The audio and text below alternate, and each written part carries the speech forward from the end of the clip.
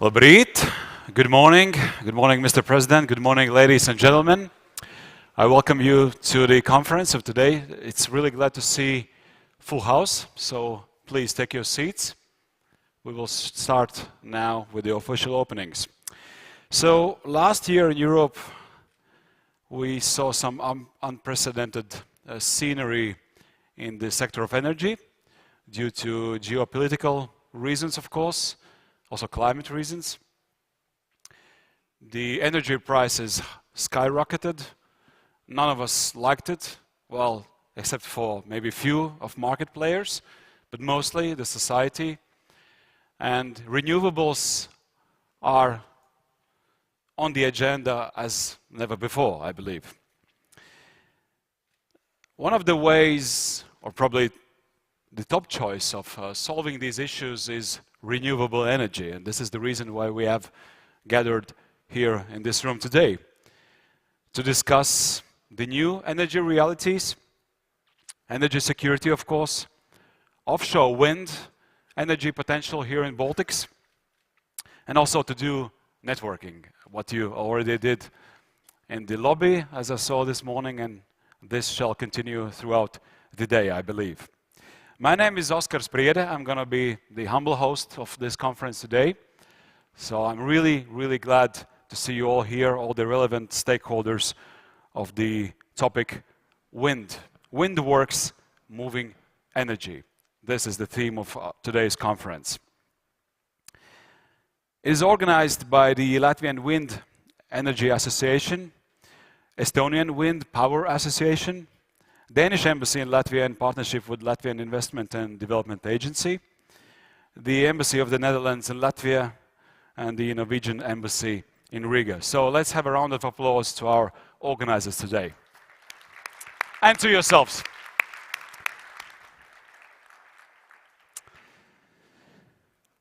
As you probably have checked the program already, you see a very intensive day, different keynotes, a lot of panel discussions, also opportunity for you, the audience, to participate using the technologies. Menti.com, we will show you the code later on, the opportunity to ask questions.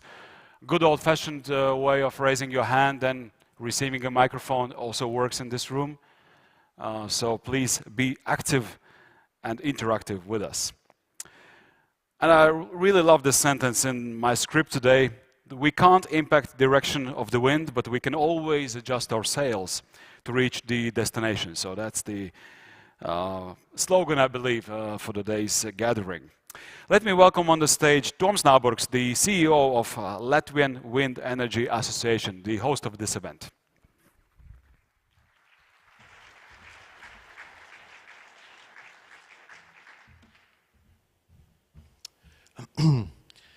Excellencies, ladies and gentlemen, welcome to this conference. As you know, Latvia boasts impressive 15 gigawatts of potential in offshore, but the question really is this going to be a theoretical number, or are we going to utilize this capacity at some point? Do we have proper policies and infrastructure in place? This will be critical to assess. In the recent geopolitical events and context, there is a clear need for European Union and Europe in general to become more self-reliant in terms of energy and a clean energy.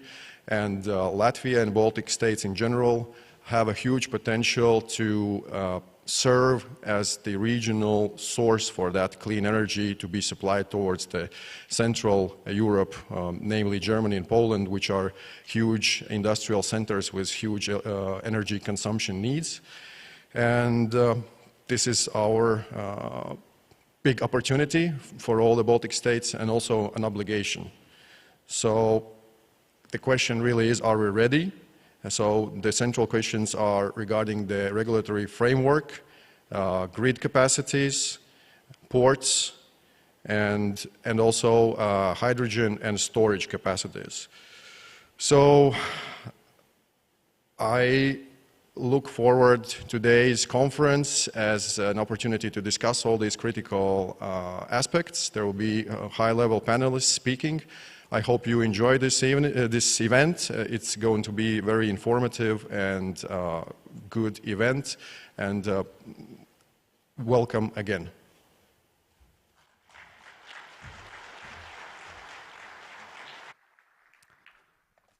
Thank you, Mr. Naburgs.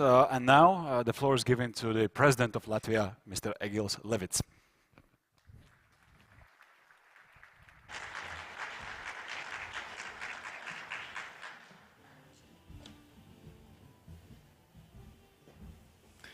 Your Excellencies, ladies and gentlemen, it's my honor to open the Wind Energy Conference for the third time. Looking back on what has changed since the first conference, I see quite a remarkable shift. In 2021, my first meeting with you, I urged to speed up wind energy projects in Latvia and not to allow our national plans to stay only on paper. I urge the government to be more serious about our commitment to climate neutrality and fulfilling Latvia's obligations concerning energy goals for 2030. It seems the wind have changed fast enough.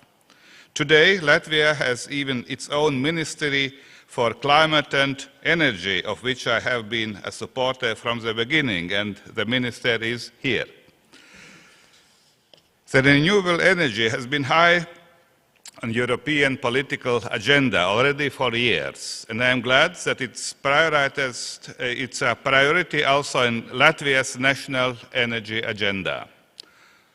Of course, also a Russian war against Ukraine added an energy security perspective to our thinking about renewable energy. It showed clearly that Europe, Baltics and Latvia have to act immediately to cut all energy ties with the aggressor country. Due to the unprecedented energy price spikes, it also added an energy affordability perspective. Energy security and affordability are clear priorities, which also help us to move away from fossil fuels. However, just a shift in our thinking is not enough. Our good intentions must be backed up with our practical plans and hard work. Firstly, we have to adapt our national renewable energy policy goals to the current geopolitical situation. A clear vision is needed of the ways to achieve these goals. For example, we must plan how to strengthen our energy infrastructure to grow the share of renewable resources in our economy. A clear plan will also help in finding the right balance and tools to finance the transition. The finance is one of the biggest problems in energy transition. Secondly, together with international partners, we have to actively participate in advancing innovations and solving the challenges related to renewable energy storage. I am particularly glad to see that last year Latvian industry participants have signed a memorandum of understanding on the development of hydrogen technology. Third, we should look at the global development of the wind energy sector as a broader economic opportunity that we can benefit of. Some of our manufacturing companies already successfully participate in the global wind industry value chains. For example, Aerones, NACO Technologies. The agenda of today's event illustrates a clear to-do list. Last but not least, we still need to raise public awareness on renewable and wind energy. Not in my garden, not in my backyard. Phenomenon is still here in our society. So we supporting the renewable energy, the windmills, but not there where we are living. The society must see, therefore, and feel clear benefits of renewable energy development. I would like to thank all organizers of this conference, the Latvian and Estonian Wind Energy Associations, the Danish Embassy, Norwegian Embassy, Netherlands Embassy, as well as our industry partners, which are participating today. Also, I welcome the participation of the Ukrainian Wind Energy Association in today's event. Latvia will continue supporting Ukraine, including in helping to rebuild its energy sector already now and after the war. The international nature of this conference proves the importance of the cross-border cooperation in moving towards securing reliable, affordable and sustainable energy for the Baltics and Europe. I wish you all a fruitful discussion and a successful day. Thank you.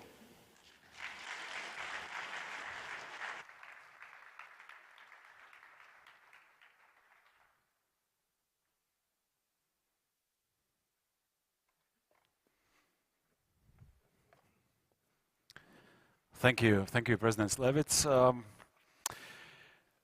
Let's move on. Just to let you know, we have technology in the room.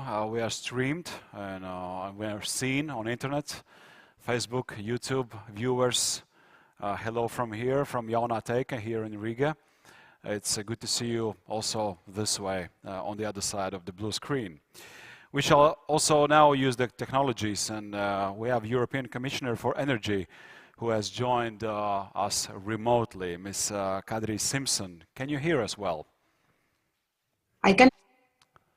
Good morning. Good morning. The floor is yours. Thank you. Dear President, Ministers, Ambassadors, ladies and gentlemen, greetings from Brussels. And indeed, I'm very sorry that I was not able to travel to Riga today. But despite of that, I'm delighted to address you today at the third wind energy conference, WindWorks.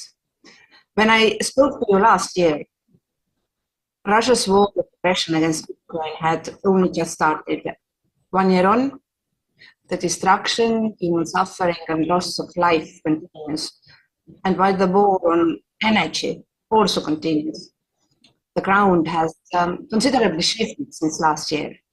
Because with the REPowerEU plan, Europe stood up and rallied around common goals. Together, and in just 1 year, we have weaned ourselves off Russian fossil fuels. We have accelerated the transition to more affordable and clean energy. And we have set about a profound and unprecedented shift in the European energy system. And you, in this room, have felt all of these developments. In many ways, you are at the center of it, because Russian aggression hits close to home. It's right on the Baltic doorstep. But you are also at the forefront of the renewables revolution. Last year, the EU deployed 15 gigawatts of wind. And this was a 46% increase compared to 2021.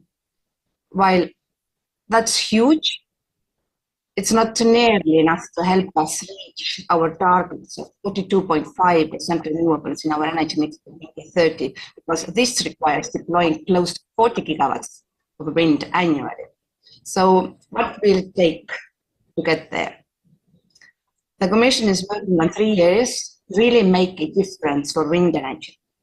First, policy and regulatory enablers, especially permitting. These are our top priority.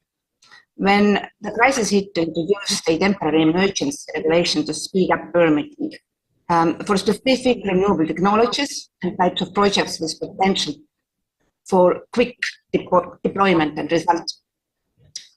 New measures were put in place, such as recognizing renewable energy deployment as an overriding public interest and faster permitting for repowering projects. This is making it easier and faster for new wind energy projects to get off the ground. And just recently, we also agreed to turn these provisions into permanent EU legislation via the Renewable Energy Directive. And in addition, under the revised Renewable Energy Directive, it will become possible to select priority areas for renewables. These will be areas where projects will benefit from accelerated procedures and connection to the grid. This is all part of our efforts to ramp up homegrown renewable energy to ensure we meet our climate goals and secure our energy supply long term. The second critical area we are working on is infrastructure. Offshore grids are now fully recognized with 5 priority offshore grid corridors next to onshore ones. This makes it easier to set up projects of common interest, for electricity grid development, and where appropriate, networks for renewable hydrogen. We are also planning the electricity infrastructure needed to connect the renewable energy generated offshore. By the end of the year, offshore network development plans will be developed for each sea basin. And even though member states will set their own installed capacity targets, this is going to be real teamwork. The plans will be drawn up by the ENSO for electricity, along with transmission system operators, national regulatory authorities, member states, and the Commission. It's an important step for giving more certainty to investors, and the plans will forecast offshore generation capacities potential and resulting offshore grid needs. It's clear that there's much more ambition since the energy crisis. Last January, member states agreed offshore goals for 2030, 2040, and 2050 for all sea basins in the Union. The 2030 goals are nearly twice as high as the target for our pre-crisis offshore renewable energy strategy. Key to succeeding and achieving these targets will be regional cooperation. And in this respect, the Baltic region is leading the way. The Baltic offshore wind energy cooperation under PEMIP is already a great example. We'll be taking this the next level under the revised legislation on trans-European networks for energy. With integrated and efficient offshore grid built around hybrid projects, will secure our supply, reduce costs for consumers, and curb any environmental impact. And these projects will connect member states and offshore wind projects, sometimes of very large scale, like the energy islands in the North and Baltic seas. The Baltic Offshore Grid Initiative, with its broad stakeholder engagement, could be the perfect fit for such a hybrid project. And another significant initiative which will maximize the benefits from wind resources is the development of the supergrid for Baltic DSLs. Such a multinational transmission network will make possible to trade high volumes of electricity across great distances. Third, and my final point, we are doing what it takes to make the wind industry based in Europe more competitive. The EU has a relatively strong manufacturing base in wind technologies, but we live in a world where global competition is getting stronger every single day, and in the past years, we have lost some ground. This is why last month, the Commission put forward its proposal for a Net Zero Industry Act. This sets out measures to give the manufacturing of clean technologies in Europe all the support it needs. And the focus is especially on filling the skills gap, securing our value chain, and consolidating the EU as a powerhouse for research and innovation of clean energy tech. Ladies and gentlemen, before Russia's invasion of Ukraine, Europe was already on track to achieve great things in renewables and wind energy. The war and the energy crisis that followed has only strengthened our resolve to deploy more renewable energy. We have never been more ambitious, we have never had higher targets, and we'll be counting on wind energy and all of you here today to help us reach these goals. With the wind in our sails, let's make energy more secure, affordable, and clean for all Europeans long term. Thank you for listening, and I wish you an excellent conference. Thank you, Ms. Simpson. All right, we shall now move on with our next speech. Denmark is well known for its wind energy. If you've been in Denmark, you've probably seen some windmills. And I'm very glad that we have a Danish Minister for Climate, Energy and Utilities who will address our conference via a video. So please. Dear friends of a bright green future, ladies and gentlemen, I'm so pleased to join you today at WindWorks. About 30 years ago, we set out a bold experiment. The world's first offshore wind farm, Vindeby, began spinning in Denmark. Back then, the 11 turbines powered 200 homes each. If you had told people in 1993 that offshore wind would become a core element in getting the energy independence, they would have laughed. Today, it's a different story. Now more than ever, we need offshore wind. It is not only important to reach our climate target, it is also important for security reasons. Wind energy is a core element in phasing out Russian gas and making Europe more energy independent. I'm very pleased to see the big ambitions for expanding wind production in the Baltic region and in Latvia, of course.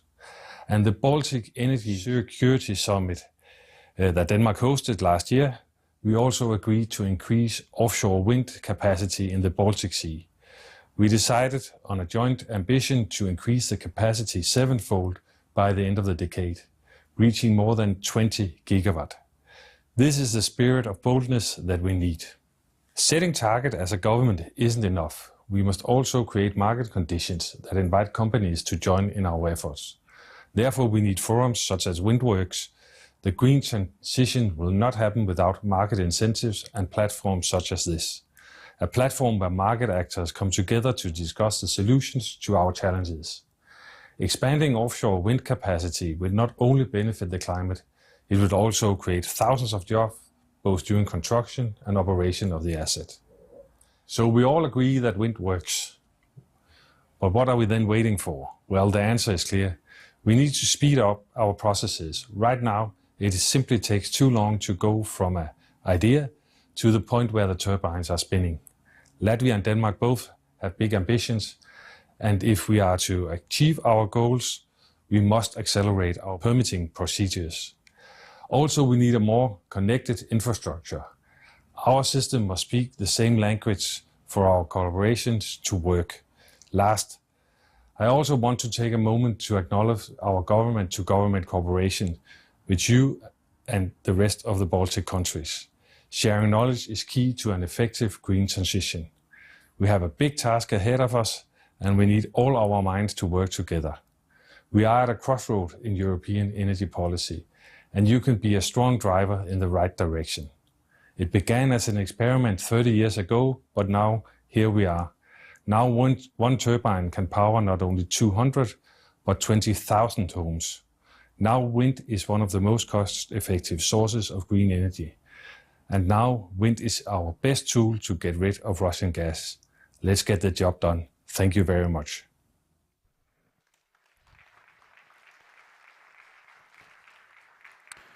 That was Lars Agard, the Minister in Denmark for Climate, Energy and Utilities.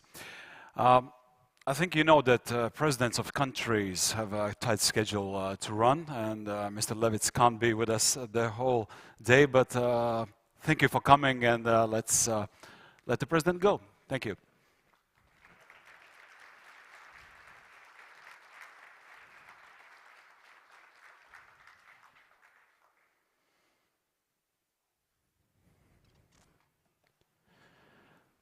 All right, feel free now. Good, so we have our first keynote after opening of the conference. Keynote speech by the chairman of the board in Ukraine, the Ukraine's Wind Energy Association, Mr. Andriy Konechenko. So the floor is yours.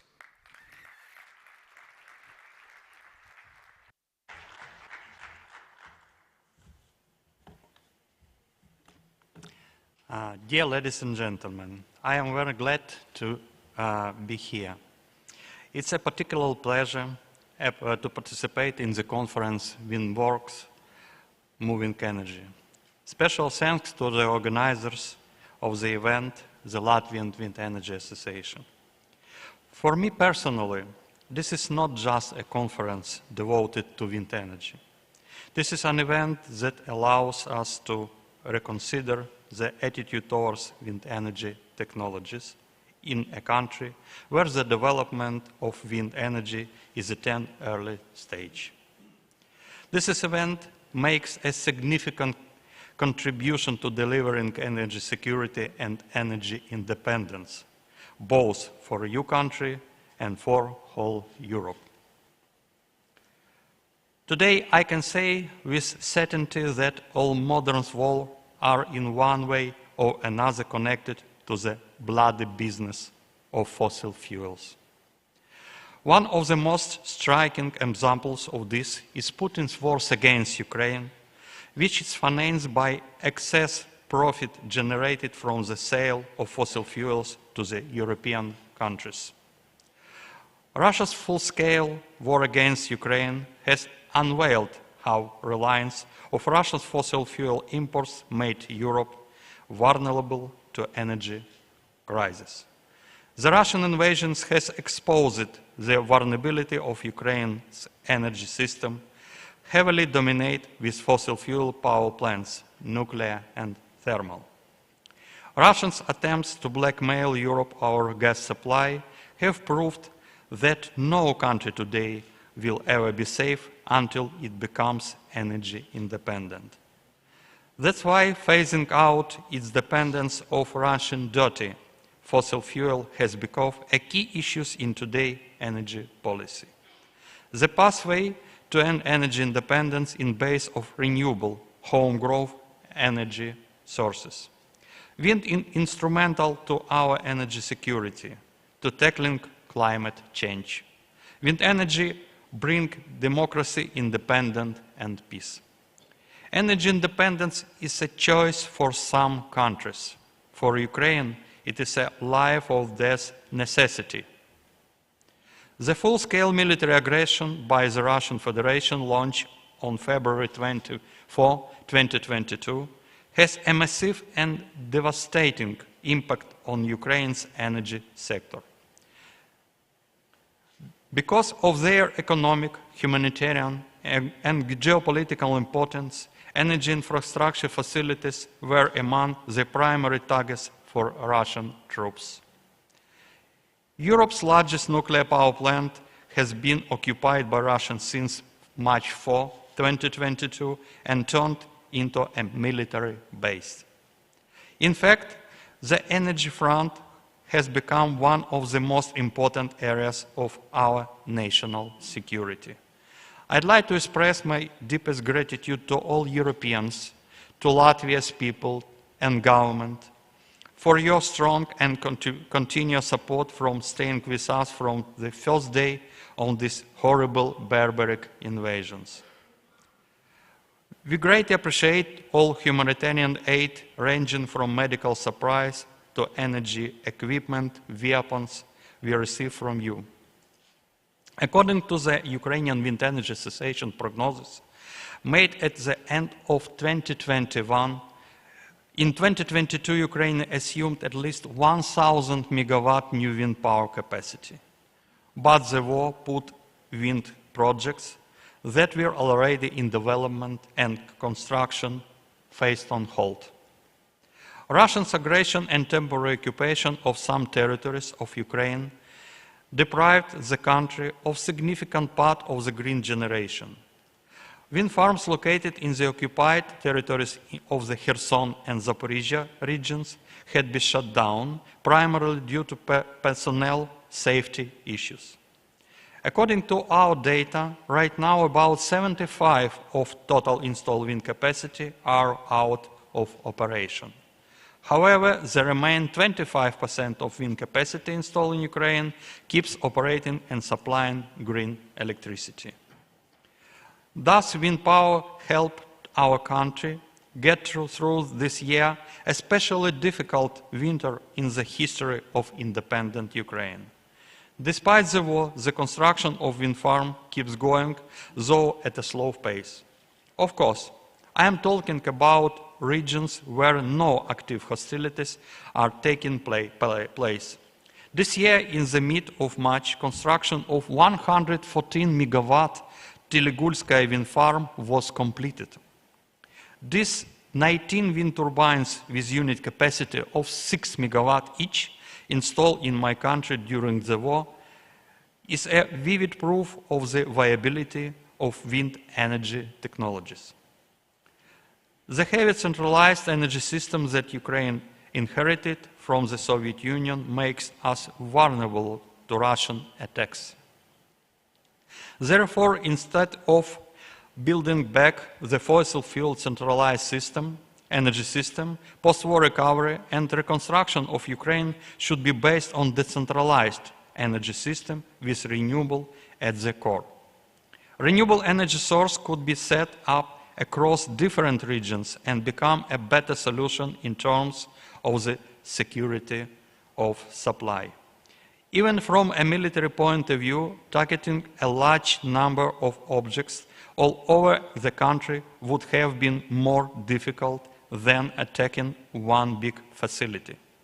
The centralized energy system means sustainable, reliable energy supply in all regions. We indeed have no other alternatives. Nuclear power is not a solution. Not just because it can be a target for nuclear terrorism. It's slow to build and too expensive in contrast to wind and solar, which are readily available and much cheaper. And what is most important, safer for both the environmental and people. Had we invested early and more decisively in renewable energy, we would not find ourselves dependent of unreliable fossil fuels importers today. Green hydrogen production requires even more renewable electricity. Wind should and could be a top priority in this chain. All these technologies are the basis of energy independence in investment attractiveness. Despite the war, the Ukrainian Wind Energy Association is optimistic. It's a forecast for further expansion of wind power in the country. For sure, the green model of Ukraine post-war recovery, they support international partners, primarily the European Union. When we say WindWorks, moving energy, it means that we are moving towards energy independence, energy security, and peace. There is no other way for us today. Thank you very much. Glory to Ukraine.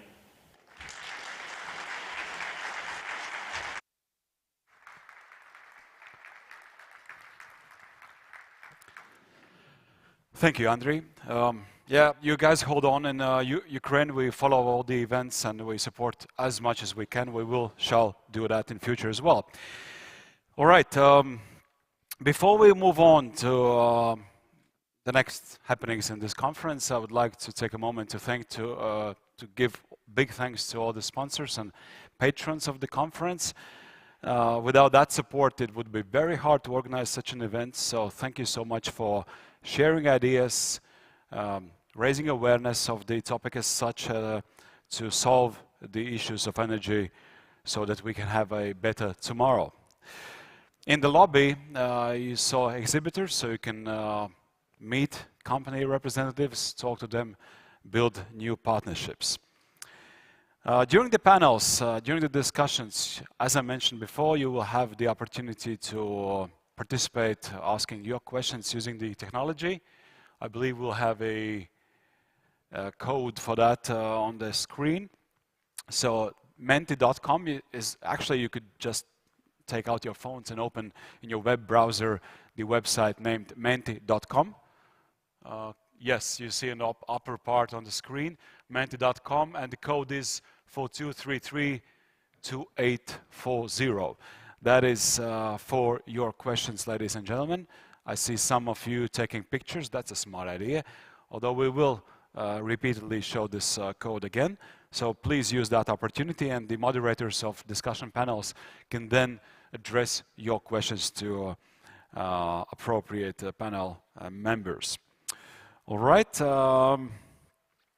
Talking about event patrons, two companies that I want to mention at this very moment, and we will see short videos of these companies, Latvian and RWE. So let's see videos.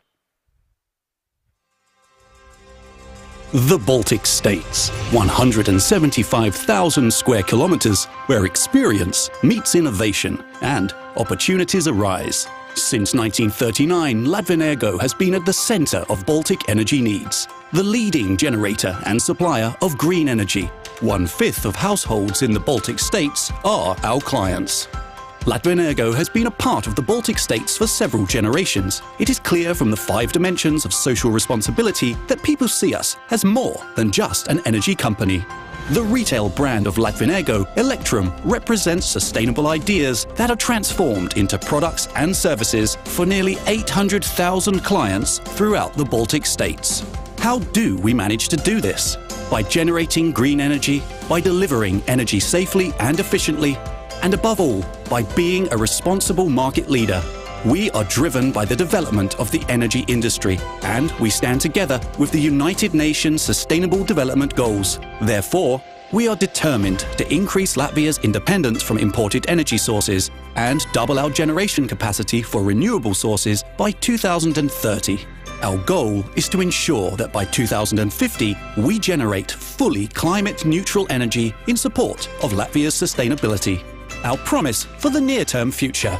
We will modernize our power supply grid and develop green technologies to promote the country's energy independence. The future rests with electric motors, so we are developing electric mobility and its support infrastructure throughout the Baltic states. The gratitude we receive proves stable long-term relations with our investors. All the praise we get is demonstrated by facts. Latvian is the first capital company in Eastern Europe and one with an investment credit rating to issue green bonds. Latvian is built on firm foundations, with 4 hydropower plants and 2 combined heat and power plants. This already ensures that 2/3 of the energy that is generated in Latvia comes from renewable sources. By 2030, this will be supplemented with solar and wind power plants with a total capacity of 2,300 megawatts. Our future depends on challenging yet achievable goals and careful management. We are a key part of the energy system of the Baltic states, and we confirm this with our daily promise to energize the growth of society. Join us on our path towards the future development of energy. As one of the world's leading companies in renewable energy, RWE is actively driving forward the energy transition. We are active on 5 continents, have more than 20 years of experience in offshore wind, are dedicated to supporting local communities. We are the #2 offshore player globally, and we have installed more than 17 wind farms with a total capacity of around 5 gigawatts worldwide. Together, our offshore wind farms are saving more than 10 million tons of CO2 every year. Every year, we invest millions of euros in harbors, educational programs, local organizations, and much more. RWE is investing 50 billion euros gross cash until 2030. 50 gigawatts net installed capacity across green energy technologies. Our offshore installed net capacity will triple by then to 8 gigawatts. We are proud to give wings to the energy transition.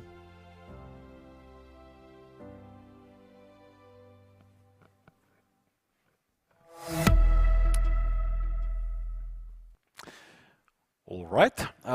Before the first discussion panel, I would like to give floor to the Minister of Climate and Energy in Latvia, Mr. Raimonds Čudars.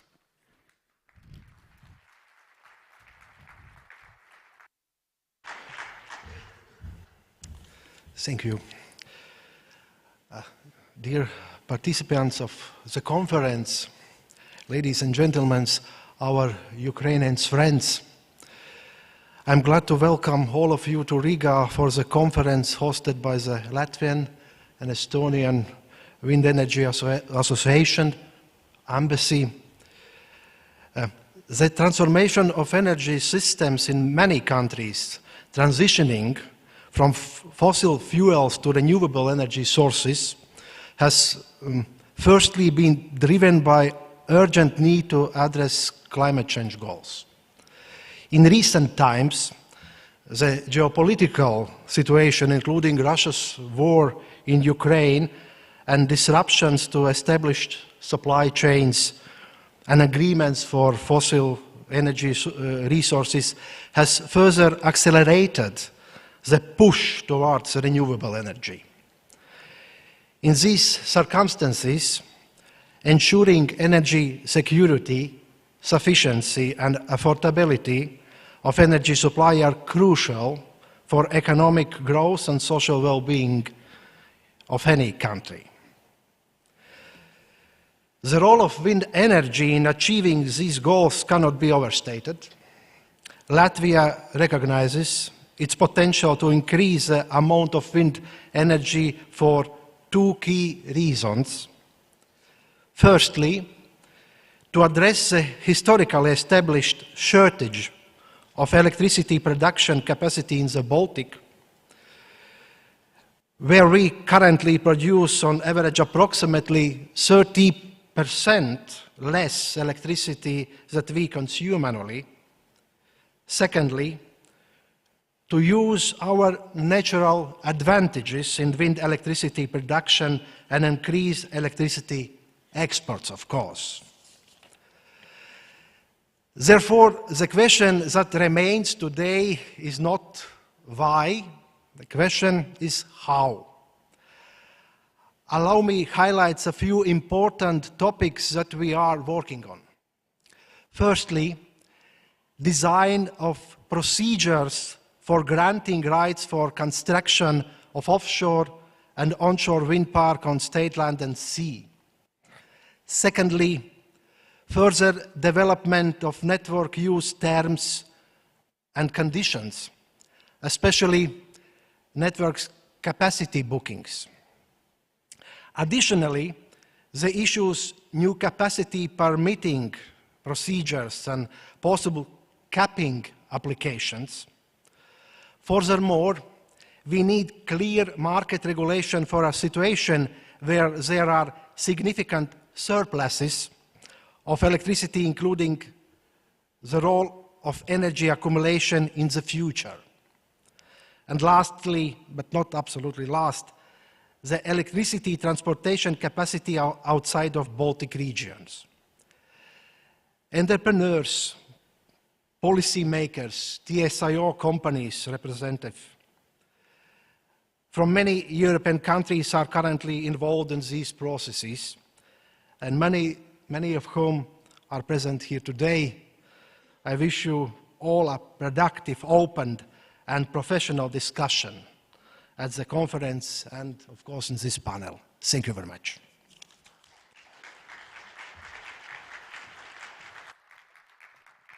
Thank you, Minister. We shall now start to work. I'm reading next panel's description about affordability and the reliability of energy sources.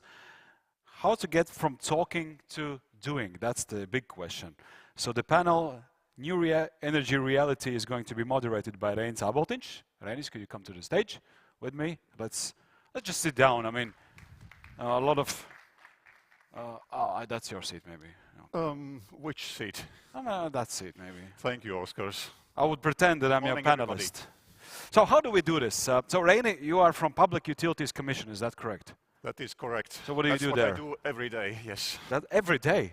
Normally, yes, on Sundays. Like Saturdays, Sundays? Especially. Oh, right. How do we do this? Do I introduce the panelists or you do that? Please do so. Yes, that would be very kind of you, Oskars. I thought I had a break, but no. All right, State Secretary of Latvia's Ministry for Climate and Energy, Liga Kurevska. Yes, you can choose the seat. Liga. The Deputy Secretary General for Energy and Mineral Resources at Ministry of Economic Affairs and Communications for Estonia, Timo Tatar. The person with the longest job title in this conference. Giles Dixon, the CEO of Wind Europe, very short one. I mean the title. Toms Naburgs, we saw him on the stage already, CEO of Latvian Wind Energy Association. And we have one more chair, that is for Avo Karmas, the chairman of the board in Estonian Wind Power Association. I'm leaving, okay? Right. Well, this is an outstanding panel that we are having here. And I just want to remind everybody, this is going to be the introductory, therefore very high-level panel, where we can cover some of the key aspects that will be later discussed in more detail. And the countdown has started, and I just want to highlight, before giving the floor to your initial interventions, I just want to start with a few points to make. Right, we all know that renewables are good, fossils are bad, so we have to make a transition. We have huge potential. I've heard at least several different figures over the last year when assessing the offshore capacity potential in the Baltic Sea, especially in the Baltic states. I've heard the figure 10 gigawatts, I've heard 13 gigawatts, I've heard even 15 gigawatts and even 20 gigawatts. So there's obviously this is a huge figure, any of those figures are huge. So then I have to look at the energy portfolios of the Baltic states, and I see three very, very, very different situations. Estonia, Latvia, Lithuania, very different energy portfolios, different needs for transitioning as well. Estonia has to, phase out oil shale. Latvia has to think about phasing out or at least decreasing the dependency on natural gas. And Lithuania has to be thinking about everything, which it is doing. There's quite a huge challenge. Anyway, I think it's correct to approach, to be looking at the Baltic states as a single energy market, as a single area where there is one bigger energy portfolio which can be utilized, the fruits of which can be utilized by all three Baltic states and beyond, in fact, because interconnections are there. So how do we transition? Is the wind really, especially offshore wind, really the best technology to harness the renewable power from? And, well, is it really feasible? What are the key issues? And how quickly can we do that? So timing, procedures, etc. We are going to speak about regulatory affairs in the second panel, but now I'd like to perhaps address Toms first. Toms, do we really need offshore? I mean, there's plenty of space for onshore as well. Yeah, I think the offshore is what you call a long shot.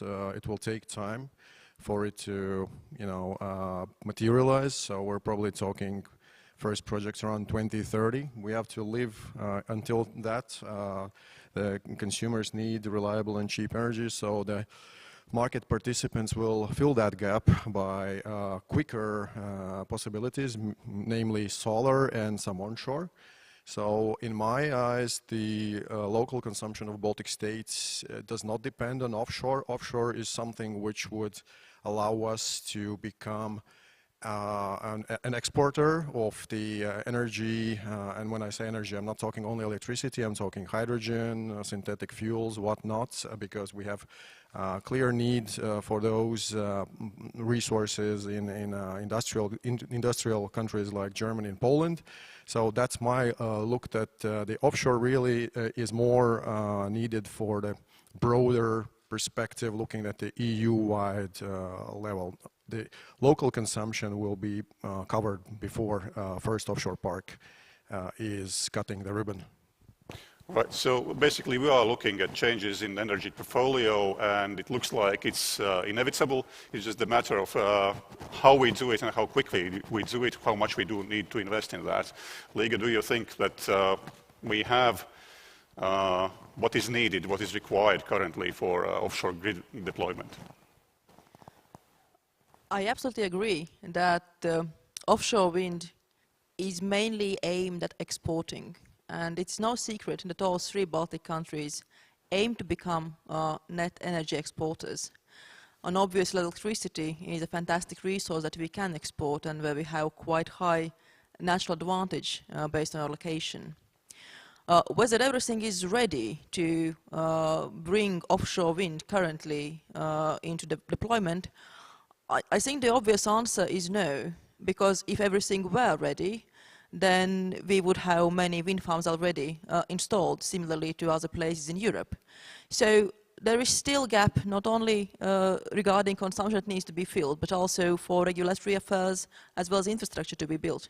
So while we are very much interested and we see very high potential for offshore wind, currently we still work in progress from a regulatory point of view. Thank you. Thank you, Liga. Well, Timo, it would make sense to have a comment from you as well. I mean, well, basically, is it export, is it domestic energy portfolio? Is this a dichotomy, in fact? Yeah, good morning, everyone. So clearly, wind is the largest renewable source in our region, and I think however you look at clearly the wind will become a major player in our energy portfolios. And but it is also obvious that we start from picking the lowest hanging fruits, which is onshore wind, which means that once we reach to offshore wind, then let's see whether we are still needed for our domestic needs or this is only for export purposes. But clearly, if you look, the demand forecasts in our region and let's say Nordic region, then I'm quite confident that eventually we need to grasp all the wind there is, so to make it work, to really make the green transition happening. So and we are working, at least in Estonia, and I'm sure that my Latvian and Lithuanian colleagues are doing the same, to really make this vision happen, that we are having all the right legislation in place to really let this potential, which is right now only a potential, to become a reality. That if there is a business case, then we are the best location where you can utilize the business case. Thank you, Timo. Aavo, is there a business case?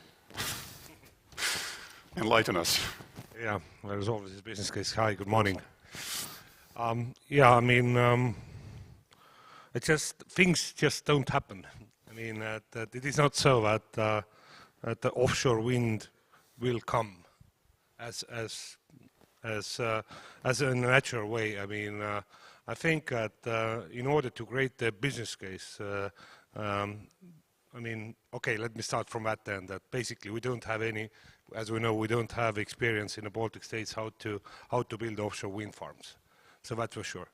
If we want to have, and I'm sure we want to have offshore wind farms in the Baltic countries, we need to build and construct and develop those offshore parks together with foreign companies. And in order to attract foreign companies here in our region, we have to have really a clear message that foreign investors are welcome here.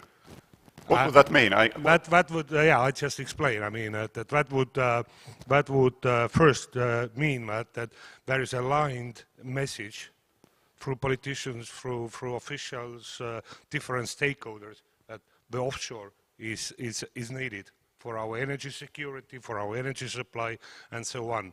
The second thing is that actually our regulatory environment is transparent. It is a long term. We have set out very clearly our long-term actions, the commitments the stakeholders are ready to take.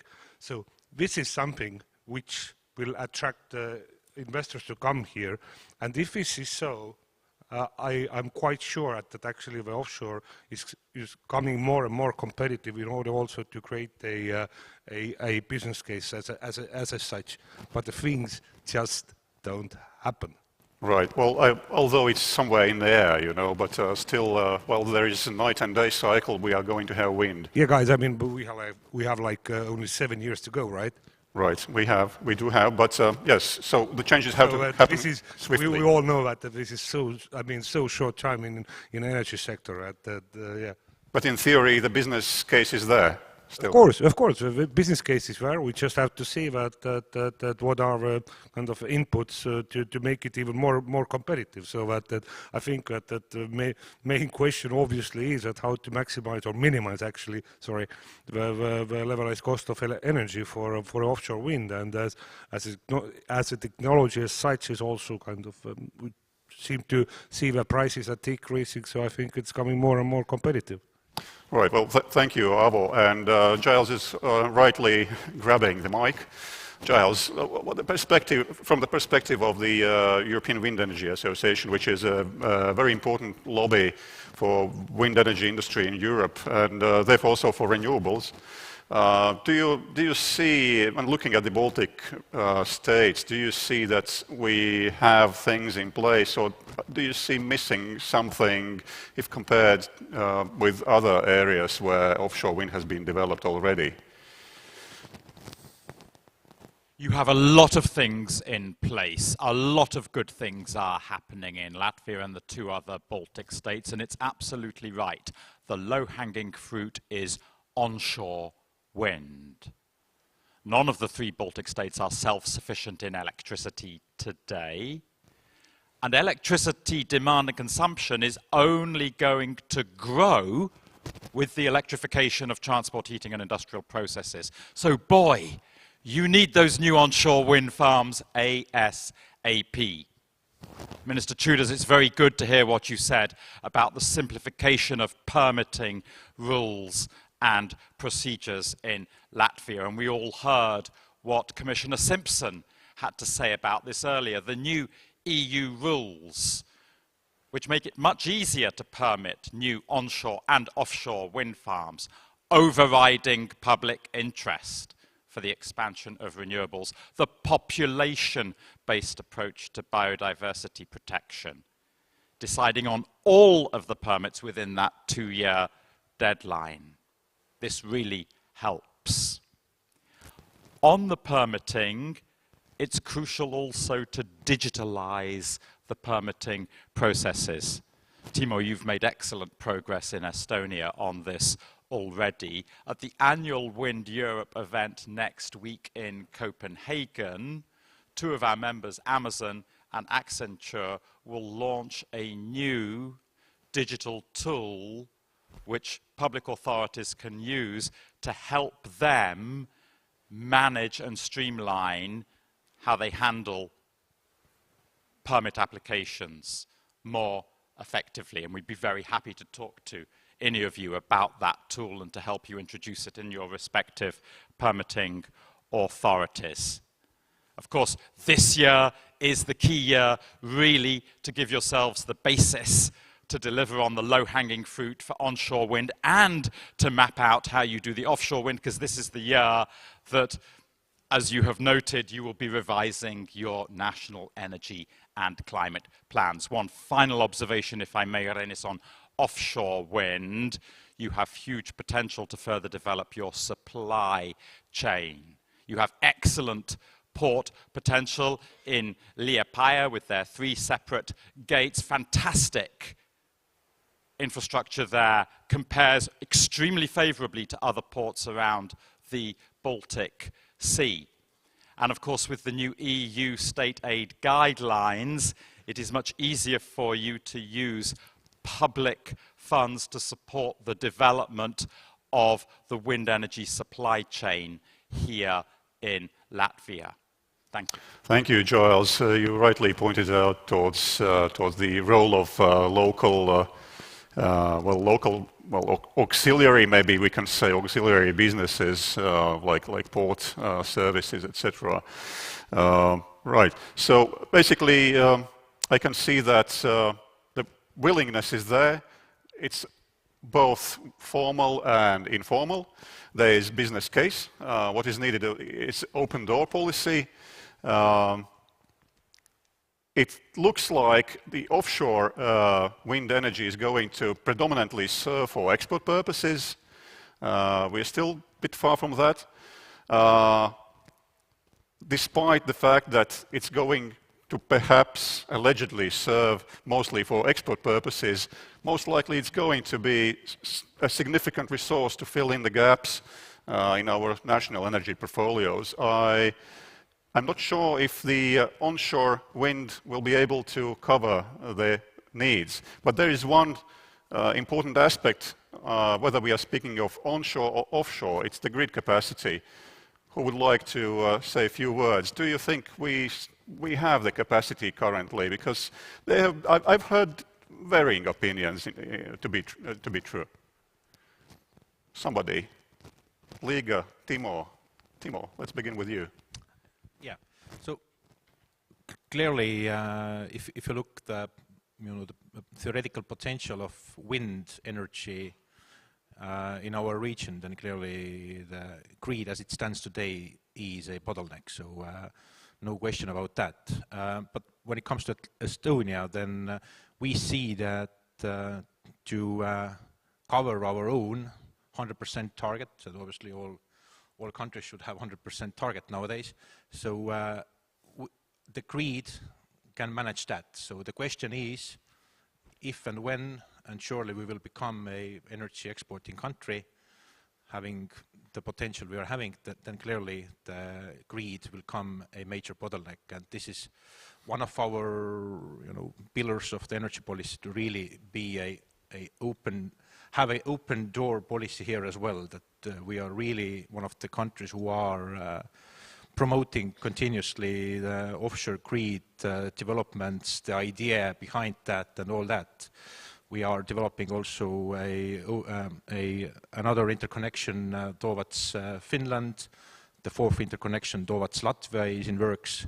And as I said, we are also looking at the offshore grid. So clearly we have realized that in order to grasp at least some of the potential there is, actually the potential is even higher, we need to really look seriously to the networks as well.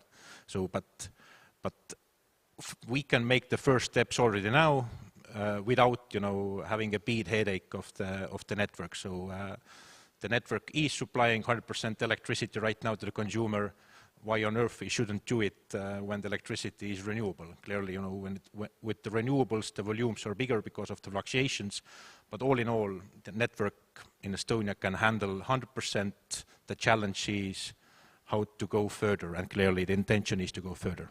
Yeah, there are questions incoming already on, regarding balancing, right? So you rightly mentioned that, but Liga, you were grabbing the mic, so. Yes, obviously also in Latvia, we can not only cover 100% of our consumption with our existing grids, we can easily cover twice or thrice the amount. However, to become a truly exporting nation and to ensure that we can use this potential that we have, similarly to Estonia, we have to, and Lithuania, we have to find new ways how to interconnect. And that has been one of the key aspects also we have been working on, to find, firstly, to define the Baltic region as a common region, to invite investors and to show us that we are very open to offshore, to onshore, to foreign investments, to national investments, to show that we are the new place for development.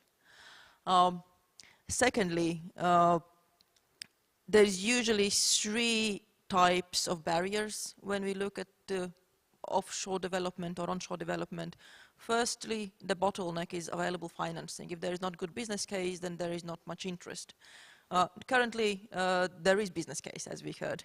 So then usually the next issue is grid capacity, and as everybody here, I imagine, knows, in all three countries there is overbook capacity in the grids. There is more interest than the grids can take in, and then we have to understand what is the reasonable approach, how to manage it. How can we take this scarce resource that we have and use it in most efficient way? And when we will be solved this issue, then the next one probably will be the auxiliary services, because at least that's what other countries in Europe is facing, that there is the capacity of the ports, the availability of sufficient infrastructure to support offshore wind development. So hopefully during this year we can manage to move from this second barrier to move into this third one and start solving the auxiliary services to make sure that really by the 2032, 2035 we can see new offshore wind developments. Thank you, Toms. A comment on the grid capacity, yeah, right? I would like to add a little bit broader perspective. I think the local thinking fits well to what the representatives of both country ministries who regulate this business are talking about. I mean, until 2030 also seems comfortable, we'll cover our own needs, the grid is there. But this conference is talking about something more ambitious, more regional, but we're talking EU-wide thing here. The offshore in Baltic states has a different purpose. It should serve as the energy source to cover the needs of the Europe in general, meaning the closest markets, the consumption points, in my eyes, Poland and Germany. And the Baltic states, in order to utilize that, should be the front runners and the loudest advocates and very active in encouraging EU-wide discussions regarding the super grid developments, and should be very actively behind it, pushing that, because we can only utilize this 15 gigawatts in Latvian case, 7 to 10 gigawatts in Estonian case, up to 5 gigawatts in Lithuanian case, if we can transport that electricity towards the consumption points. And it's a long shot, it's a long-term process, but we need start talking about it now, we need to start planning now, and we need to be behind it now. And the Baltic states should be the ones who are the super active ones. Great that you mentioned it, because we are going to have a dedicated panel to getting connected to the grid, so which is absolutely key for. I mean, we can stop talking about offshore wind if there is no connections and no grids. Giles. Thank you, Renes. Wind turbines already offer voltage control and frequency control. They're already good for balancing the electricity system. We're increasingly installing small battery units inside wind farms. We're still working on the inertia, but we'll get there. Now, one small observation, if I may, on offshore grids. It's fantastic that the two of you are working on Wind together. It makes sense to do hybrid offshore wind farms as well as the point-to-point offshore wind farms, because you can pool your generation and transmission assets. That saves money, it saves space in the sea, and of course it improves energy flows across the region. But you need a business case both for the TSOs involved and for the offshore wind farm developers. If either one of them does not have a business model, those hybrid offshore wind farms just will not happen. Wind will not happen. Now, the European Commission have very helpfully included in their new market design proposals a model which will give a business case both to the wind farm developers and to the TSOs. It's called the Transmission Access Guarantee. It's part of the new market design legislation that the Commission have proposed, and we would encourage you strongly to support this proposal now in the Council of Ministers in Brussels. Just doing some lobbying here. Well, what a better place from the stage. Thank you, Giles, for this comment. Avo, do you think the cooperation so far between the industry and other relevant stakeholders, like, for example, TSOs, has been, well, cooperative, let's say, or is it competitive or cooperative? Yeah, that's a good one.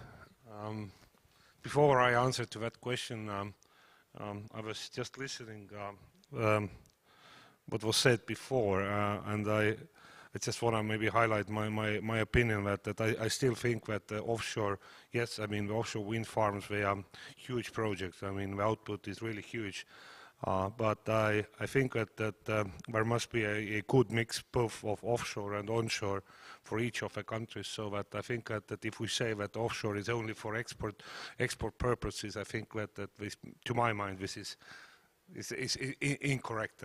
So I think that offshore also has a really important role to play in the domestic supply as well. But coming back to your questions regarding the cooperation or a competition, I wouldn't say that it is a competition. I really hope that we see more and more cooperation actually, and as I said at the beginning in my keynote, that I really do hope that the TSOs are also among those stakeholders who say that offshore is needed in the Baltics, so that this is important for our energy security for a future. And what I'm personally expecting is that there will be a kind of agreed common action plan for not only till 2030. I think it is maybe too short look. I mean, but that going forward, so that all market participants know that what is a long-term agreed action plan, and in order to set or align their actions according to what TSOs have been saying. Yeah, thank you. There is actually, I mean, this question of balancing, right? So we are speaking about enormous capacities here. So the question of balancing inevitably pops up every time we are speaking about significant wind energy capacities. So we are also, we understand that the future belongs to the hybrid systems, right? It's not just, there's no silver or gold, whatever, bullet. Wind, I mean, it's good per se, but it's better if it's combined with storage possibilities or possibility to produce hydrogen or whatever you can produce, what the technology allows today or tomorrow or the day after tomorrow. So still, and there have been questions also dropping in the mailbox regarding the balance. Do you think that, say, we are looking at 10 gigawatts of capacity within 10 years of time, right, from now on? How do you see the balancing exercise here? Any one of you might I don't know, Avo maybe, or Toms, or Giles, and or Liga, you can comment immediately, right? Go ahead. I'll start. So intermittent generation is called intermittent for a reason. So historically it was absolutely uncontrollable and non-dispatchable, and you need a dispatchable generation to balance it. As Giles already mentioned, obviously newer technologies allows some level of dispatch, some level of accumulation that can help with system balancing. But when we look from physics point of view, traditionally, you would expect that when you increase intermittent generation, you also need to increase the balancing reserves. So for those windless, sunless nights, there must be either accumulation solutions that can get them through, and we have Kruonis in Baltics, we have hydro in Baltics, quite significant, and we have existing infrastructure that use fossil fuels but can be used as base loads if situation calls for it. We see similar transition also in Denmark, for example, where also when there is really insufficient amount of electricity, the old cogeneration plants are also used. So while balancing is certainly a topic that needs to be addressed and needs to be looked at, specifically how you ensure the base loads in case the accumulation solutions are insufficient, I think Baltics are pretty well prepared. And I wouldn't say that ability to balance, taking into account that we will be developing quite a sort of new generation type of wind farms, which are already much more better adjusted for grid needs. I wouldn't say that that would be the major issue. It certainly needs work. As you already mentioned, nothing happens without effort. You need to build and prepare and plan, but I wouldn't say that balancing is going to be the major issue, specifically knowing how well connected we are. Thank you. Thank you. Who is willing to comment next? I mean, I have plenty of questions that I'd like to allow you to react to this. Oh, I mean, all right, Liga, let's get back to what you said. Right, balancing. So we can actually ensure physically balancing, right? And but those who are slightly skeptical, let's say, about these intermittent generation sources, they say, well, you're now backpedaling because you're referring to fossil fuel power plants as the balancing act, right, as the main actors, or aren't you? As a solution that exists already, obviously we must take that into account, both in Lithuania and Latvia, and also in Estonia. When there is business case for those plants, I imagine that it makes sense to use existing infrastructure. What about price impacts then? Your question is absolutely correct. So how can we make competitive pricing for resources that work for a few hours a year? And that is one of the topics that needs to be addressed. But when we look from technical perspective and system security point of view, which was the essence of the question, I don't think that that is the main issue. Okay. Solving monetary aspects is much easier than solving technical ones, because technical does not really yield to regulation, does it? Great, great, thank you. Timo. If I can comment, then I think one thing we as policymakers learned from last year is that well, those dispatchable power plants, which sometimes are not needed for months, maybe for years, are sometimes very much needed.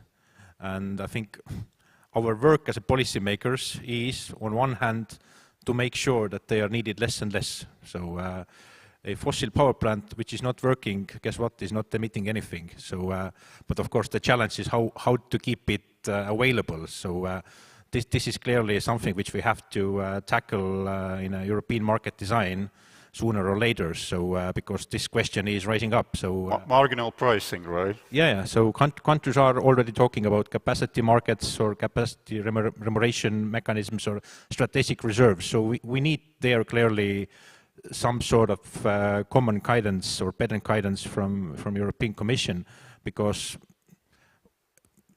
from that perspective, you know, a fossil power plant is not an enemy of renewables. Vice versa, provided that the fossil power plant is, you know, staying on standby, not emitting 95% of towers. So I think this is needed for some time. This is, I think, for the society quite a cheap insurance policy until we are having, you know, have figured out the technologies which helps us to bridge those gaps, those famous cold, windy, not windy, sorry, not without wind and cold and without sun, you know, nights, everyone talking in our region. So hopefully soon we will see technologies over there as well, battery storages and all that. Clearly also a bit more flexible demand side, but until then, until we reach there, we have to make sure that those capacities which are not running are still available. I'd be happy to develop on demand response, but let's leave that for the moment being. But Toms, from the business perspective, or industry's perspective rather. Exactly. So every problem you can look at it as a problem or as an opportunity. So the business people will try to look for opportunities here. And we know that there are some initiatives in Baltic states to work on a large-scale storage. We know that there are some ports seriously looking into hydrogen. So I would focus, since not see a problem, but see it as an opportunity. And I agree with Aavo, don't get me wrong, I don't think that everything should be exported. The excess energy and cheap energy will provide ample opportunities for Baltic business to grow into different sectors, being synthetic fuels, hydrogen, whatnot, and also large-scale industries which need cheap power. Will benefit this cheap, abundant electricity, will set a play field for large investments also to come into Baltic states and create a lot of jobs. So I would say that this is a great opportunity, not a problem. Right. Well, Aavo, you were referred to. So from the business point of view or industry point of view, right, so we have grids. The grids presumably are able to swallow, at least for foreseeable future, swallow what is going to come, say, in 10 years roughly, right? So plus minus. Or what is actually the time horizon? If you have the door open, do you see that you can, what is the next step? The door is open, okay, the next step, is it procurement procedures, is it the clarity, political clarity, procurement, or everything all at once and everywhere?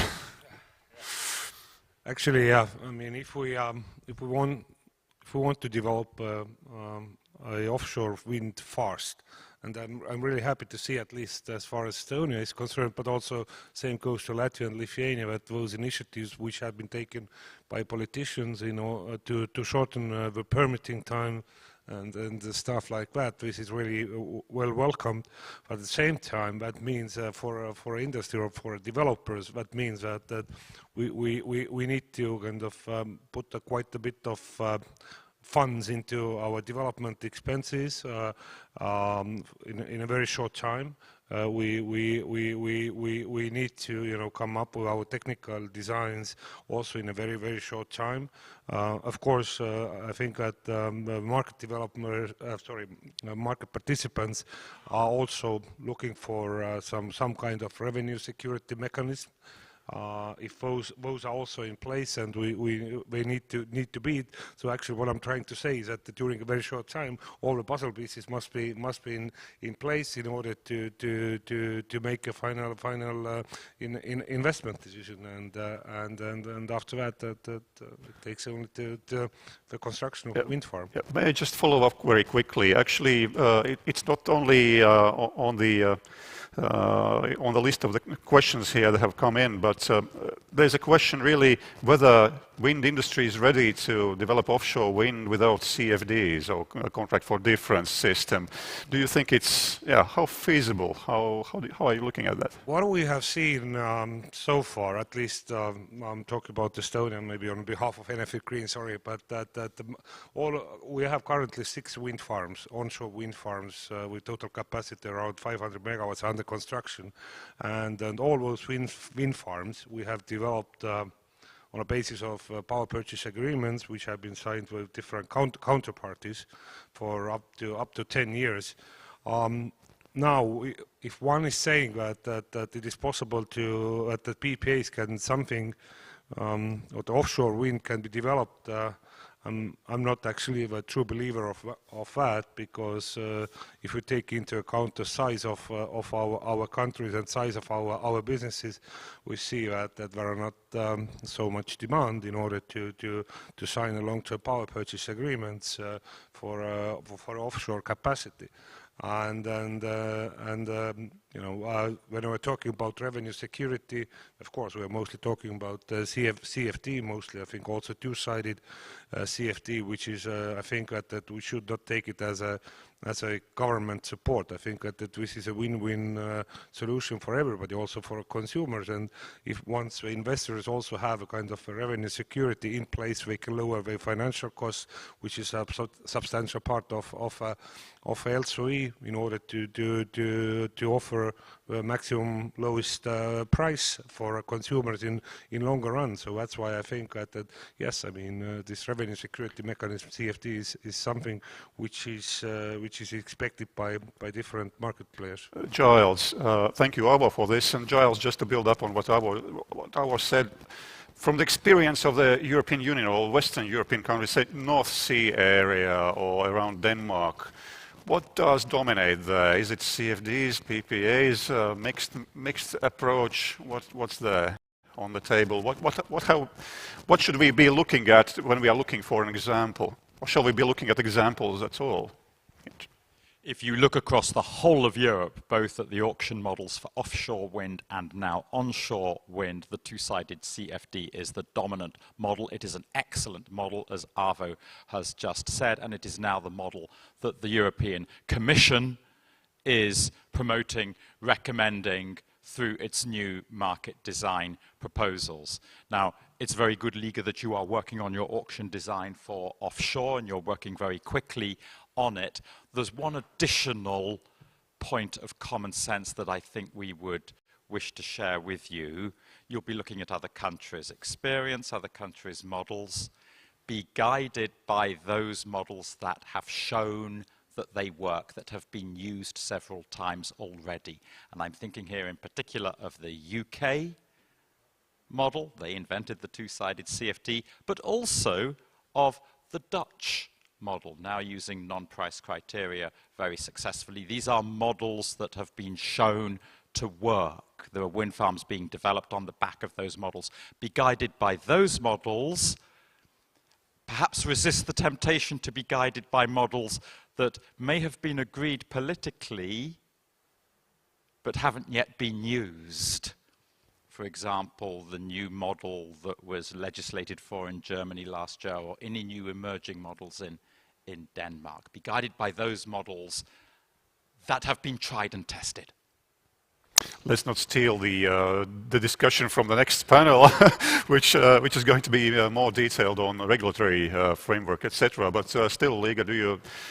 Well, Giles revealed that you are working on something and working fast. Just a little, you could just raise a little bit of curtain there, without stealing the debate for the next panel. Yes, Giles is absolutely correct that when you're starting a bit late, the benefit of that is that you can learn from others. And that's what we have been doing. And I'm very thankful because I have had individual meetings with investors, with other country representatives, and they have been so kind and shared their experience. And that's what we've been gathering. Though I agree that we usually should look at things that actually work, not things that hopefully works, I think one aspect we must not forget at this point is that the context has really changed and shifted. So some models that might have worked in the previous context, where the renewable developments were mostly driven by state aid, they have to be reevaluated in the context where there is more clear business development and more clear market. Though on the topic whether we should look at things that have shown results versus things that might show results, well, probability-wise, one can bring you results better. So on the topic whether CFD is the best choice, I think that's an open debate. In Latvia, a form of CFD has had limited success previously, and we have some history with that. I know that in Lithuania, CFD is a topic that is looked at the moment. At this point, no decision has been made on this topic at the moment. We are not currently creating a CFD regulation as of now. Thank you. Right, yeah, Timo, chip in. Yeah, if I comment as well. So I'm clearly also representative of this skeptical bunch of CFDs. So, and I think one thing everyone learned from last year's energy crisis, I think it was a really good exercise. Everyone, got overnight an expert how the day-ahead market works. Is that the day-ahead market delivers you brilliantly a price in a range between -500 € per megawatt hour until 4,000 euros megawatt hour. If you are running an industry which is energy intensive, then I wouldn't suggest you to run this lottery every day at 1 p.m. and see what is your next day electricity price. So I think what we learned, and I hope also the large energy intensive businesses learned, is that it makes sense to fix your important input like electricity for 7, for 10, for 15 years. You can sleep better, and it is also very useful for offshore wind, for renewables to finance their projects. So without taking in the regulatory risk coming from state support schemes. So I am clearly advocating, first of all, those PPAs between large consumers and generators.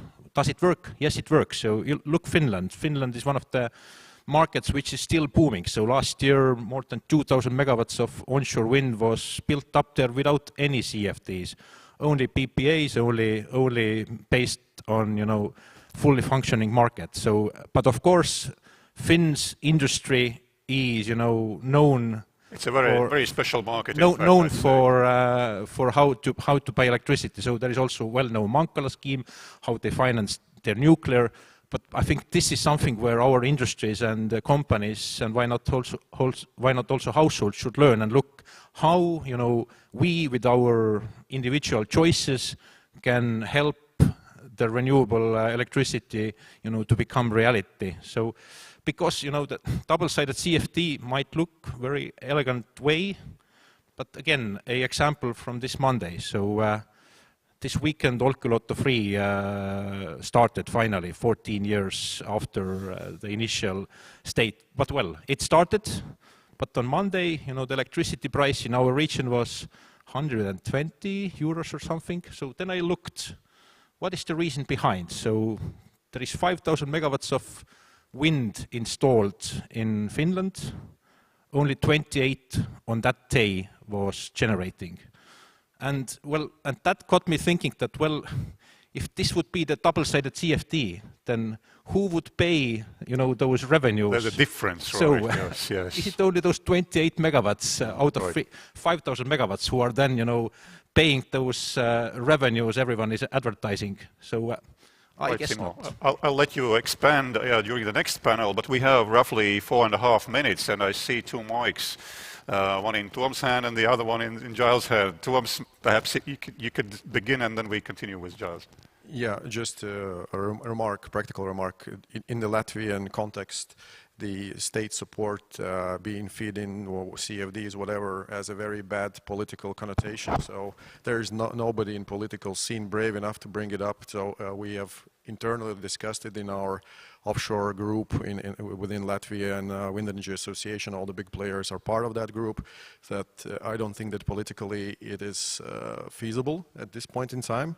So we are currently more looking into finding other ways how to de-risk it, but we don't dare to ask new minister to go out as his first task for suicide mission, ask for some public support. Just a side comment. Thank you. Thank you, Tovs, for the comment. And Giles, last but not least. Corporate PPAs are essential for all the reasons that you have outlined, Timo. And it's fantastic they exist. And as many new PPAs were agreed last year with very high wholesale prices, the developers were taking a hit because they were locking into revenues much lower than the market price. But still, as many PPAs were signed last year as had been signed in the previous year when the wholesale prices were much lower. But industrial demand will only ever be a certain share of total electricity demand. Yeah? Not all the electricity consumers are able to sign PPAs or will want to sign PPAs. So there needs to be something else in the mix. And it's precisely for that reason that the EU is proposing this model of the two-sided CFD and, for many other projects, the corporate PPA. And there will be some projects, we have some already in the North Sea, that are taking both PPA revenue and CFD revenue. Great. So it actually does work, right? So there are ways how to deal with this so that the costs do not have to be socialized in any way, right? Okay, so because that is another big debate. What should be the model? Whether, for example, the model for connecting to the grid, shall it be everything included in the procurement, or shall it be socialized? Let's leave it for later. It's of course easier for the developer then. But on the other hand, then it's quite unpredictable from the public point of view, but it's very predictable from the business point of view. So I just build it there, build the capacity and do it. So there are different positions you can be looking at it from. So, right, we have still 2 minutes to go. There's actually one really interesting question here, which I could call a high-level question. For people less probably familiar with how the construction and all the construction cycle of offshore wind power farm functions, where are you going to get the labor force and everything that is needed technically and in terms of hands in the Baltic states if you want to, I mean, 10 gigawatts of power, right? So Liga is grabbing already. Liga, go ahead. You were the first one and you have roughly 1 minute. Yes, that's what I was reflecting on a bit earlier in the discussion. I'm very happy to move towards this issue and to solve that one, because that shows that we are closer to having real developments. At the moment, it is an issue we have to think from today. It's both vocational training, it is availability of not only people but also capital. We have, as you mentioned, very good infrastructure in ports that needs to be delivered further. Also, we probably can't transport windmills from China to Latvia. There has to be some sort of industry developed around it, and that will require effort, and it will require support, and it will require also, I wouldn't say governmental oversight, I would say support from the government and discussion with industry. But I would say that typically we have to solve grid question and grid availability and how we see the system as a whole. What are the new interconnectors with other countries? How can we become an exporter? What is the roadmap? And then we look at the development. Because if we don't have enough place or enough business opportunities, then unfortunately, the third barrier will not be an issue.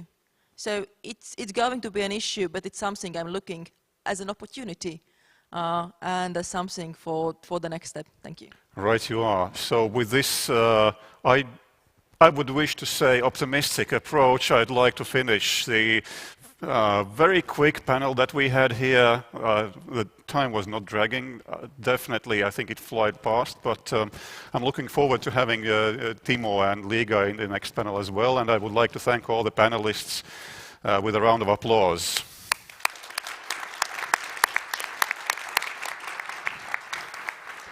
Avo Kermas, Toms Naburgs, Giles Dixon, Timo Tatar and Liga Kurevska. I think Liga and Timo can actually stay on unless you want to do a bit of exercise, but a big thank you to the rest of the panel.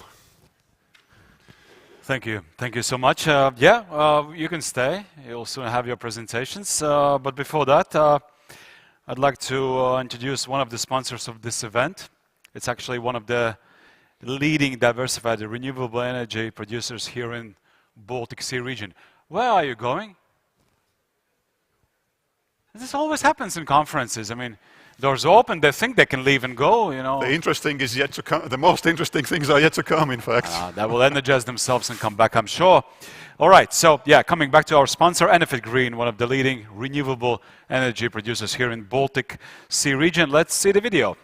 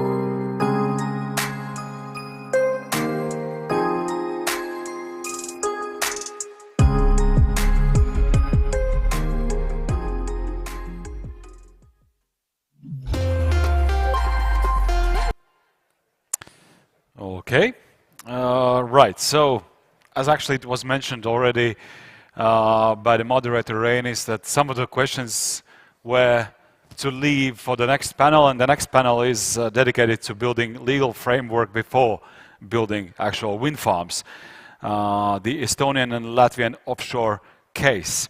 But before the panel, we have two presentations. They didn't let you leave, so you have to deliver those. Yeah, as for the script, Timo is first, so please, and then Liga.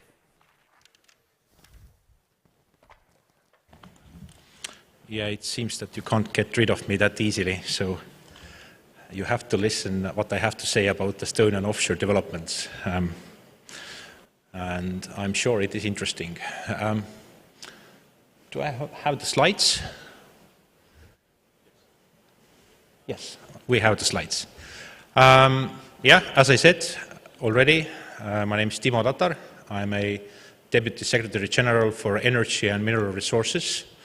And since day before yesterday, I'm from Ministry of Climate. So we have a new government in place, and first time in history, Estonia has a climate minister, and energy is part of the newly formed climate ministry. But first of all, maybe just to get you acquainted where Estonia stands right now when it comes to renewable energy, because I guess this is the most important metrics nowadays when comparing how countries are doing regarding green transition. And I'm glad to say that Estonia is doing quite good. So the general share of renewable energy is 38%. And with that, we are position number 4 among EU member states, politely behind Latvia, but clearly we will catch up soon. So that's our intention. And over there you can also see where our renewable energy comes today.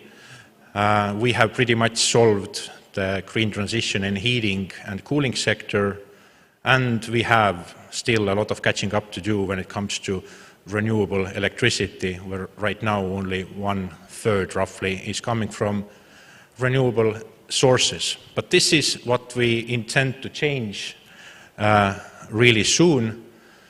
Our last government set Estonia quite ambitious, or actually very ambitious, target for 2030. We intend to reach 100% renewable electricity target by 2030, which doesn't mean that by 2030 we will phase out the fossil fuels. This indicator only shows what is our ambition, our appetite when it comes to new renewable electricity. So the appetite is that our renewable electricity generation by 2030 meets or matches our annual electricity consumption. And of course, this means that our general renewable energy target will be also among the highest among EU member states, 65%. And clearly, while doing this green transition in energy sector, we are also keeping an eye on energy efficiency. The smarter we use the energy, the easier it is for us to meet our targets. So this is another pillar. And of course, the third pillar is that we are not compromising when it comes to energy security and security supply. As I mentioned, we are keeping also an eye and keep on track for the situation when there is no renewable energy available, then we have to have solutions available there as well. So those are the 3 pillars we are keeping an eye. And when it comes to this roadmap to 100, then clearly for Estonia, the biggest player here is wind. As I said, first onshore wind, but I hope pretty soon also offshore wind. So, and eventually this mix or recipe of 100% renewable electricity in our case will be largely onshore wind, solar, biomass, but hopefully also already some offshore wind at the end of ongoing decade. So roughly, we need roughly 2,000 megawatts of onshore wind or 1,500 megawatts of offshore wind. And in reality, we need both. We need combination of everything. And now let's zoom into our offshore potential. Last year, Estonia approved its maritime spatial planning, roughly a year ago, and we have dedicated quite a significant areas in Estonian waters for offshore developments. It is roughly 2,500 kilometers, which seems a lot, but actually is only 6% of Estonian waters. So I think a good balance is found there. So, and the plan is really to work hard to make this 2,500 square kilometers a really attractive place for new offshore wind developments. There are already some projects ongoing. There are 3 projects which are quite well advanced already. They are doing environmental impact assessments. They are all indicating a readiness to start operations in 2030, some even a bit sooner, some a bit later, but this is where we are right now. There are projects which are well ahead, and there are still a lot of potential for newcomers to step in. And there is also one project called L-Wind, where Estonia and Latvia is cooperating, creating a hybrid project, meaning that we are doing a homework as a states ourselves and then putting a pre-developed areas on auction, which should be launched in 2026. And then, as I said, besides the existing projects, there is a lot of potential in Estonia where interested parties can apply and start developing projects from the scratch. And actually the interest towards those areas is also quite enormous. Right now there are 43 different interested parties who are hopefully this year competing for the new areas. The tender process for the new areas has already started, and we hope to see the results later this year, fourth quarter.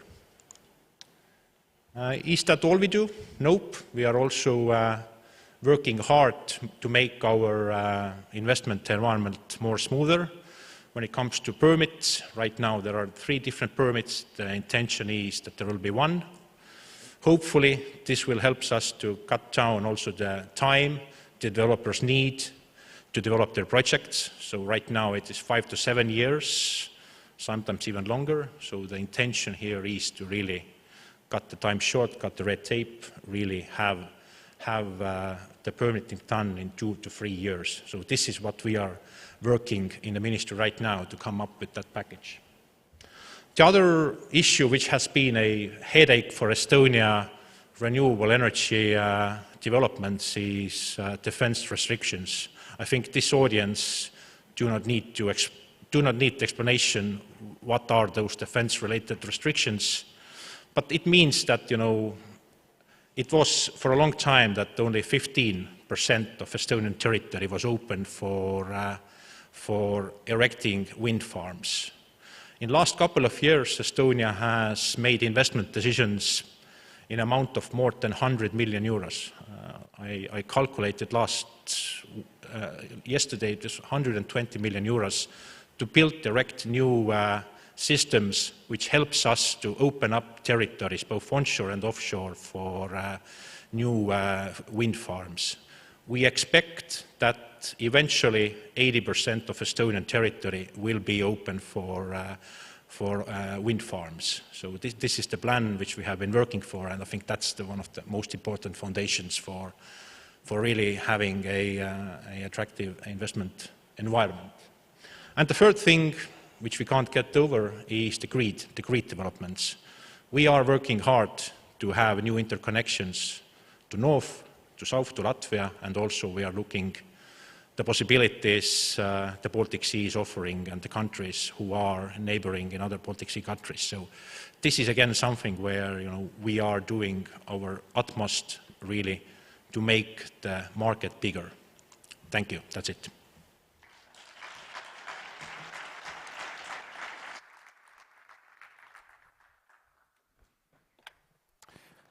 Thank you, Timo. And now we will hear a presentation about offshore regulation here in Latvia, delivered by Liga Kurevska from Ministry of Climate and Energy here in Latvia.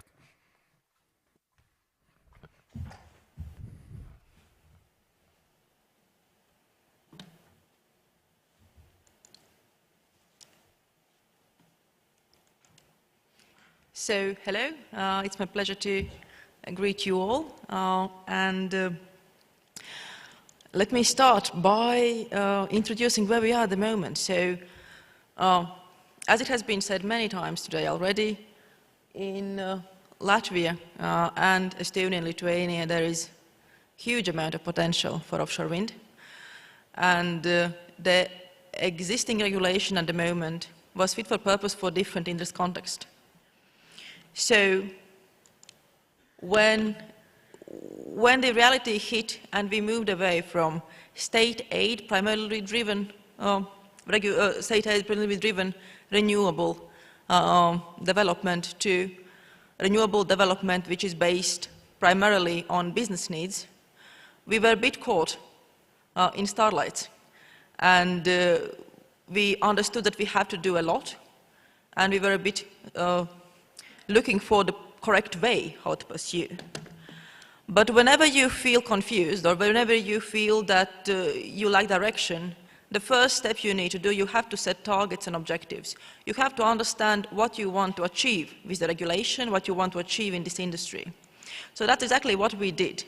We set 3 main targets from Latvian regulation or Latvian policy making that we hope to achieve by the energy production regulation and policy.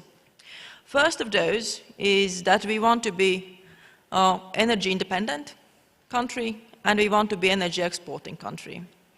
When we discuss that offshore plays significant role regarding energy export, what we mean is that at the moment Latvia already has 70 to, at some years, even 100% of consumption coverage. So by the time when we have offshore windmills up and running, we have to be an exporting country. We have to have grids ready, we have to have interconnections ready to ensure that we get the best investors and we get the best businesses working here in Latvia. So that's regarding the first point. Second point, we have to have efficient use of our infrastructure. And that means that we have to understand where we invest, what is invested, which investments are covered by socializing, which investments have to be paid by developers. We have to understand what is the best regulation to allocate scarce resource, particularly in times when there is surge in demand. And thirdly, we believe in market economy and price signals. We believe that even when the markets are quite volatile, and that's something Timo touched upon in the previous section, that allows us to create new market opportunities. And while there is place for fixed contracts, for fixed price contracts, particularly based on portfolios, there's also opportunities for those which are willing to play the lottery with the next day's price. So, similarly to the Timo's slides, also we have to-do list. And unfortunately, our to-do list, on not even to-do list, but work in progress, and what we are currently pursuing, it's quite huge. And to Again, we can put this all in the three main boxes. We have tasks we are doing to promote and ensure that Latvia can be energy independent and we can be an exporting country. Primarily, we have to work on new interconnections.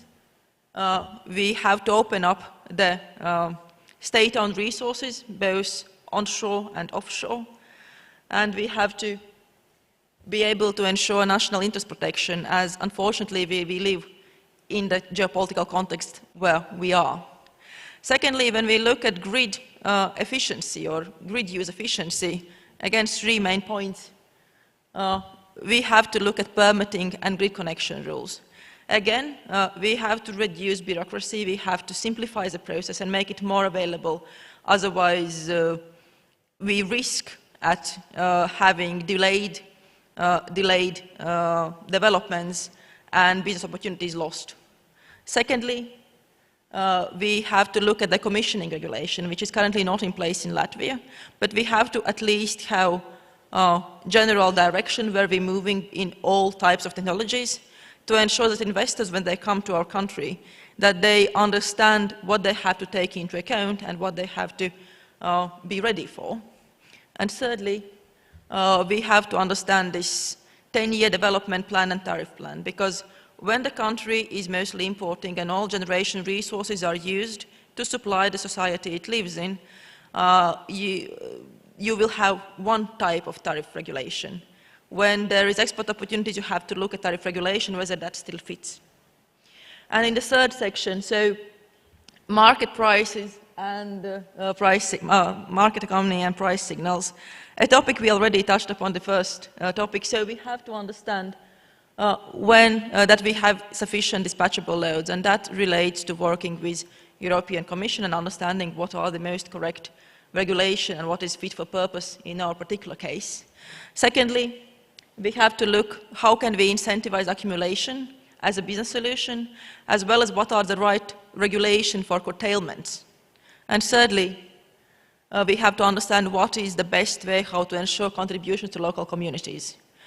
Again, all these 9 aspects that are in front of you is something we've been working on, and they are in different types of progress. Some of the points particularly regarding onshore opening up state-owned lands is in quite final stages regarding regulation. Other points, for example, interconnections are at the beginning of a discussion, so sort of we're stepping the first steps towards the goal. But every single one of them is a topic we are currently working on. And just to give you a peace of mind, we understand that we are in a fast-moving world, and we are chasing the reality. So we do not expect that by the time the markets are opened, we have everything of this perfectly designed and perfectly ready. But we have to have an idea, and we have to be able to give our investors a very clear direction and very clear criteria of what to expect when you come and work in our country. And lastly, on the approach we are going to take regarding offshore wind development. So, as there is already indicated, this is a preliminary concept, and we're looking at 2 types of development paths. One, where the government or state takes care of the research, and the second, when the research is done by the company entering the market. In all 3 cases, similarly to what we envisioned for the onshore wind, we have 3 stages of development: research phase, development or building phase, and then the production phase. And in each of those, we expect to have a license fee, and we expect to award the concrete territories by the means of a tendering or auction procedure. That's a very quick introduction of where we are and where we're moving. Thank you very much for your attention.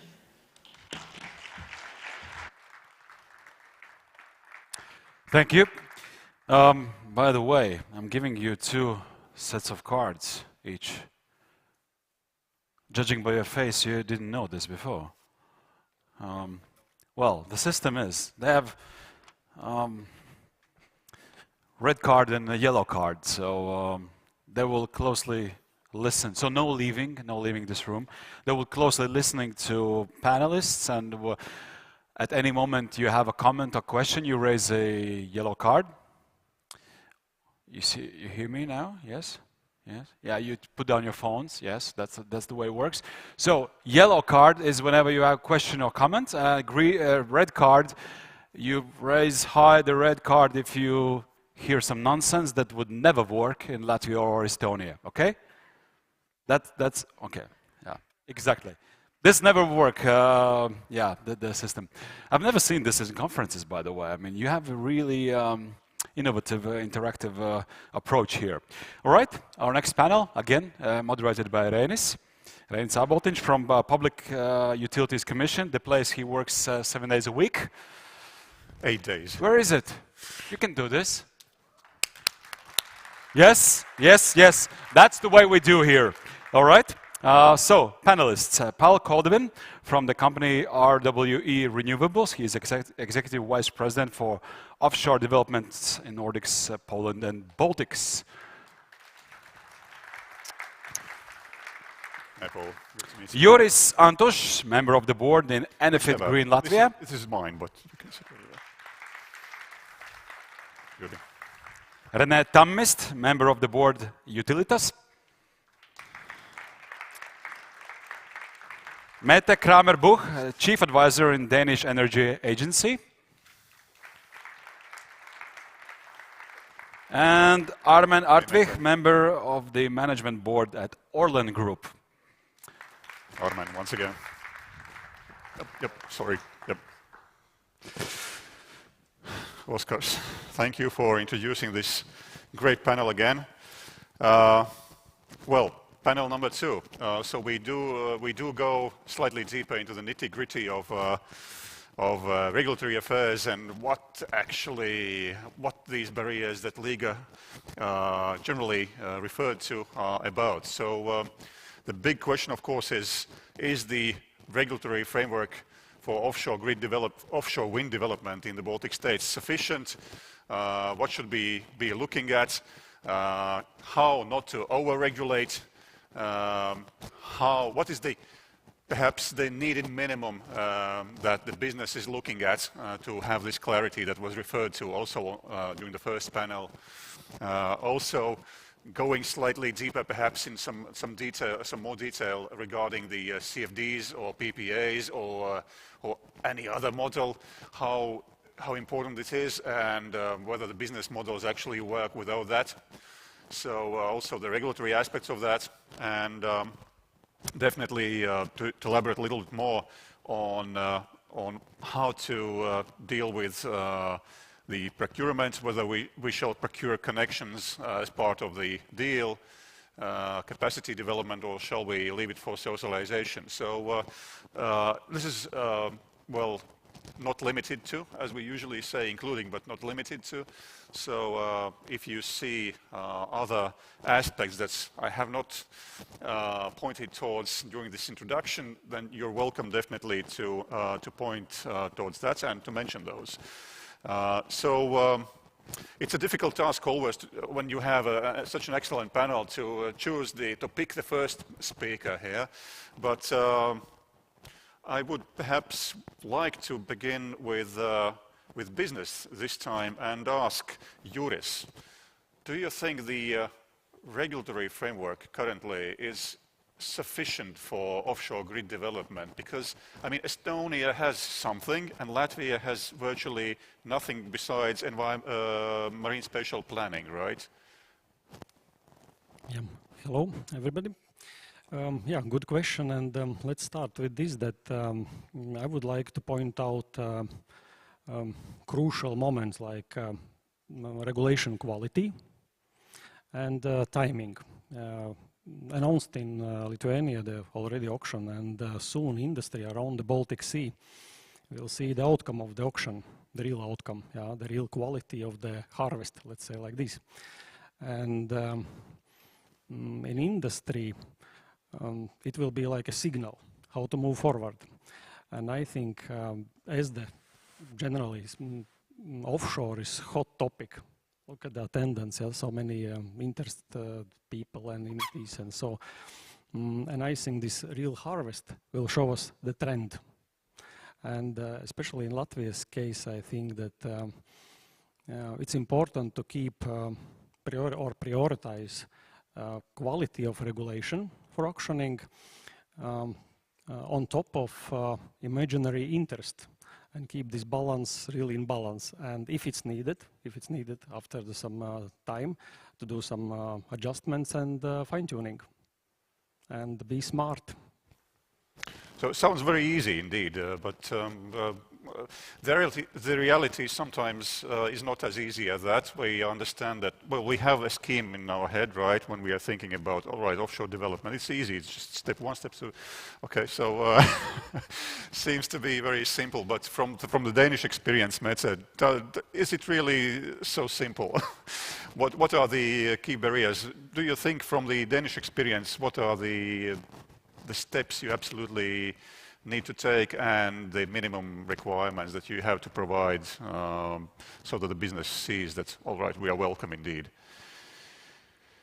I think that each market and each country is very different. I think this is also, of course, the case with Estonia, Latvia, and Lithuania. They have their own system, own languages, own political cultures, regulatory cultures, and those, of course, will carry over into any regime that is being put in place. So there's no size fits all, and there's not even one size fits the next size, if you can say, because this is a rapidly developing market.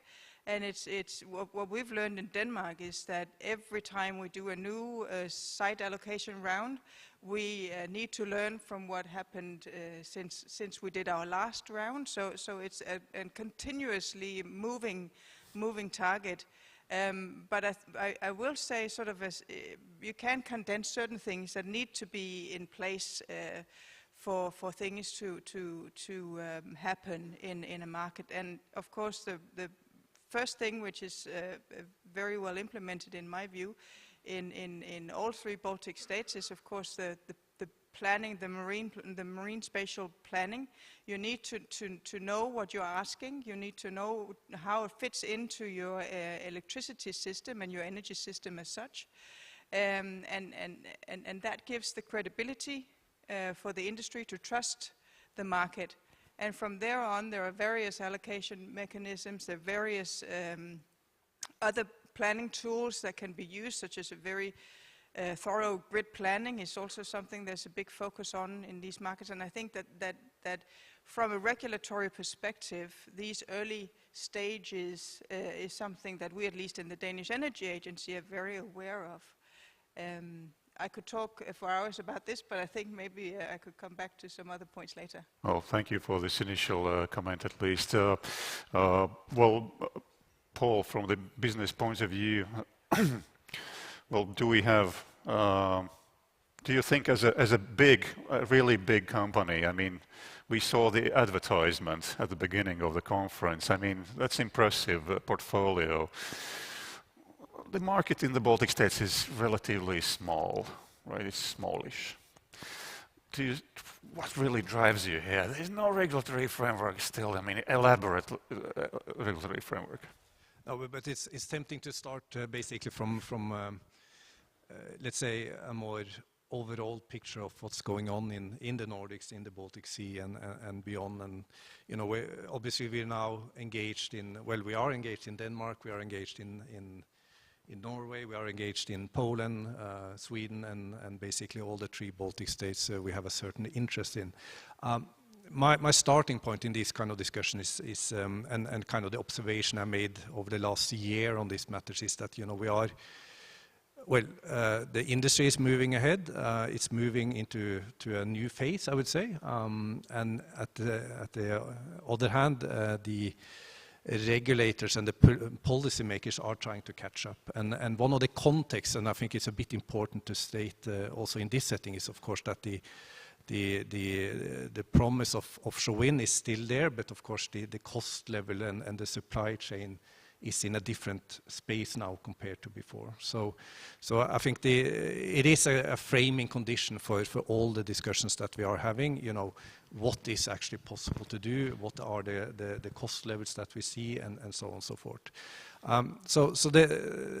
In a way, we are resetting a bit the business, and I think referring to what's going on in Denmark, and Mette knows this very well, that you know the previous tenders were more or less fully merchant, meaning that it was very where this was left up to us to monetize the asset. That's kind of the basics there. On the other hand, I think one of the key points from Denmark has been that it is a setting where you come to an asset which is also very well developed, in the sense the marine spatial plan, you know, the environmental investigations that are needed, all of this is kind of ready to go. But the investors' risk in terms of how to make money out of the asset is still there. When I look at Denmark, I also look at, say, Norway, which is also now moving towards a tender round. There is a certain catch-up from the policymakers and also from the regulator in terms of what is actually needed to get the new projects ahead. And in Norway, there is now it is a two-sided CFD, like which also Giles pointed to earlier, that is a good mechanism. We have some concerns there. So I think, you know, overall the business is in a slightly different place now compared to before. Looking at the three Baltic states, and let's just have that on a sort of on a headline level. Of course, the internal markets in the three Baltic states are not. It's not super significant if you put it in this phrase. Timo pointed to the need in Estonia to be around what was it, 1.5 giga developed, one asset in our book, and I think that's also kind of where we are coming from in terms of our assessment of the markets, that there will be a business case for one initial asset, which also needs to be or could be connected and delivering into the three markets. But the next step and the further potential is with export and with transmission capacity, which then goes into the kind of the key point in this discussion, I think, for the three Baltic states and also for Latvia specifically. There is a need for a further clarity in terms of what is going on in the grid, what is possible to connect, and also what are the plans for further transmission capacity. And again, our colleague from Latvia pointed to kind of the grid development plans as one prerequisite, and obviously to have this one detailed out in sufficient level, that's a key ask, I would say, from us, that we know what's coming, we know what we will be able to connect, and then certainly we would be interested, and we would absolutely also support any initiatives that goes towards interconnectors towards, say, Sweden or Poland or Denmark, for that matter. So we basically cannot be looking just at the, the legal aspects. There have to be both legal and practical aspects in place. You mentioned the infrastructure and, of course, the minimum regulatory requirements. But if I may, thank you for this initial comment, and then pass the mic over to René. René, well, I know that Utilitas has been successful in installing wind farms on land, of course. So there's also one in Latvia now. Which is good. It was a long-awaited development, because for many years we didn't have any additions to the wind power capacity. But of course now we are sitting in a conference speaking about offshore grid. So right, in terms of regulation regarding the onshore wind development, there's plenty of things regarding construction rules, etc. But regarding offshore, I mean, when looking at a situation where you have no specific regulatory framework for offshore wind development, do you still see it as a very prospective business, and well, clear enough, or at least a clear pathway towards actually getting those gigawatts out there in the sea? Is it still, I mean, lucrative enough? Good morning. Indeed, it's very good, Reinis, that you referred to our onshore wind park in Dargale, which was first onshore wind park after many years, I guess more than 10 years in Latvia. Similar gap was actually also in Estonia for more than 10 years. Now we are constructing one project nearby Latvian border. Onshore or offshore wind parks, this is not something that is guaranteed. It's not something that will happen by magic. So there's really a need to do a lot of work in order to realize these investments. First, from the regulatory point of view, that the right regulatory framework is there that really enables these investments, be it from maritime spatial planning. Indeed, in established markets, what we see is there's been lots of investigation done already prior the sites are auctioned off. We know that this is not the case in Estonia and Latvia. So a lot of work still needs to be done by the developers even after the sites are auctioned off. Grid, something that still needs to be planned forward. There's not really a good regulatory framework still in place that would make the offshore projects bankable, in a sense that the TSOs in both in Latvia and Estonia have not set in stone such regulatory framework that really makes sure that when offshore wind parks are there, then they can be connected as well. So this is still a missing piece of the puzzle. And rightly pointed out also the de-risking the investments. So that's something that is also missing here. So this is not guaranteed that offshore will happen. So there's a lot of work that has to be done by all the players, be it the regulators, government, be it DSOs, be it developers. But I think the conditions are there, and there's a good opportunity to actually develop something that is really making our region bigger, that we could contribute with our excess energy to the needs of Central European markets. Right. So basically, you just seconded the fact that we are still in, well, literally in uncharted waters, right? So there are marine spatial plans, which is good, which is already an important step because it takes years and years to draw one up. There's consultation with fishing industry, with marine transportation industry, with defense industry, whatnot, leisure and pleasure as well. So there are many aspects to that, but we are still in uncharted waters to a large extent, and here I would like to let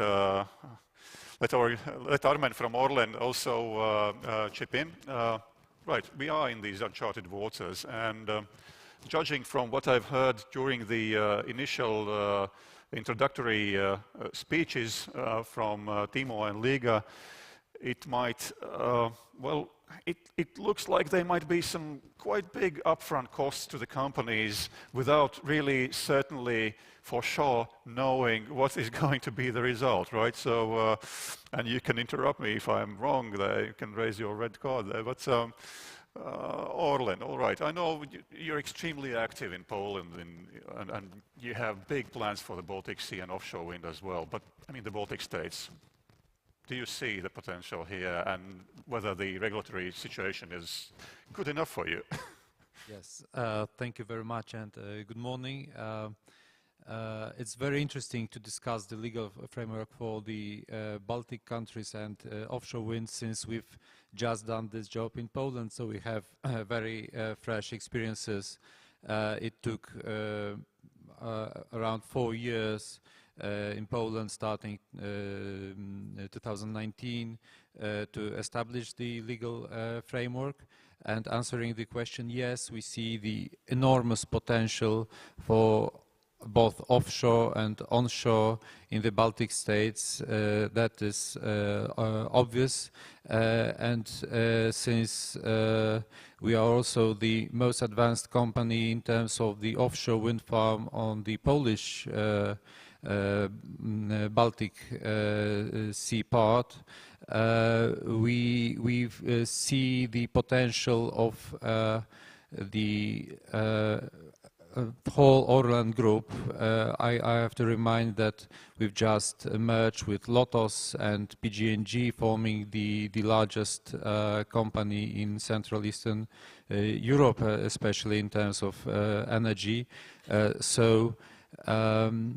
Looking at the plans of offshore wind in the Baltic states, I am convinced that we need to look at the broader picture. And I'm glad that during the previous panel it was mentioned several times, the matter of the stability of the energy system. Adding such capacities of offshore wind, which are possible, for instance, in Latvia, raises the question of stability of the system very, very high. I do agree that for Latvia, one of the best options is to export energy, but still the question of stability of the Baltic states' energy system remains, and we must think about utilizing the power both in the Baltic states and in the surrounding countries. For this big challenge, the Orlen Group has its own answer. First, we need to remember about the Mažeikiai refinery, which is the largest energy consumer in Lithuania. And secondly, Orlen Group refineries and plants in Poland, which are the largest power consumer in Poland. Also, in the Czech Republic, with 2 refineries, we are one of the largest energy consumers. Adding to this, the upcoming hydrogen revolution, green hydrogen revolution, also adding the green ammonia plants, which also are included in the Orlen's strategy. We believe that there is a huge potential of utilizing the excess energy, offshore energy, both domestically in the Baltic states and in Poland, and also in the Czech Republic. I think that we'll discuss further the grid and the models of public support. As for now, just this remark that we have to remember about the broader picture, not only the wind farm itself, not only the grid itself, not only the legal framework itself, but the whole energy system. Thank you. Oh, thank you, Arman. Well, I mean, we've been through the first round, the introductory round, so the interesting thing just begins now. Right, so, and anyone of you could answer first, could be the first one to answer. CFDs or PPAs or something else? What is I mean, right, I mean, PPAs were, seem to be... All of the above. All of the above. No, I think, you know, the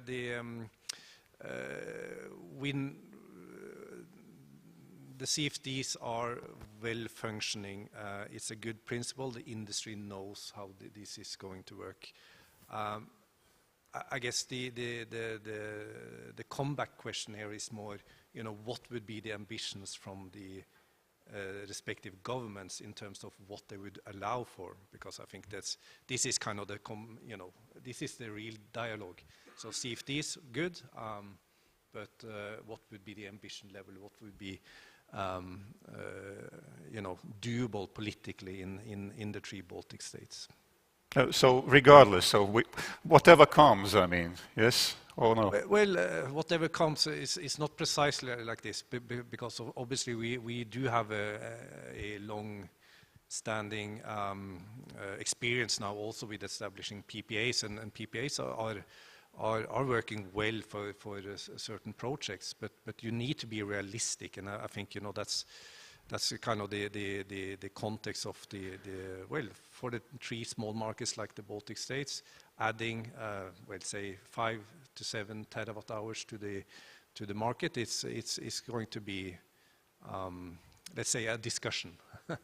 All right, yeah, let's leave it with this at the moment being. Rene. Yes, it's intense discussion also in Estonia on this subject. From what we see from the European market is that there's a number of established markets that use CFDs in order to attract investments into offshore wind sector. So we know that more than 10 gigawatts of CFD tenders annually are put into auction. And we know also the constraints in the supply chain. So Baltic states where there are no experiences with offshore wind parks are competing in a way with established markets where there's huge investments, huge experience, CFD frameworks in place, legal frameworks in place, TSO legal obligations in place. So we really have to do something here to make our projects, especially the first phase projects, attractive. And I think it's a cooperative effort between all the counterparties, be it legislators, officials, developers, TSOs, to make it really work. So in this case, I would advocate CFDs because they are established, there's long experience, and we also see how much actually government budgets have benefited over the last years from these two-sided CFDs. Also, what happened last year was that European energy markets took a big hit, so there were many government interventions into the markets, also margin calls where the governments actually had to step in as guarantors or providers of liquidity into the market, otherwise the entire market would have collapsed. So there's lots of insecurity at the moment towards fully merchant or PPAs, but definitely in more established markets we see a shift more towards PPAs and probably a combination of CFDs and PPAs. But in our case, in Estonia, Latvia, but also Lithuania, I would advocate CFDs, especially for the first round of projects. I know that in Estonia there's some thinking at the political level being done, so there's discussion ongoing. In Latvia this is still not the case, but perhaps this is something that needs to be happen here as well. Thank you. Thank you. Armen, you can build on that. For me, the answer PPA or CFD is very simple. Let the market decide. For instance, in Poland, for the first phase, it has been adopted the CFD model with fixed price. For the second phase, CFD model with auction set price. but we can easily imagine the circumstances where the PPA would be the best fit model to support the certain investment. So I believe that the regulatory authorities should be open on both models and should test the market, I would say, whether this or this model would be more convenient to boost the development of onshore and offshore, especially offshore wind farms. Right. So in a way, it implies indirectly that the government or the state let's say, the state should be reacting to what market basically says is best for business, right? But let's just leave it. Liga, go ahead. A mic to Liga, please. Can you try? Yeah, thanks. From policymakers' point of view, when we look at regulated services and electricity production as well as trade and distribution and transmission tends to be regulated services, some level of socialization is always in place. Though I have a question, if we somewhat agree that big part of offshore wind development in the Baltics might produce excess energy and should be directed towards export, obviously taking into account the security of supply and market forces and the cheapest wins. But in general, from technical point of view, we will be at the moment where we are exporting electricity. Are CFDs best policy where taxpayers cover difference of costs of one nation for electricity that is being probably exported, or whether in that case PPAs seem to be a more market-oriented solution? Thank you. And René, go ahead. Very good question. I think one debate that needs to take place is to what extent offshore wind is indispensable in the Baltic energy system. I argue that it is indispensable because we can install 1,000, 5,000, 10,000 megawatts of onshore, but to a very large extent they work at the same time.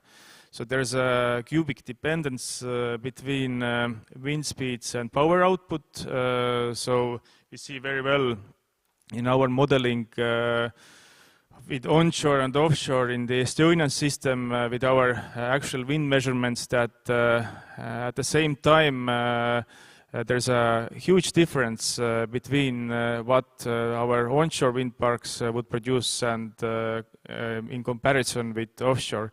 So if we don't have offshore in the system, so we need to replace it with something, be it storage, peaking plants or some other solutions.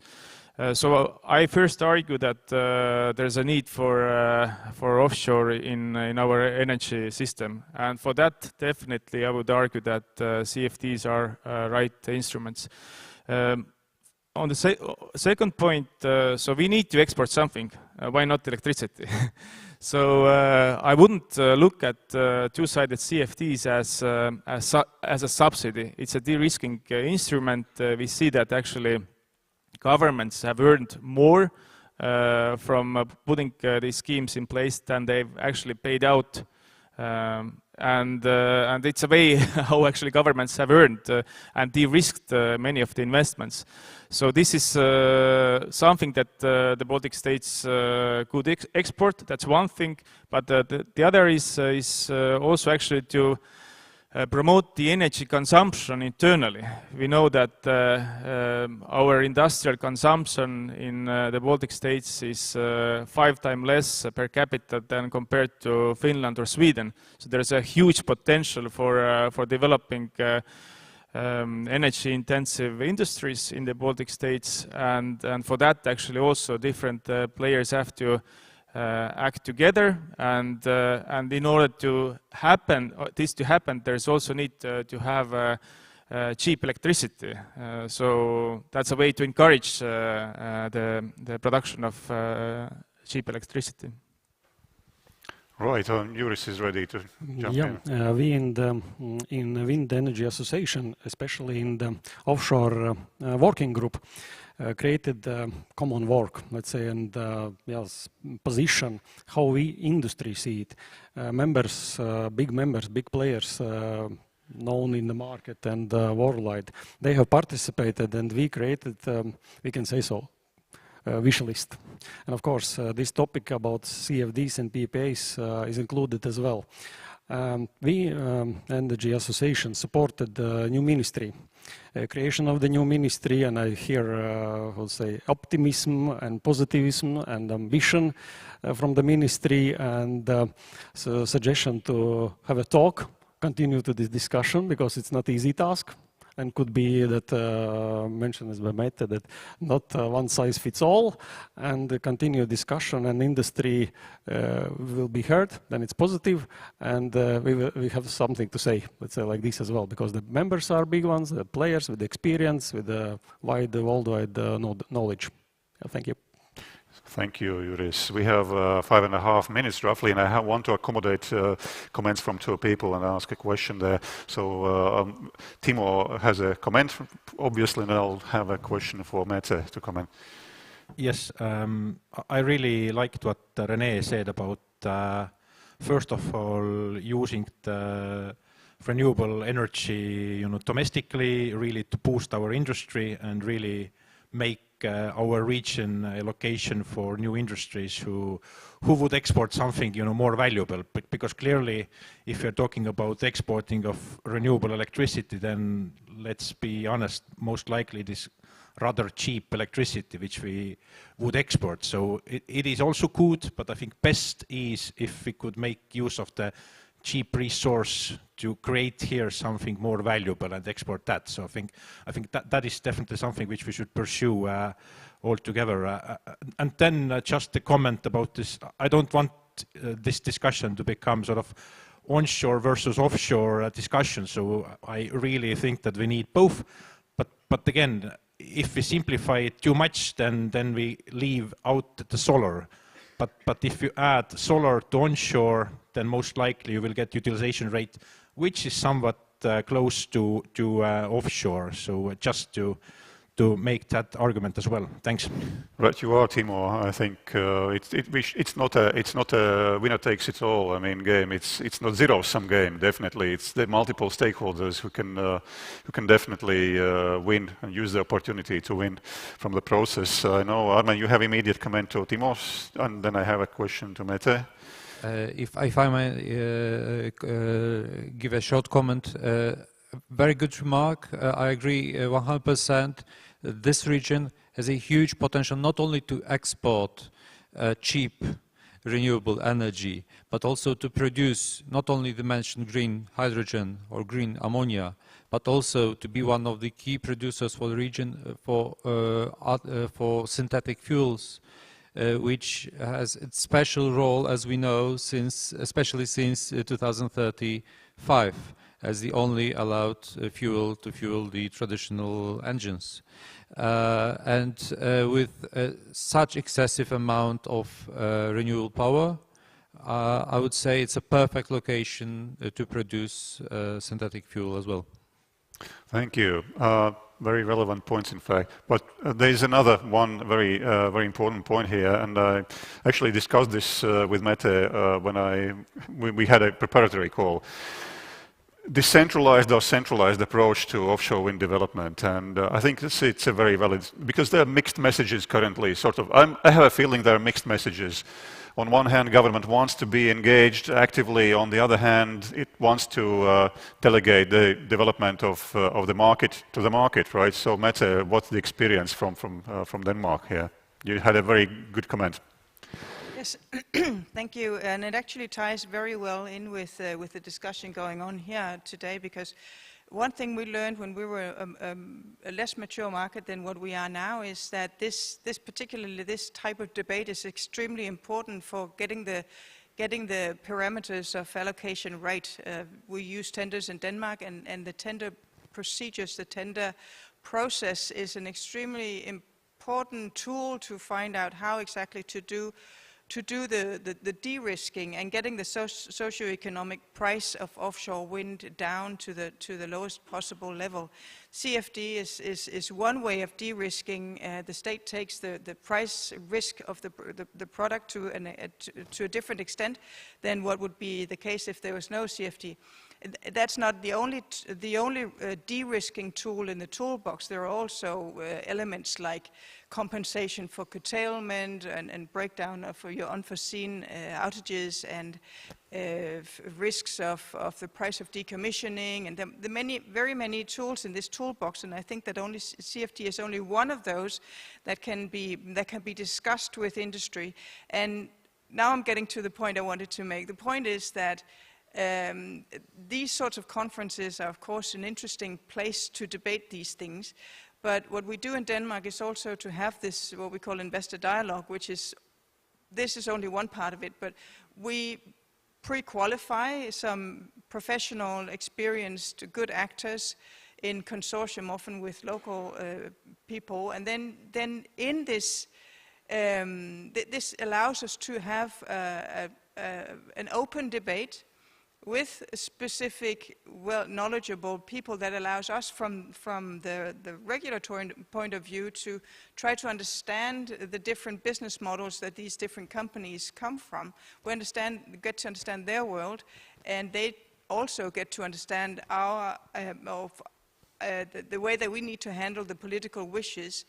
And getting that balance right and getting the socioeconomic price down has been very useful for Denmark as a very small market. We have the same issues as Estonia, Latvia, and Lithuania because we're very small. We don't have the large pipeline, and now we're getting it, but we didn't used to have that, and we worked in a high-price scenario.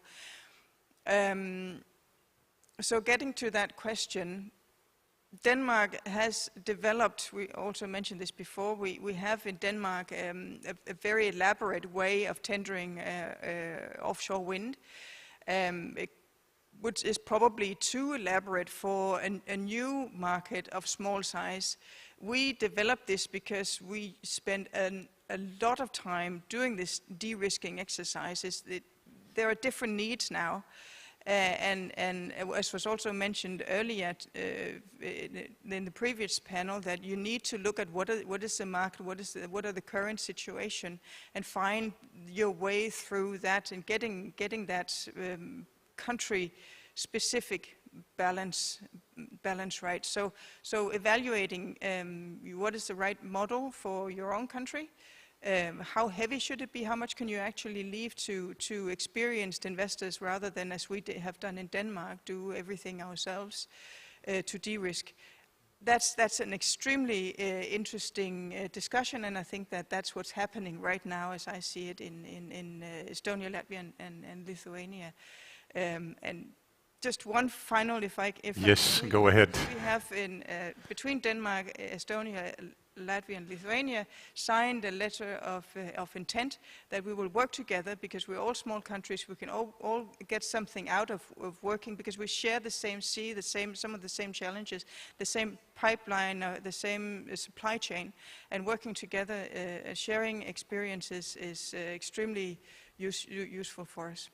Thank you. I think what a better ending to the panel, I think, than this. Of course, 40 minutes is a punishingly little time for this debate, but at least we managed to highlight, I think, the most important aspects, and I'm absolutely sure that the stakeholders, be it business or state authorities or regulatory authorities, will be working together. And of course, I mean, we should not forget also civil society as well. I mean, social acceptance, even in the case of offshore wind, is we should not disrespect that. So we have to command the highest respect to all involved stakeholders. So with this, it's a pity to finish this panel, but I would like to thank people in the spotlight. Oh, they are not in the spotlight anymore. Liga and Timo, once again, for your contribution here.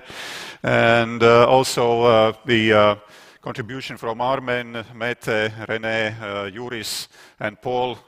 You were great again, just like expected, and I wish you all the success in negotiating the best possible stage for the deployment of wind energy in the Baltic Sea region. So thank you all. And thank you, Reinis, for a wonderful moderation. All right, let's move on. We actually have exactly 1 hour till lunch break, so you can now think of the person or persons you want to meet during the lunch break and do some networking. Maybe some of the panelists, who knows? One of the panelists, René, is from the company named Utilitas. I mentioned that before, but what is this company? It is an Estonian energy group that works in electricity generation and also in heating sector. And it is increasingly focusing on renewable energies. And actually, because of Utilitas activities here in Latvia, the wind energy capacity doubled at the end of the last year's September. So, an interesting fact. Let's see the video of this company.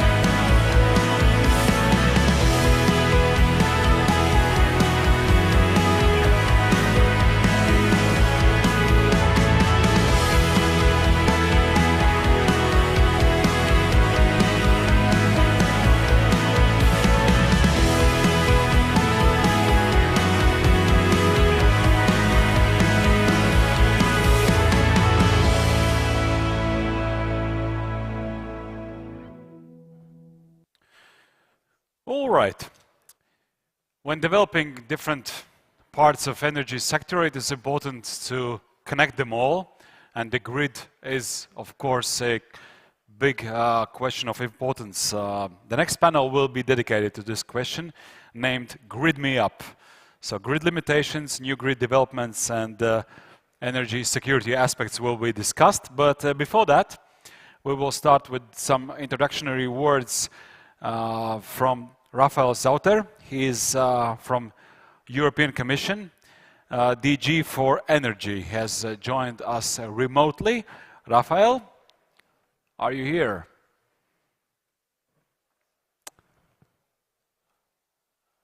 Good morning. Can you hear yes. me? All right. Yeah, the floor is yours, so please. We will guide your presentation from here. Well, first of all, thank you very much for the... I have an echo here. Do you also have an echo or not? I hear you very well, so it's okay. Right, so I will speak with an echo. So first of all, thank you very much for having me here at your conference virtually. Unfortunately, I didn't come physically. It's a great pleasure to be here and to give a 7 minutes introductory presentation on the Baltic Energy Market Interconnection Plan, the so-called BEMIP, high-level group. If you can go to the next slide, which is one of 4 high-level groups the Commission has established to further regional cooperation in the different regions of the Union to support the development of energy infrastructure. And in the presentation now, I will first give a quick overview on what BEMIP is about, a bit of history, but then also focusing more on what is into it for offshore and specifically for grids. and what is coming in the near future and what we have achieved more recently. So let me start with a bit of history. So BEMIP was established in 2009, so it has a relatively long history compared to the other high-level groups, with a memorandum of understanding and an action plan at the time. And it brings together representatives from the ministries, from NRAs, and also TSOs and other stakeholders from the BEMIP region, from the member states around the Baltic Sea, as you can see here on the map, to work on the integration of the energy market in the region, and then more specifically also on energy infrastructure. And we had already a big projects, very important projects completed over the past more than 15 years, including, for example, electricity interconnectors like Estlink and others. And over time, the scope of BEMIP has been widened.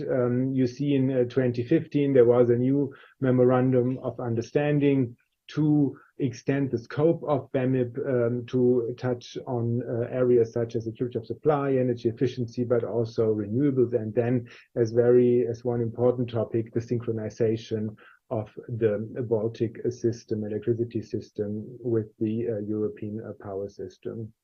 And the history has shown that the regional cooperation here is very effective, and this is why the next obvious step was then to look into the offshore angle that BEMIP could take. And on the next slide, you see that in 2019, we have completed a study that looked into the offshore potential of the Baltic Sea. And at the time, what the study concluded was that there is a potential of at least 93 gigawatt of offshore wind in the Baltic Sea by 2050. And the study looked also into approaches that would optimize the exploitation of this potential, looking into different examples of how hubs in connecting different countries in the region would help to use this potential in the most efficient way from an economic perspective, but also in view of the limited space and other uses of the sea to exploit it in a most efficient way. And this then led to, in 2020, which you see on the next slide, the signature of declaration of intent, specifically on offshore wind development in the Baltic Sea, and the establishment of an offshore wind working group, a dedicated working group with a dedicated work program to work towards exploiting this potential. And this working group brings together, again, as I mentioned earlier, representatives from ministries, from the NRAs, and also the TSOs, to work on different topics. And there are specifically 4 subtopics included in this work program, which is, first of all, a coordinated approach to grid planning. We then have the very important topic of maritime spatial planning to make sure that the space needed for offshore developments are also reflected in the MSPs. We then have a third important angle is then the financing aspect, how to make sure that concrete projects in the pipeline can secure the necessary financing, including then also on regulatory aspects for these projects. And then the fourth element is the acceleration of project implementation, which includes the important topic of permitting as well. So these are the 4 topics we're looking into this working group. So we have expanded the scope of BEMIP, used the successful regional cooperation in BEMIP for the offshore development, including on grids. And in the last couple of minutes of my introductory remarks, I would like to show how BEMIP helped to implement parts of our so-called 10E regulation. If you go to the next slide, for those not familiar, the 10E regulation is the regulatory framework for trans-European energy networks, so cross-border energy infrastructure of European added value that we help through this framework to implement as quickly as possible. And the revised 10E regulation that entered into force in 2022, so last year, sees or includes a strengthened focus on offshore grids to acknowledge that without offshore developments at a rapid scale, we won't be able to meet our climate and energy targets. And one element of these new provisions in the 10E regulation is that member states had to conclude non-binding agreements on offshore goals for the different sea basins by 2050 with intermediate targets for 2030 and 2040. And here the BEMIP working group on offshore, which I mentioned earlier, was very instrumental helping developing these non-binding agreements, which were concluded in January this year, and for the first time brings together the offshore goals for the different sea basins, including for BEMIP. And if you go to the next slide, you can see what this means for BEMIP. So we have in 2030 an overall goal of 22 gigawatt, which increases to 35 gigawatt by 2040, and then 47 gigawatt by 2050. And on the next slide, you see the breakdown for the different countries in the region, including Latvia and Estonia, which I understand is the focus of one of the focus of the conference today. But I won't go into the details here on this table in view of time. I would just on the next slide explain in a couple of words what are the next steps, what happens with these non-binding agreements.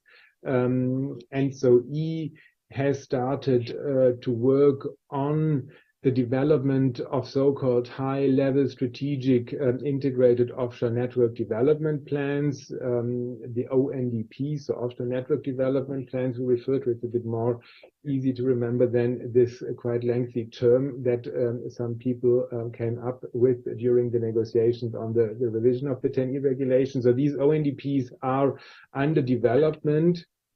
Again, with the involvement of the member states, TSOs, and other stakeholders, with the aim to provide a framework for decision makers on how to best develop future grid infrastructure in the different sea basins, to identify the needs for different types of infrastructure projects, hybrid projects, radial connections, but also needs for reinforcements on land to absorb the offshore generation that will be expected. And then also the implications for hydrogen infrastructure that derives from these offshore developments. And these plans will be available beginning of next year. This brings me then to the summary on my last slide on the next steps, which are indeed to well, you see the third bullet is what I just explained, these high-level strategic network development plans. But before that, early next year, we have now end of April, the BEMIP offshore working group will meet at technical level to discuss the next steps in this group. We will also have, or we have at the moment ongoing actually, the process to select the first union list of projects of common interest and projects of mutual interest, which the Commission will adopt in November this year, and which should then enter into force in early next year. And in this process, we're now looking at all the candidate projects submitted to receive the status. And one of the projects, as many of you may be familiar, is a hybrid offshore project between Latvia and Estonia, which is linked to the Wind project, which is one of the projects to exploit the offshore potential in the region. Then we will have these offshore network development plans in early 2024, again with involvement of the BEMIP working group. In mid-2024, the Commission will publish guidance on cost-benefit and cost sharing, which will then be applied to these ONDPs published in early 2024. And then end of next year, the next step will be the update of the non-binding agreements, which will be the moment for member states, if they wish so, to potentially increase their offshore goals as included in the agreements included in January, because some of the member states clearly indicated that due to ongoing discussions, including, for example, the revision of the NECPs or the updates of the National Energy and Climate Plans, due later this year, they might then revise their targets upwards. So I would close here. I hope I managed to stick to the 7 minutes, and I would like to thank you for your attention, and happy to answer any questions then later in the panel. Thank you. Thank you, Raphael. If technically it is possible and you can hear us, then it would be nice if you could stay for the next panel. How is the sound now? Very good. The echo disappeared. Thank you. Thanks. Very good. Nice. All right. So let's then move on to our third panel of today's conference, Grid Me Up. It is going to be moderated by Giles Dixon from Wind Europe.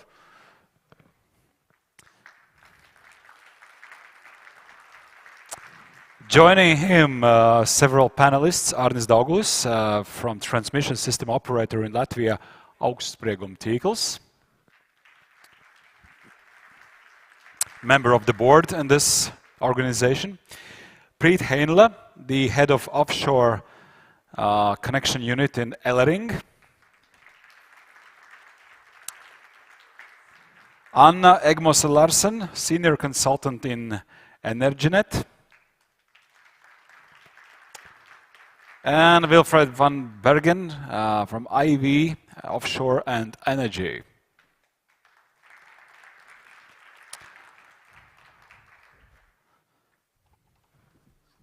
Thank you very much indeed. I hope you can all hear us at the back. Thank you to you, Raphael. I hope you can hear us, yes? Excellent. I think we should begin, ladies and gentlemen, by giving a round of applause to Raphael Sota for his excellent presentation. Great panel. Thank you very much for taking part in this. Now, I'm going to ask you in 2 minutes, each of you, to describe what your company is doing to build out offshore grids, especially in the Baltic. And Arnis, I'm going to start with you. AST as a transmission system operator in Latvia, it's important to take a holistic view on the grid planning. So it's not only offshore, but also onshore, which keeps us busy. A quick update on what is going on onshore. The low-hanging fruits were mentioned in the morning. So Latvia introduced deposit payment for grid capacity reservation this year. Now we have low-hanging fruits in the amount of 4 gigawatts, which are backed up by deposit payments received from the developers. What it means in practice to pick these fruits, it's 33 projects, new substations or reconstruction of the substations in 3 years. It will be a huge challenge for all involved, including TSOs, developers, design, construction companies, also the suppliers of equipment. But this is not the end of the story, because for now we already have 2.5 gigawatts of new requests for grid connection onshore, most of them solar, by the way. Now to your question about offshore, Elwind project has been mentioned a couple of times. In Latvia, this project is driven by Latvian Investment Development Agency. AST is taking part in this, so we are providing grid expertise to this project. In parallel to that, we are working on the larger picture. There is a BOGI, Baltic Offshore Grid initiative, where AST is working together with the other operators around the Baltic Sea. Intention is to create a long-term vision for the super grid in Baltic Sea. And in addition to this, we are working on bilateral contacts between operators, establishing new ones and re-establishing the existing ones. And I can mention two of those. One is with Swedish operator Svenska Kraftnät in the context of Latvia and Sweden interconnection. And the other one is with German operators looking already to the backbone of the super grid, connectivity between Baltics and Germany. Thank you very much indeed, Arnis. Britt, tell us about Ellering and what you're doing. Oh, can you hear? We can. Very good. Basically the same. Yeah, I guess that the TSOs are in a lot of aspects in the same boats. We also have this regime that's implemented this year in order to get rid of, so to say, phantom players on the market, that there would be more free capacity to connect into the grid. Then, of course, we are working on this holistic picture of looking at the grid from the perspective of the future supergrid in the sea. If we are talking about Elwind project, then the so to say the consultancy work that we are doing to make also the connection towards that, and so to say have a fourth connection between Estonia and Latvia, is something that we do on a regular basis. And we as Ellering are looking also to connect ourselves more thoroughly with Finland, meaning that Estlink 3 is something that definitely has the expectations from the grid already. We have congestion charges already on that interconnection, and there will be a third cable connecting us towards Finland. And I think that we must not forget that we are also doing the desynchronization, because those investments that are done for the desynchronization will also reinforce the grid so that it would be more resilient and will have more capacity to put whatever kind of energy into it. It's like a bypass of, not bypass, but a byproduct of the investments that are being made. And additionally, Ellering is investing in the grids that are more towards the south, because our historic production has been more towards the east, and with the resilience and recovery fund investment that we're receiving from Europe, then we are reinvesting into our existing grid so that there would be additional renewable capacities that are more towards the sea and that would relieve some of the pressure from the developers. Yeah. Thank you. Anna, Energinet, the Danish electricity and gas TSO. You are doing offshore grids, of course, both in the North Sea and the Baltic. Tell us about your vision for the Baltic. Yeah, thank you very much. Yeah, I'm from Energinet, the Danish TSO. Yeah, I would like to start with the purpose, but with our main purpose is to ensure that we accelerate the green transition while we are upholding a security of supply and affordable energy prices for consumers. So we have that in mind. And of course, as you all know, we have a long tradition of near to shore wind in Denmark. But in order to harvest the full potential of wind, we are building out far from coast. And we're planning energy islands both in the North Sea and in the Baltic Sea. And we're doing that because we think that the energy islands have the potential to harvest the wind from far out from sea, and also connect to mainland from there. And I also bought this small piece of cable with me today, just to show what, in my perspective, is one of the most essential things for the green transition, and what this panel is all about, I guess. That we can harvest a lot of energy from far out from sea, and we can connect to each other. That's to our neighbors. That's the most important things. Yeah. Thank you very much indeed, Anna, and it's great to see the segment there of a cable. Now, you're planning to build an artificial island in the North Sea. In the Baltic, it's about using a natural island, or will you have an artificial island too in the Baltic? Yeah, that's correct. The Baltic Sea is a bit special for Denmark. We don't have to construct the island. It's already there. So we are lucky that we can use the island to connect and yeah. Excellent. Thank you very much. So, Wilfred, IV Offshore and Energy, Dutch company. Tell us what you're doing. That's correct, a Dutch company. We are a design and engineering company. We work with a specialty on topsides, so that we have a history in the oil and gas.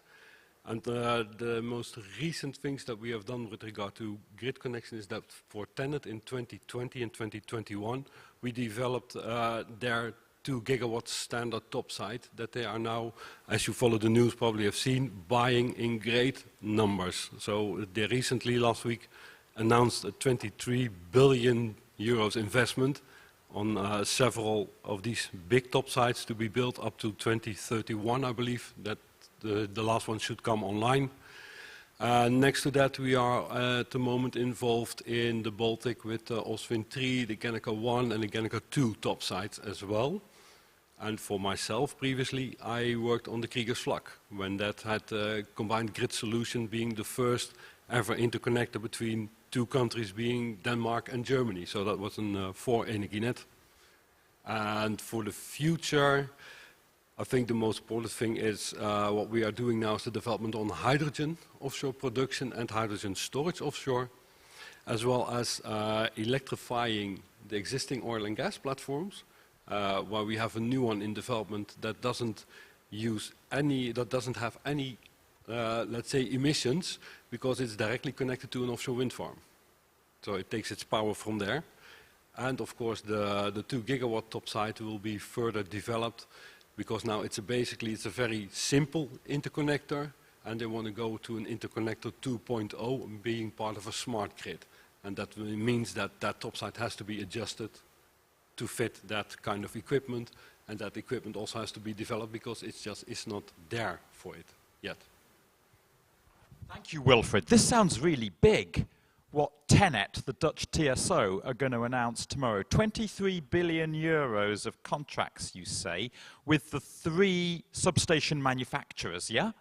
Yeah, they have announced 3. Yeah, that's already announced. They have placed orders for 23 billion euros in total for, I believe, 11 that have been allocated to 3 different consortia.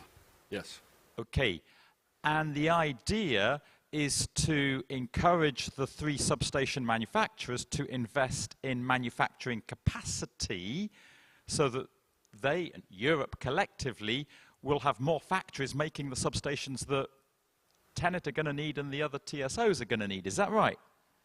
They are planning on having these on order to meet the very high ambitions, but that also means it puts a lot of stress on the total supply chain, for sure. It will increase the amount for transformers, GISs, but also all the auxiliary equipment that goes along with it. So yes, it's big. It's very big, and it also should encourage different TSOs to look at what TenneT is doing and also what Amprion is doing as well, to see, okay, you have to make these steps to make sure that it actually happens. That's what I applaud TenneT for, to actually make it happen. They place the orders. It's no longer an ambition, it's now a project in execution. You say pressure on the supply chain. The 3 European substation manufacturers today can only make 5 substations a year between them. And they need very soon to be making 20 a year between them. You say pressure, but at least you're giving them the backing of this framework agreement. They know the orders are coming in, so they build new factories, yeah? Yeah, and I also know for one, I cannot name which one, that is looking to reinstate an old yard, because they know there is so much in the pipeline.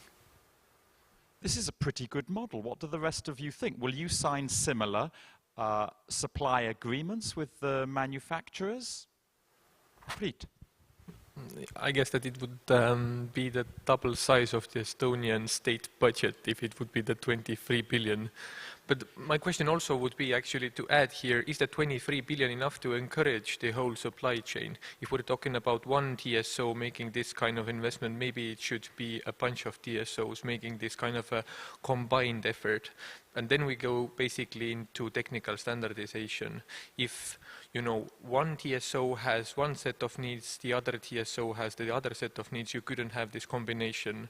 It could be theorized in order to have these incentives in Europe that there should be common standardization that is throughout these kinds of technologies, and that these investments that are also incentives could be even bigger. So if Elering would be a part of that, if we would have an investment, let's say we would not be the driver, definitely. Mm-hmm. Those investments are too big for our small TSO.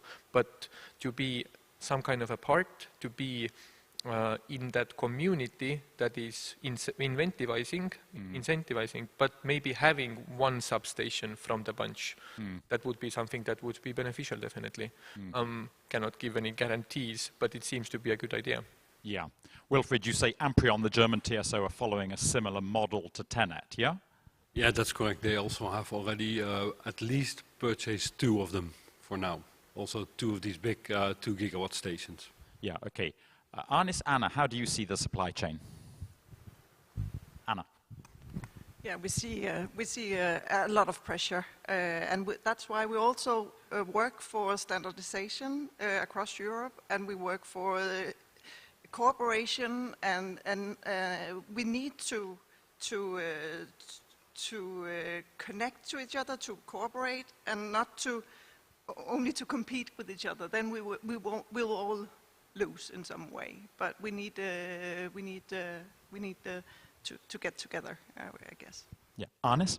Yeah, from AST side, we also see it as a huge pressure. Not even talking about the offshore, also the onshore projects, for example, transformers.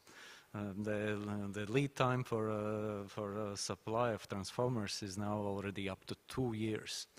And there are no signs that it is getting better. And with all these projects happening in the whole region, we expect that it will only get worse, and the prices will continue to go up.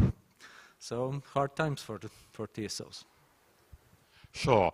That cable, show it to us again, Anna, please. So this is not just about the transformer substation manufacturers, it's the cable manufacturers as well. Today in Europe, the factories making cables can make 1,200 kilometers a year of that.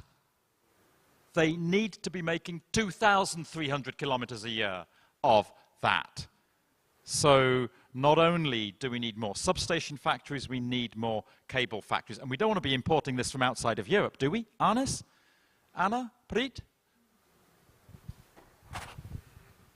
We had a small section of offshore cable that we were purchasing last year for, let's say, that was less than a kilometer, and even then we wouldn't allow Chinese cables into our system just because of the unproven reliability, and let's say the world is definitely more polarized than it has been 1 year, 3 months ago.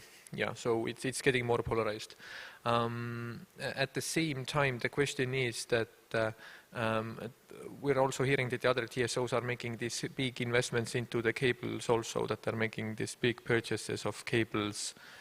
Is this incentivizing enough for the cable factories that they will have new factories starting from 2026 or whenever they are starting? When is, if you're saying that 2,300 kilometers is needed at the moment, But what about 2030? Do we need 10,000 kilometers then? Because the ambitions are going higher and higher, and it seems from a TSO perspective with these cables, with these transformers, that the manufacturers are not picking it up at the moment. They are making good profits, but not picking up on the incentive. Maybe they are thinking that maybe this will pass, but from the investments that are planned by the developers to Estonia solely could cover those 2,000 kilometers a year for some years. So, and we are almost the smallest market in EU. So the other markets are probably massively overbooked. So the 2,000 kilometers a year of Anna's cable that we need in Europe to be making, that's for 2030. And the cable manufacturers say, so long as there's a clear, visible project pipeline, they will invest in the additional industrial capacity. And that's what the substation manufacturers say as well. Now, are there any other comments on the supply chain before we move on to the model for the grid in the Baltic?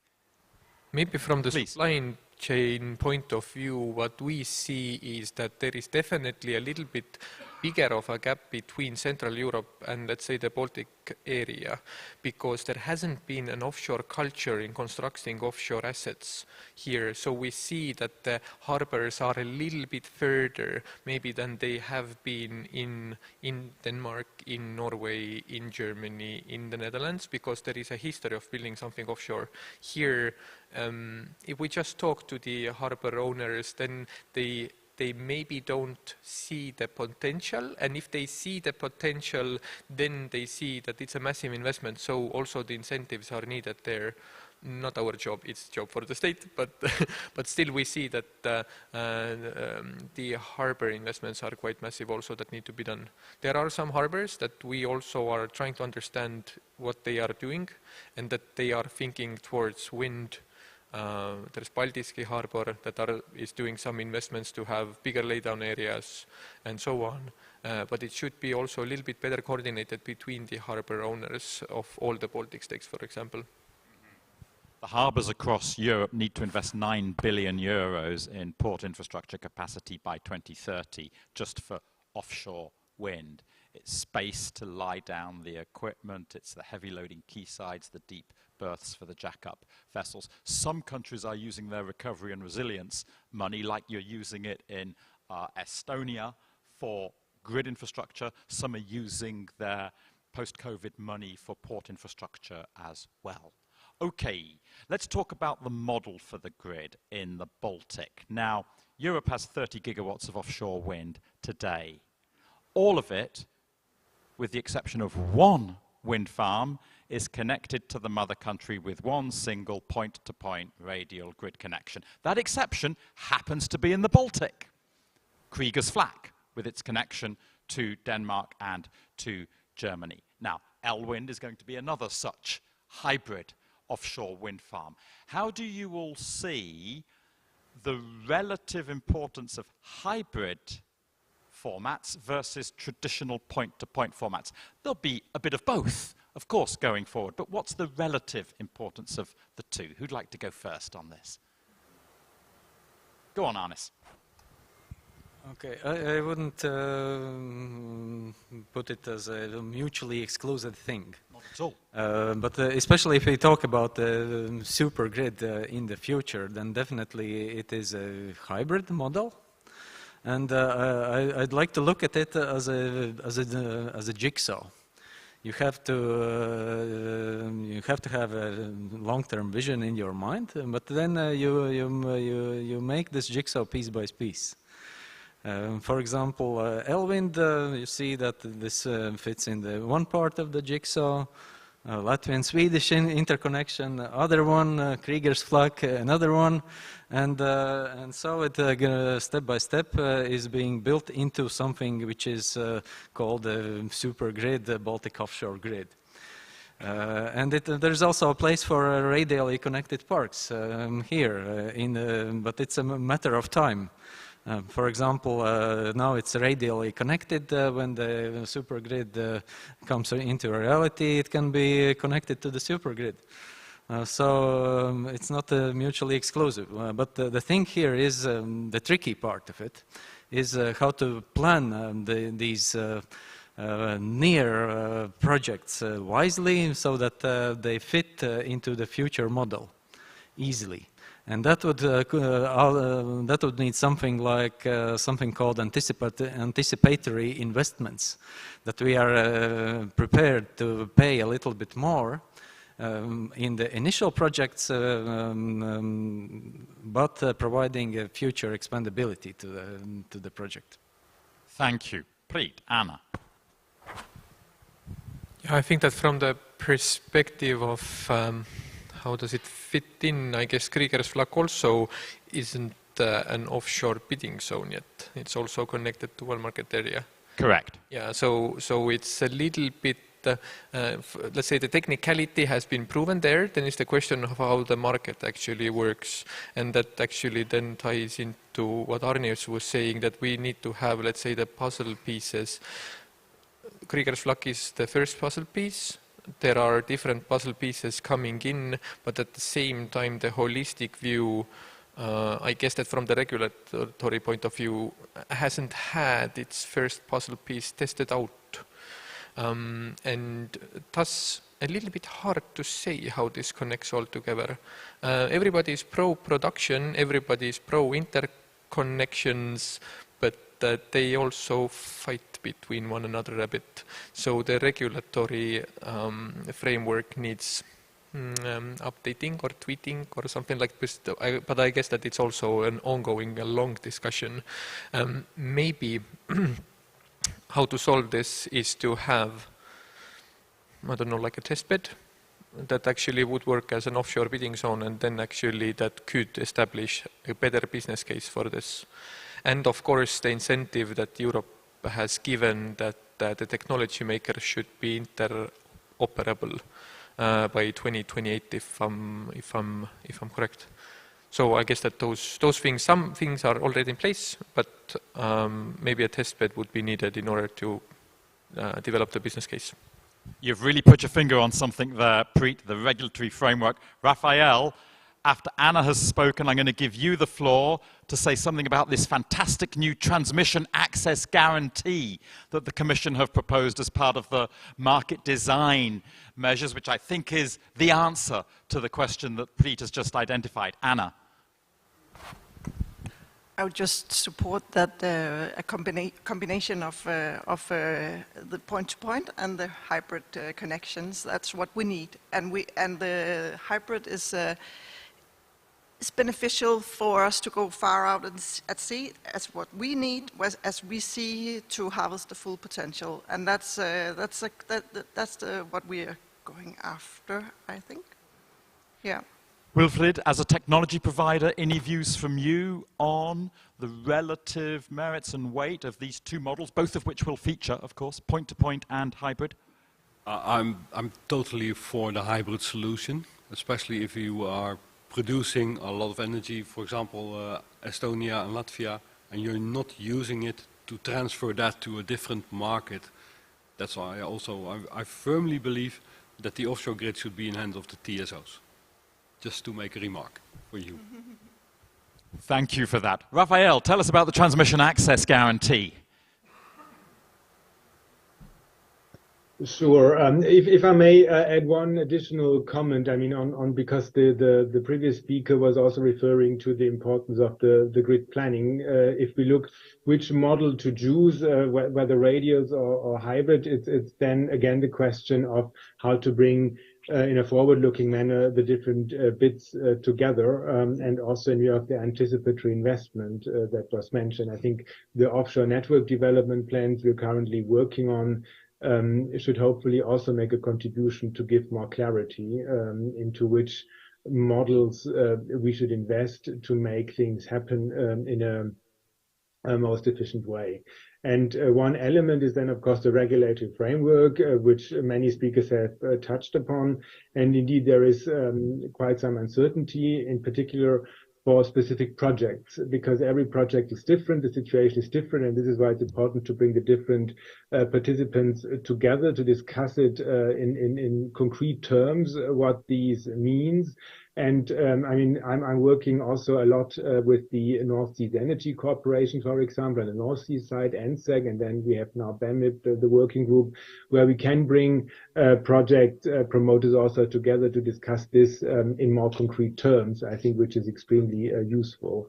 And then let me answer the question on the transmission access guarantee. This is indeed one element in the proposal the Commission made a couple of weeks ago on the electricity market design to de-risk investments, as was mentioned earlier, with an offshore bidding zone where project promoters are exposed to a high level of uncertainty in terms of access to the transmission network. And this transmission access guarantee is aimed to address this uncertainty by compensating the promoters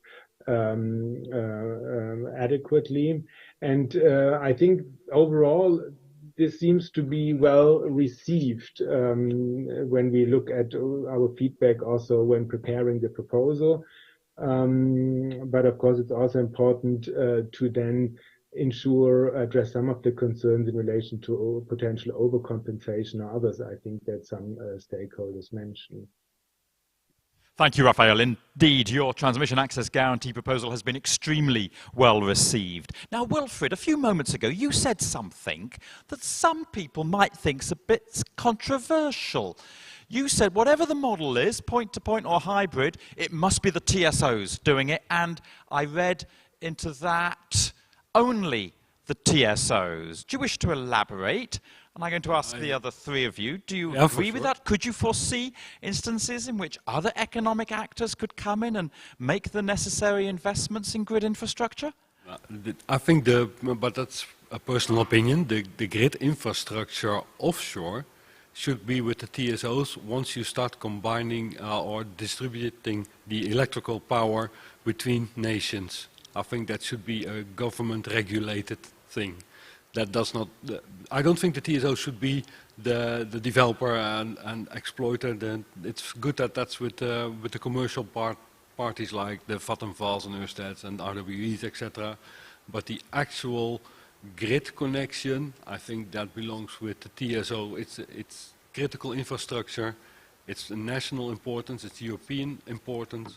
And once we get that grid connected, and I know that will take 20 plus more years to develop it. Technically, it will be quite some challenges to be overcome, but it's also for our own independence as Europe, as Europeans, to make sure that we have this grid locked in and independent and self-sufficient for Europe.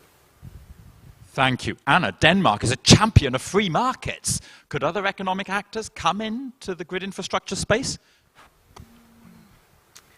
It's maybe a rather political question, but I guess we are glad that we have a model where we have a TSO that owns the grid infrastructure and control it, as you say. But we are also aware that we need the cooperation with the market company, with the companies, and the competition and innovation and all that. And that's why we own the grid, and we make it work. But we have competition as well, so we have a combination. Okay, thank you. Preet, Arnes, any thoughts? But we already have a possibility that somebody else can own some grid assets, is that when a connecting party is constructing their own connection. But in a way, that's not the transmission grid.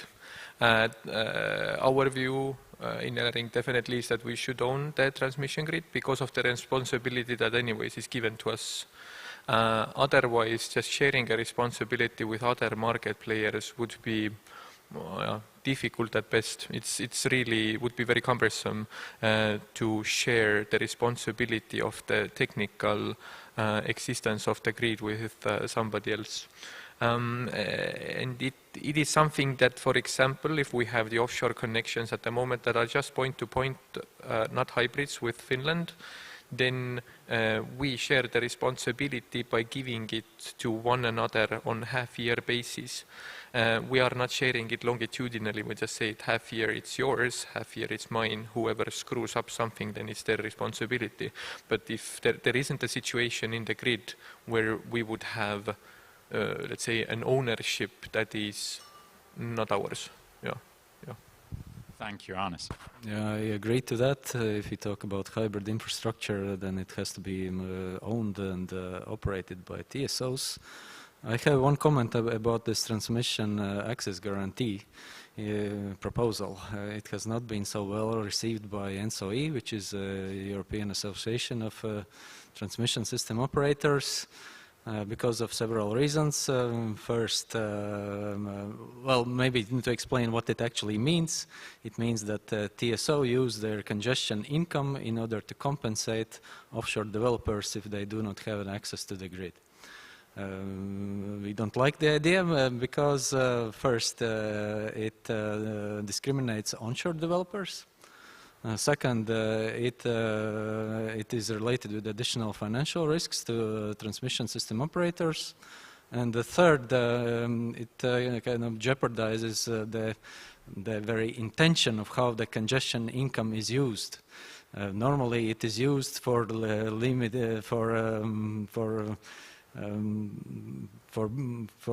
solving the congestion situations, and this is not the right way how to use the congestion income in our opinion. So we stand by the hesitant or opposing position from NSOE in this relation.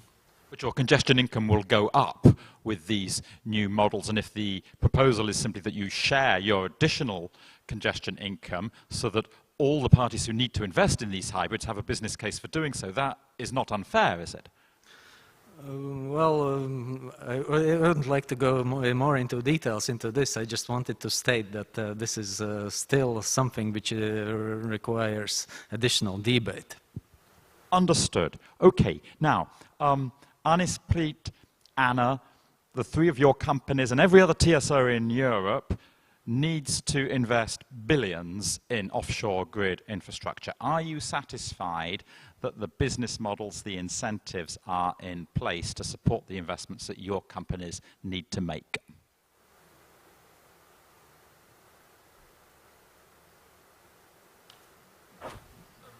I guess that the elephant in the room for the developers is also where is the money coming from.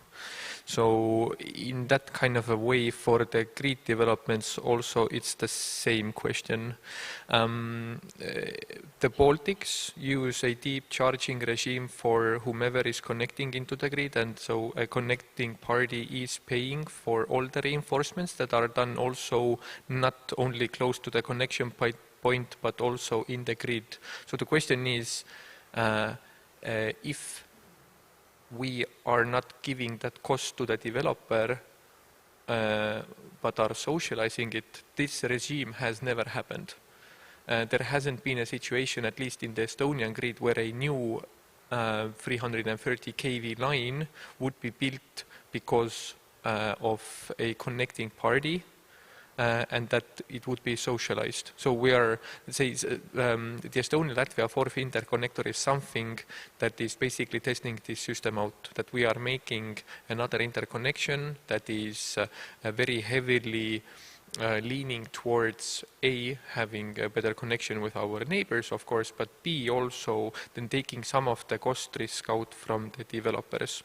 So for us, we are, let's say, we are not satisfied at the moment because an FID hasn't been done, but that takes some time, but we are satisfied with how the things are, or where the things are heading. Thank you. We have 2 minutes left, and I'm going to ask the $60 question. You've been talking for the last hour nearly just about electricity transmission from all these offshore wind farms. What about transmitting this energy as molecules?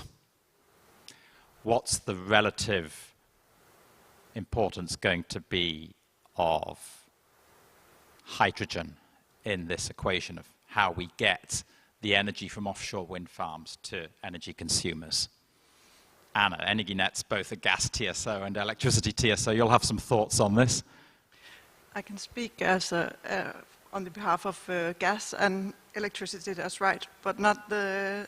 We are still waiting to see if we can speak about hydrogen. But we see big potential in that as well, of course, and also in connection with the energy islands. Yeah. So you mean putting both electrolyzers on these islands as well as the substations? Onshore, offshore, or yeah. It will depend on the market. Yeah. Okay, Arnis. Yeah, as an answer to your question, I want to emphasize the message which is given by the previous panel, that we shouldn't think only about export, but we should think also about how to use this cheap electricity produced by the renewables for local consumption. And here, technologies like Power-to-X, hydrogen, electrification, in one word, is very important. If the ambition of the renewables stay at the current level and consumption in Baltic countries continues to stagnate, there will be curtailments, and nobody wants it. But your electricity consumption is going to grow with electrification. That's what electrification is meant for, yes? Yeah. Wilfred, do you have a view on this, the role of hydrogen as a technology provider? We have already been involved in the first pilots that are going on the North Sea. It will be a part of the energy transition and a part of the energy mix in the future, especially with regard to storage, because storage of electricity remains a very difficult issue, and hydrogen can be a part of it, will be a part of it, but in which case and which way it will be used, that's still very much in the future. I don't also have a crystal ball, but it will be there for sure. Thank you. Ladies and gentlemen, please thank our excellent panel, and then Oscars, we yield back to you.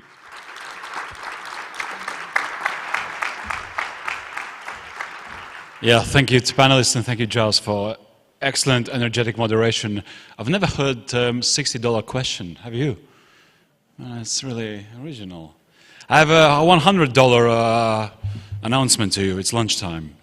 All right. So yeah, for those who are viewing us on the blue screen, so please come back at your screens at 1:30, and for the audience here, same thing. So bon appetit and good networking.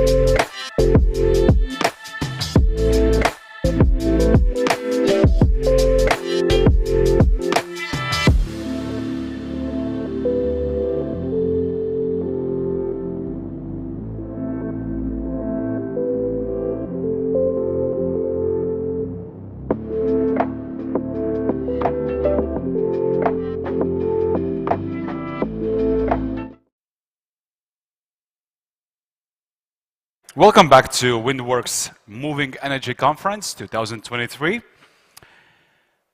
We shall now continue after the lunch break. So, the style of the conference will be quite similar.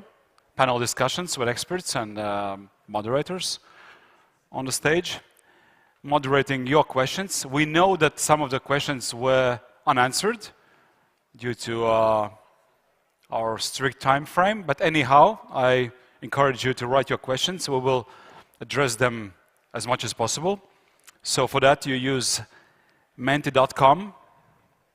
You will see time after time also the code on the big screen, all right?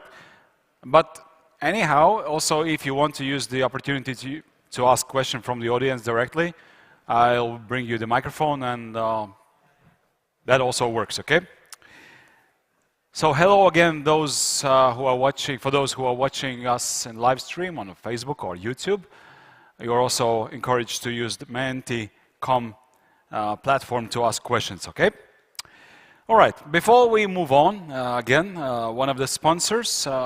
Without sponsors, it would be rather impossible to create such an event. So thanks again to all the companies that support this conference.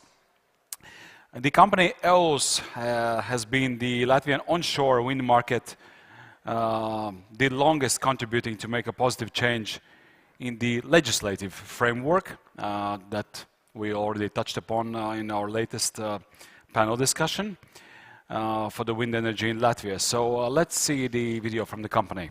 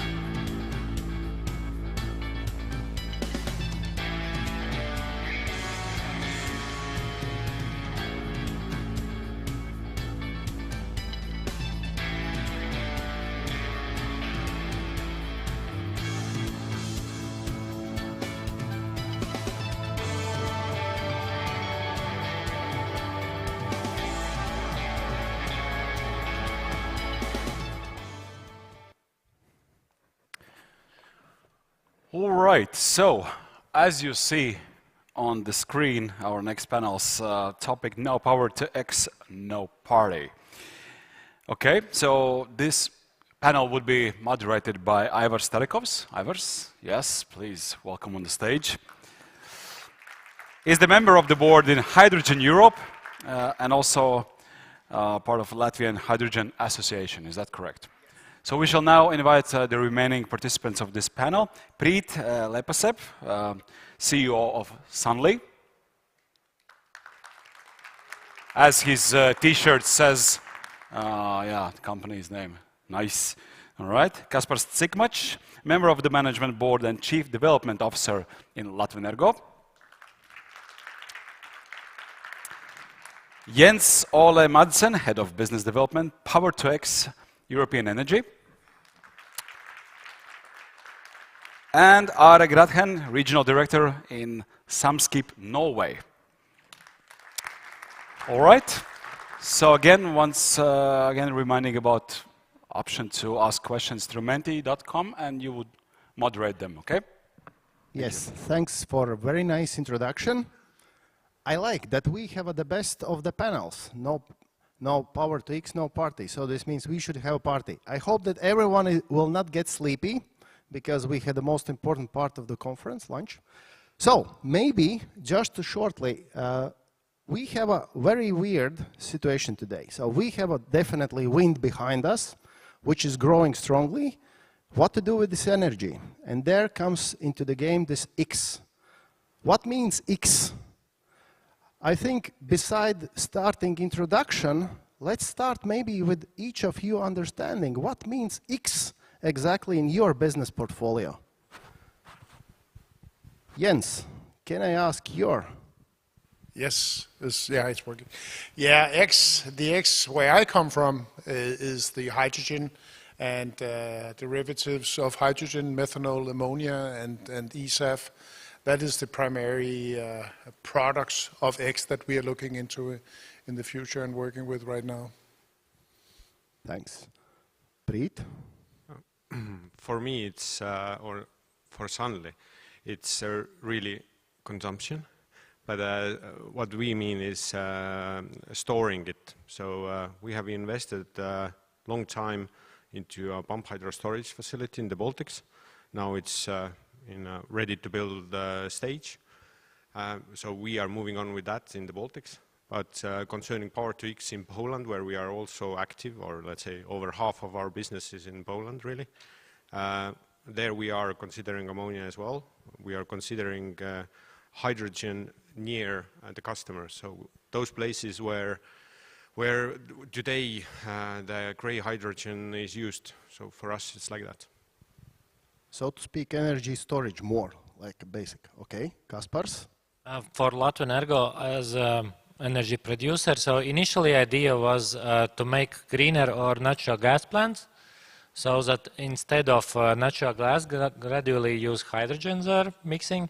And we also know that our natural gas plants are enough modern and that is possible to mix certain percentages. That is the initial idea, but looking deeper into this topic, we understand so it's also a good way to store to other seasons. We know that there is like moments when there is a lot of green energy and there is moments when not. For example, this year, Latvia is in exporting position, like we are exporting green energy. Probably yesterday and last all months, twice more we are producing than Latvia can consume, and it's everything green energy. So, but that will not be the case probably in August or in autumn, so we really need to store it somehow so that we can use it in autumn. And also another part of X is about transportation and all other areas where we could use it. We are developing our e-charging network, but there is just early beginning, so there is way to go to also to make greener other industries like heating, transportation, and industries. Are. Yeah, I represent Samskip. We are a global transport and logistics company operating trucks, trains, ships across Europe. And for us, X is exactly that. It's X. It's unknown. What we do know is that we see an increasing demand from our customers, the users of our transport services, that it needs to go not only green but sustainable. And first of all, we just need to reduce our consumption in general, and then we need to turn it into green. And when we don't know what X is, then the key for us is to be adaptable and as flexible as possible when we are now about to basically construct new assets. And not knowing what those assets will be fueled with in the future, the only thing we can do is to keep it, as I said, flexible, and hope that the gentleman besides me here can give me the competitive and most green solution in the future. So to speak, we have, I would say, both sides, provider and end user. And this is a very important dialogue what need to happen all over the time. First of all, to understand where is coming efficiency, emissions, and of course, it should be price-driven. Because at the end, nobody is ready to pay over costs. Of course, it sounds good. But therefore, do you have in your portfolio already today something from this X? Something touchable? Or it's still yet on the paper? Preet. Today we are building, let's say, in the Baltics against the market, usually. So I think there is a certain time when this will be over, and and Sunly also thinks that it will be over earlier than the forecasters are saying that it will be. So we will have, let's say, for solar this year and maybe next year, and then it's very hard to finance. And so the problems have already started. So if you look at the levelized cost of energy due to grid cost going up, it's for solar it's also increased. And if we look at the German auction or Polish last auction, then it shows that the levelized cost of energy for wind and solar both have increased, and mainly due to the grid costs. Because at the same time panels prices are going down, and the facts are also there as well. And in the long run, if you don't have the story in the Baltics that where do you put electricity, you don't have the consumers, or you don't have the storage, then the question is that if we look at the prognosis to 2030, it's, for example, in Baringa's model, it's 7,000 megawatts of new renewables, and by 2030 it really means that 2,000 of it will be more or less all the time switched off, because we don't have the possibilities to put it anywhere. So talking about exporting, and here I'm talking without any offshore projects. So all the offshore that is addition there, whoever is a big offshore believer in this, let's say, next 10 years that it will come, then this is the challenge for everybody. So what we a long time ago started to do is basically the pump hydro storage facility in Baltic. So it's 500 megawatts of capacity, and it's for 7 hours today. But we have invested it, or we have designed it so that we can increase the capacity of it. So it's a quite big consumer for us at least, and also other investors who are involved. It's built so that there is 3 Francis turbines there. So there is a huge potential. So whoever wants to have opportunity or a big consumer in Baltics, then our project is there to help you. So this is how we see, at least in the Baltics. And I think the first very good remarks were that we have to be efficient concerning consuming.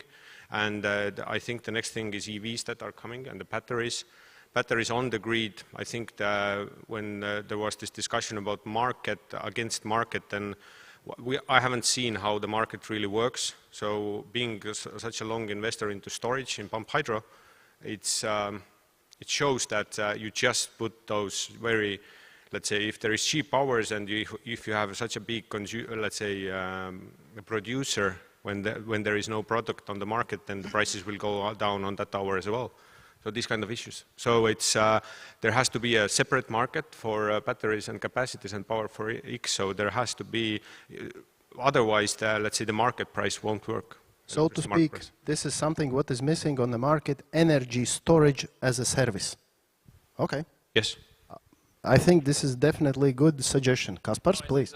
Mentioned the problem about there might be not enough wind, because like for hydrogen or any storage, you need to calculate working hours. So, and the issue is that if I also did different kind of modeling, and we see that probably 7,000 or maybe 8,000 megawatts additional renewables is not enough to have enough working hours, enough low price.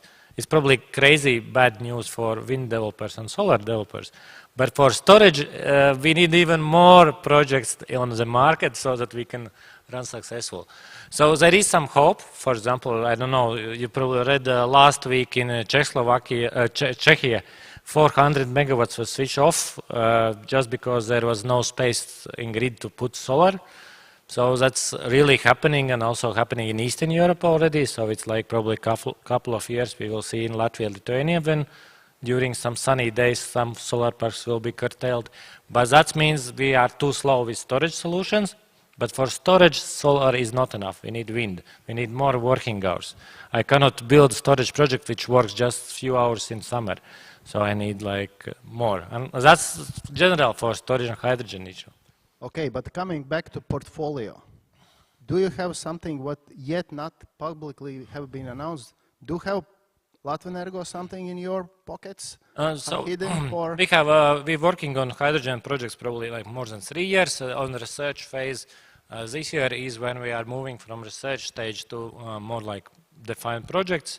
For example, exactly yesterday we applied for one hydrogen valley project. Let's hope that it will be approved by EU institutions and then it will be more. But most important that you are doing your homeworks. That's the good message. Jens, any comments? Yeah, we have done our homework and we have started, which means that later this year we are producing the first e-methanol in the first plant in the world today. It's 32,000 tons of methanol that you will be able to run your ship on, and it's based on our own power generation. It's based on CO2 from a biogas plant, and I think we've made something like 95% of all the orders, and construction has already started. Apart from that, we are also constructing a hydrogen plant that's producing hydrogen based on our own turbines right next to the port of Esbjerg. And the port of Esbjerg are using part of this. Industrial users are also in the market. And I would say generally what we're seeing is that there is a strong drive for doing this, exactly like what you're doing, and that is driving the market very much. So I also see that we're storing energy. We're just storing energy in either hydrogen or methanol, and the methanol can be actually shipped all around the world, and that's also why we are seeing projects not only in Denmark but here. The Americas, we're seeing a lot of projects. So this market is already moving very much driven by the shipping industry, which have taken some very big steps already. Of course, the customers of the shipping industry is part of that drive as well. So we're very happy about what's going on, and we see this moving very fast also in the future. But at the end, if we talk about this power to X, we have two components. One, of course, is power, which most of the cases will be hydrogen. But then this is just the first step of acquisition. Then we have another part, CO2. And I think this is another big question mark, because there is a lot of talks, but at the end, okay guys, okay, knowing Jens, your background in Haldor Topsoe, chemical industry, this is something what basically it is all about power to X. To create synthetic compositions from that what was at one moment maybe waste or driven by the different reasons why. This is the... Have you had already something done with CO2 part? The CO2 is a challenge. It's a challenge everywhere, and that's one of the reasons why it's a big focus for us wherever we go out. We normally say that there are 4 things needed. We need water for the electrolyzers. We need power from the turbines. We need logistics for the end product, the methanol. And then we need the CO2, and that's why while we're going out in the world, we're looking for this basically as one of the first things. But there is a lot of CO2 available around. There are smaller sources, there are bigger sources, and it is possible, at least for the next very many years, to move forward on this. And that's also why, I mean, we're not talking 2030, we're talking 2023 when we have the first production, and the next projects will also evolve in that speed. So basically, we cannot wait to 30 to get the first power inland. We need more before. But you need green CO2, not? Yeah, green CO2, biogenic CO2. Biogenic CO2. There are many sources, biogases, waste incineration plants, and things like that. You're seeing a lot of ethanol production in the US. So there is available CO2, and at the end, we can get it from the atmosphere, concentration. So to speak, another part of X, which is unknown, basically X, Y, Y, Z, everything is hidden behind this X. There are a lot of things that needs to come together. There's a lot of moving parts, and I think that's also what we have seen today in terms of regulations and all these things. All these things has to come together in order to realize this transition that we are in. But I think we're taking a very big step and brave step to go in this direction, and the market has shown that it's actually there, so we can do it. Ore, what about your homeworks? Yeah, I mean, the question of concrete what we have in hands today. And I think what we have in hands today is exactly what we do today. And the cheapest and most sustainable way of reducing emissions is just to do less, or try to emit less from what you do. So that's the first step. And secondly, that's not enough. So we have just recently, as Samskip, ordered the world's first, I think, container ships propelled on hydrogen. They will be delivered in Q3 25 and Q1 26. Then propelled with either compressed or liquid hydrogen. And it's not because we have then decided that the X is hydrogen. It's simply because we have looked at the trading pattern that we are deploying these ships, which is then in Norway. And Norway is, as you know, very much forward-leaning towards hydrogen. So we have said, okay, for the Norway trade lane, let's look at hydrogen. When we look at Iceland, or when we look at UK, or when we look at Baltics, we need to take a different approach. Then maybe the X is something else. So we are sort of trying to adapt each trade lane and each market, each corridor, towards the most sustainable X, basically. So to speak, then, you together with Kaspars or Preet, you can create your own zero-emission climate-neutral corridor and stimulate it. Exactly. And again, driven by the demand from a market that is basically us as people. You know, we want this. We want to be able to look at the Coca-Cola can and see, okay, so much sugar, so much CO2, basically zero. That's what we want. But we don't want to pay for it. Right? So that's where the challenge is. But when we order the ships now, they have a lifetime of 20 to 30 years. Normally ships do that. And in order to, people were talking about a business case here earlier. It's a very tough business case. So our answer to that is to keep it flexible so that the ship can still live for 25 years. However, energy sources may change on the way. Depending on which market you are in. So that's, I think, key. But the first of all, we cannot continue to waste energy like we do today and just turn it green and think that that's sustainable. First of all, we need to just reduce waste, reduce energy consumption as such. Then maybe it's affordable to go to these machines behind us here. Thanks. As long as all of you are coming from own countries, so to speak, do you have some specific comment? What is about, because anyway, legislation is the first key point. Do you have some quick insight about situation? Do you have enough government support with initiatives or market regulation? Because today, I think this is a bit nonsense that energy market regulation is changing on all EU level. Energy market, gas grid market, so all this is on change process. And national legislations are following afterwards. But for you as a key players, you are following the front runners. Do you have some hint or comment what is situation there? And maybe even some advice? You asking me? To everyone, but please. No, I think what the EU and European politicians have been very good at communicating is that if you do nothing, that also comes at a cost. That, and if you put those figures that we have on the table from EU perspective right now on what you have to pay to continue emitting CO2 and greenhouse gases in the future, it's more expensive not to do anything than to actually build those ships right now. And we just have to have faith in those politicians that they will actually carry through those penalties.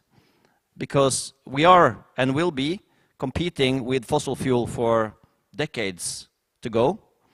So I believe more in punishing those who doesn't do anything than to incentivize those who does.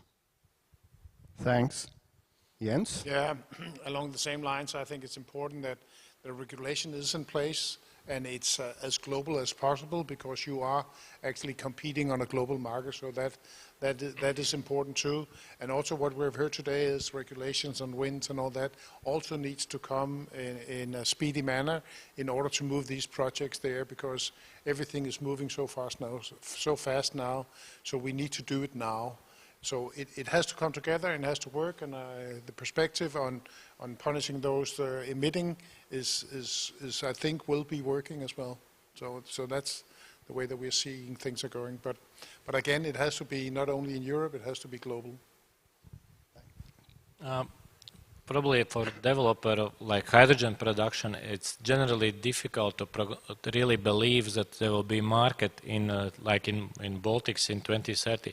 There is not so much hydrogen consumption currently in Baltics, so that means you should blindly believe that there will be market, it will be created, it will be there. And there will be definitely time gap, even if, like, let's say we launch our first electrolyzer year 25, okay, who will use it? Okay, good that in Latvian Ergo case we have our own plants which is, I call it Plan B, where we will definitely consume it. But for anybody else, so there is missing this future market. Another part is what I mentioned, there is missing probably this working hours.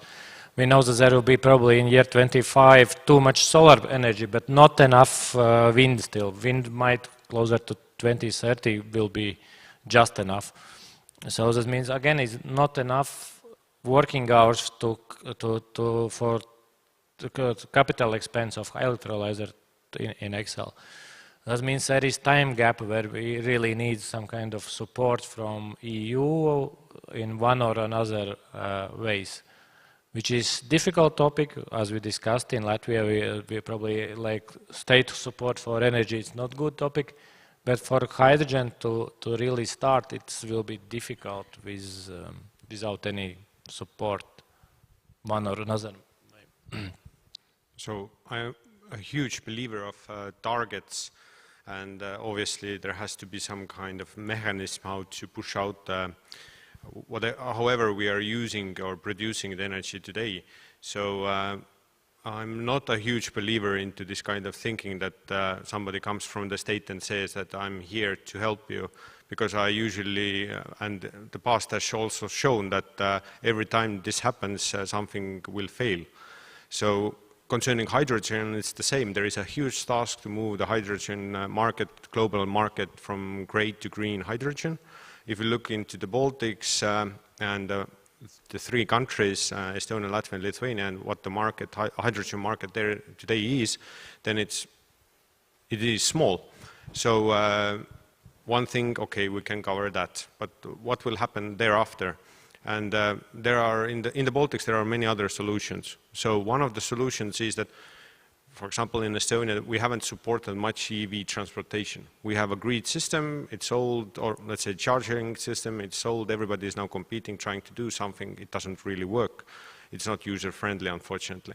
But people are still buying EVs today, and the market is coming, and it's a very good example. I think it's like, if you look back 3, 4, 5 years, and what happened with solar in general as a technology, it was unregulated. In EU, so if you look every like environmental impact assessment, whatever documentation, there was none. In the Baltics, there was possible to do huge projects, huge meaning 100 megawatt solar park within a few months. So it shows that whoever says to me that there has to be a regulation, look solar. So all the developers, there are many new companies like Sunly as well, who are now big players. We have 30 gigawatts of developments now, as of today. We obviously want to build 5 out of it with the next 5 years. Huge task, obviously, and we are dealing with this kind of issues all the time, what are there. But regulatory-wise, I think the less, the better. And yeah, so one thing that the politicians can do is that, for example, in Estonia, we burn a stone called oil shell, which has a lesser caloric value than basically, if you burn it, then there is more waste than there is energy. And we do it because it burns. And we have promised many times to close it down. And this is a very good example. If you promise to close it down and you do not do it on the third time, nobody believes you anymore. And we don't need the money in wind or solar, but at the same time we need also trustworthiness that whatever is there at the moment will go away. Because if it doesn't go away, then when it starts to have errors, then we as a consumers, we will feel it, but Sunly will be there to help. Okay, thanks. So I see that also we have from audience already start arriving some questions. Therefore, maybe I will start with the first one. Kaspar, this is a question to you. What are the incentives for foreign investors to enter Latvian hydrogen market? Do we have something here? I don't know. No? No, it's probably not a question I can answer.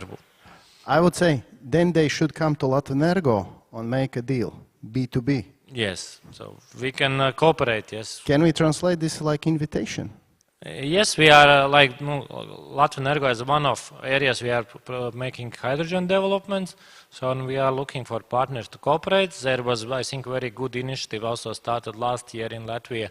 In November, Latvian Hydrogen Alliance. There is regular meetings with over 20 partners participating, and I think that this interest in hydrogen is Latvia growing seriously. Okay, great. There was some mentioned about Power-to-X and business cases.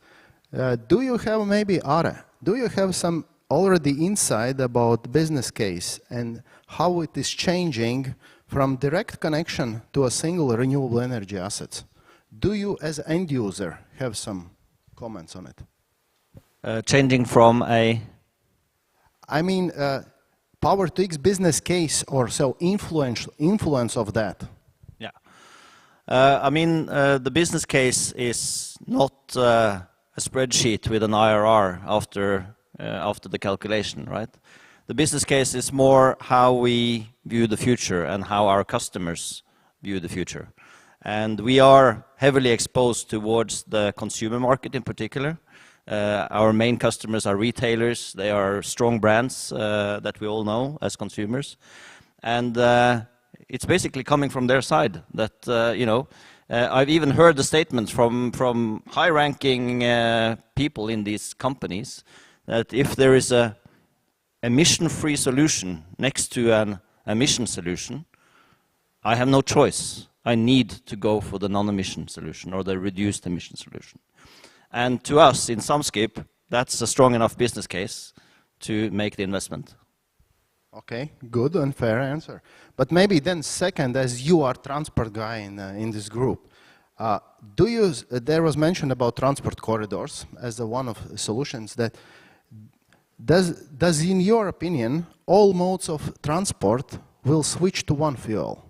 But I think you already said that there will not be one fuel. No, and our specialty is that we concentrate on what we call multimodal transport. So we offer door-to-door throughout Europe, and the one transport can contain a truck, a rail, a ship in both ends of basically the transport. And it's only when we have converted all of that into emission-free or emission-reduced where we can actually truly sell a green product to our customers. So in the beginning I said we also have fleets of trucks, barges, we have locomotives, and of course it's only when we develop all of that into emission-free we can truly sell the full 100%. But the truck, may the X be something different than the ship, and the locomotive may be a different X than the truck. So this is what I'm saying about being adaptable to that particular market and the corridor where you are actually doing business. So to speak, from one side, X means your attitude, how you are treating energy, kilowatt hour or megawatt hour produced, and whatever option it is given to end user. Because we are adding something, you are having ammonia, methanol, ethanol, whatever, but the point is behind that is always energy. And this is something what we need to be smart enough and open enough to calculate kilowatt hour all over through whole route. And that's the way how you can get the right answer maybe. For example, a distribution truck for parcels in Riga can probably go on battery, no problem. but you don't drive a semi-trailer of 50 tons across Latvia on battery. That's just not possible. Then you need to look at, for example, hydrogen or other X's. Or on the other hand, it's also a diversity of solutions. Because if you have only one solution, then you are directly dependent from that. And especially I know that for energy companies that you cannot rely only on one. You need to have a redundant system for energy. We saw what happened in Europe last year. Then it would have been good to already have been in 2030. Maybe it would have looked a bit different. Yeah, but that was also, again, a good additional driver to really reinitiate those negotiations. Yes, indeed, yeah. So. And only the one problem is because policymakers, they want to see clear answer. Okay, give me a battery, it will solve everything.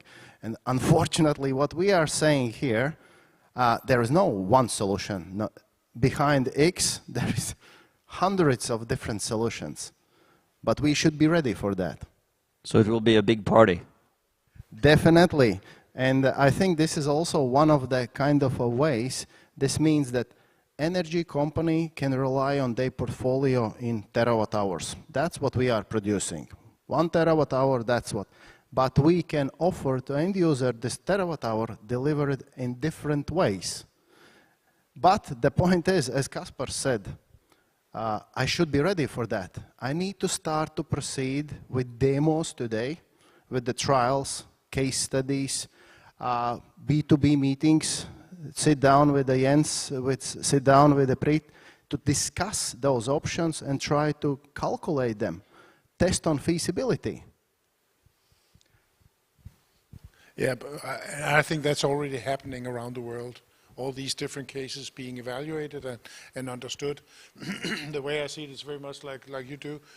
The future gas station, it will have power, it will have hydrogen, methanol, ammonia, everything. And then depending on what you're driving, then you will make your choice from there. And that's also what's going to happen in the future. I don't think there's a winning technology that's going to take everything. All of them are going to be there eventually. And I think they're all being developed right now. The markets are being developed right now. And that's what we're going to see in the future. Also, maybe depending on regions, countries, they're going to be different. So it's going to be interesting to see. But I'm quite sure that all of it is happening. Innovation is all the time there. I think we will not see that all the fuels are in all the stations. And what I mean about it is that through innovation, obviously, the world will evolve, and we will be in a moment where hydrogen will be there. And I really believe that part of the story as well. But we have to all the time see this kind of very, let's say, there are usually some kind of huge impacts. It's like when 100 years or more than 100 years ago or 120 years ago in New York there was only horses, and 10 years later there was cars, and they were usually combustion engine cars, and at that time also there was different technologies that were competing with each other, but one was chosen by the customer. And the question is that customers, they don't lie. They will choose one technology, and they will take that technology which is at that moment the best solution for them. And but at the same time, through innovation, we still evolve forward. And in Sunly as well, we invest into hydrogen startups. So electrolyzer, different materials that are used there to help this technology to go forward. Do we make a hydrogen decision today? No, for us the Excel doesn't work. We are, let's say, if we look what is asked in the Baltics or offered the electricity price, I have other things to do at the moment. So, and there is a lot of things to do before that when I reach this moment, and that I will need to sell my electricity to electrolyzer owner who will do something with it. But at the same time, for example, if we're talking about ammonia, or let's say in solving the food industry issues, which is quite new due to the war, I think this is the new way how to use hydrogen really in this region, because all the fertilizers, they were coming from Russia or through Russia to us. So doing something close by where we produce solar or wind, and there we produce also the fertilizers. This is, I think, the next big up-and-coming hydrogen part. Preet, I have one question to you from audience. What is your opinion? Is hydrogen unicorn or fairy tale? It's not, let's say, if we compare it with solar, for example, or EVs, they will be this kind of 10x technology. Hydrogen, concerning this, let's say, gray hydrogen part, we will see, I don't know, somebody can, maybe I'm wrong, but it's some 120 billion market, gray hydrogen market in the world every year. And I think there's a lot to do. So basically, if somebody comes to me and says that he wants to go or she wants to go into hydrogen business, please go. There is a huge market. You personally can do 10x, but the market itself is not growing in this kind of rate. So this is what I believe today. So as an innovation or startup investor into innovation, we are investing directly into these startups. We see them fail, we see them proceed with their ideas, and we are totally supporting it, but not making decisions today on basis of that. Good answer. Any comments? No, like any storage is like, we know that like to store energy, there is different ways, and none of them is the best. We know that batteries is for very short term, then we go longer, there can be somewhere compressed air, compressed CO2, and somewhere there is hydrogen and water also. And each have a separate role, the same as we discussed for cars could be, that for energy. Another topic what was discussed in previous panels is about how we will export energy. If in one day really in Baltics will be too much energy and we know there is able to produce like 20 terawatts or more, then one option is to build grids to Germany or Sweden, which is definitely needs to be done. But another is probably also we can export it in way of ammonia, hydrogen, or other way. So, and there is still alive, I think, idea about hydrogen backbone. I don't know, Ivars probably knows more about that. No, I would say, you know, it should be on agenda, because one or another way, what I appreciated, one of the summaries, what I hear, that you need to be ready for that, so to speak. Do not exclude this from acquisition before decision. Give engineers an order to calculate solution, so to speak. Because as you said, Kaspars, energy in megawatt hour storage, okay, or Preet also. You have your experience in hydro. You know the calculations, but let's give an order to engineers, calculate. Does there exist any other alternatives? And then calculate necessary infrastructure to that. And then we will see, okay, here it is. Yes, it is possibility. Yeah, and also those engineers should also look at how we can limit energy consumption first, right? It boils down to how much energy do you use per person transported, per ton transported, or per ton produced. It's the amount of energy that we use. That's the main driver. So yes, hydrogen or green fuels can be more expensive as long as we are able to find a solution on using less, right? So that's, I think, those same engineers should do that before they look into the technical part, because that comes for free. Yeah, but when we speak about energy efficiency, we should think about energy as energy, not only about electricity. For example, in transportation, we know that electrical cars are like 3 times more efficient than internal combustion. Exactly. So similar also could be in heating. Yeah. Yeah. I think that's exactly it. That's what I'm... Energy consumption all over the place, not only electricity, all over the place should of course be considered. But I think there's a lot of moving parts right now. There's a lot of innovation going into it. A lot of engineers are working on coming up with better solutions. So I think some of the solutions, not only in the technology itself or how we structure entire projects all the way from wind through to production of hydrogen or whatever, is going to be different in just 3-4 years or something like that. 5-6 years back when I was sitting in Topsø, I was saying no to these projects because I said this is never going to happen. Nobody is going to pay for this. And now we're sitting here. I have never seen a market develop so fast, commercialized so fast, anywhere else in the world. So it is happening. And just, let's say, a year ago, I was thinking, oh, this is something that's happening in Northern Europe or coast of the US or something like that, where people are maybe have a higher willingness to pay a little bit more. But this is happening all over the world. We're looking Asia, South America, all over the world. So it is happening. Can I summarize just maybe one of the sentences?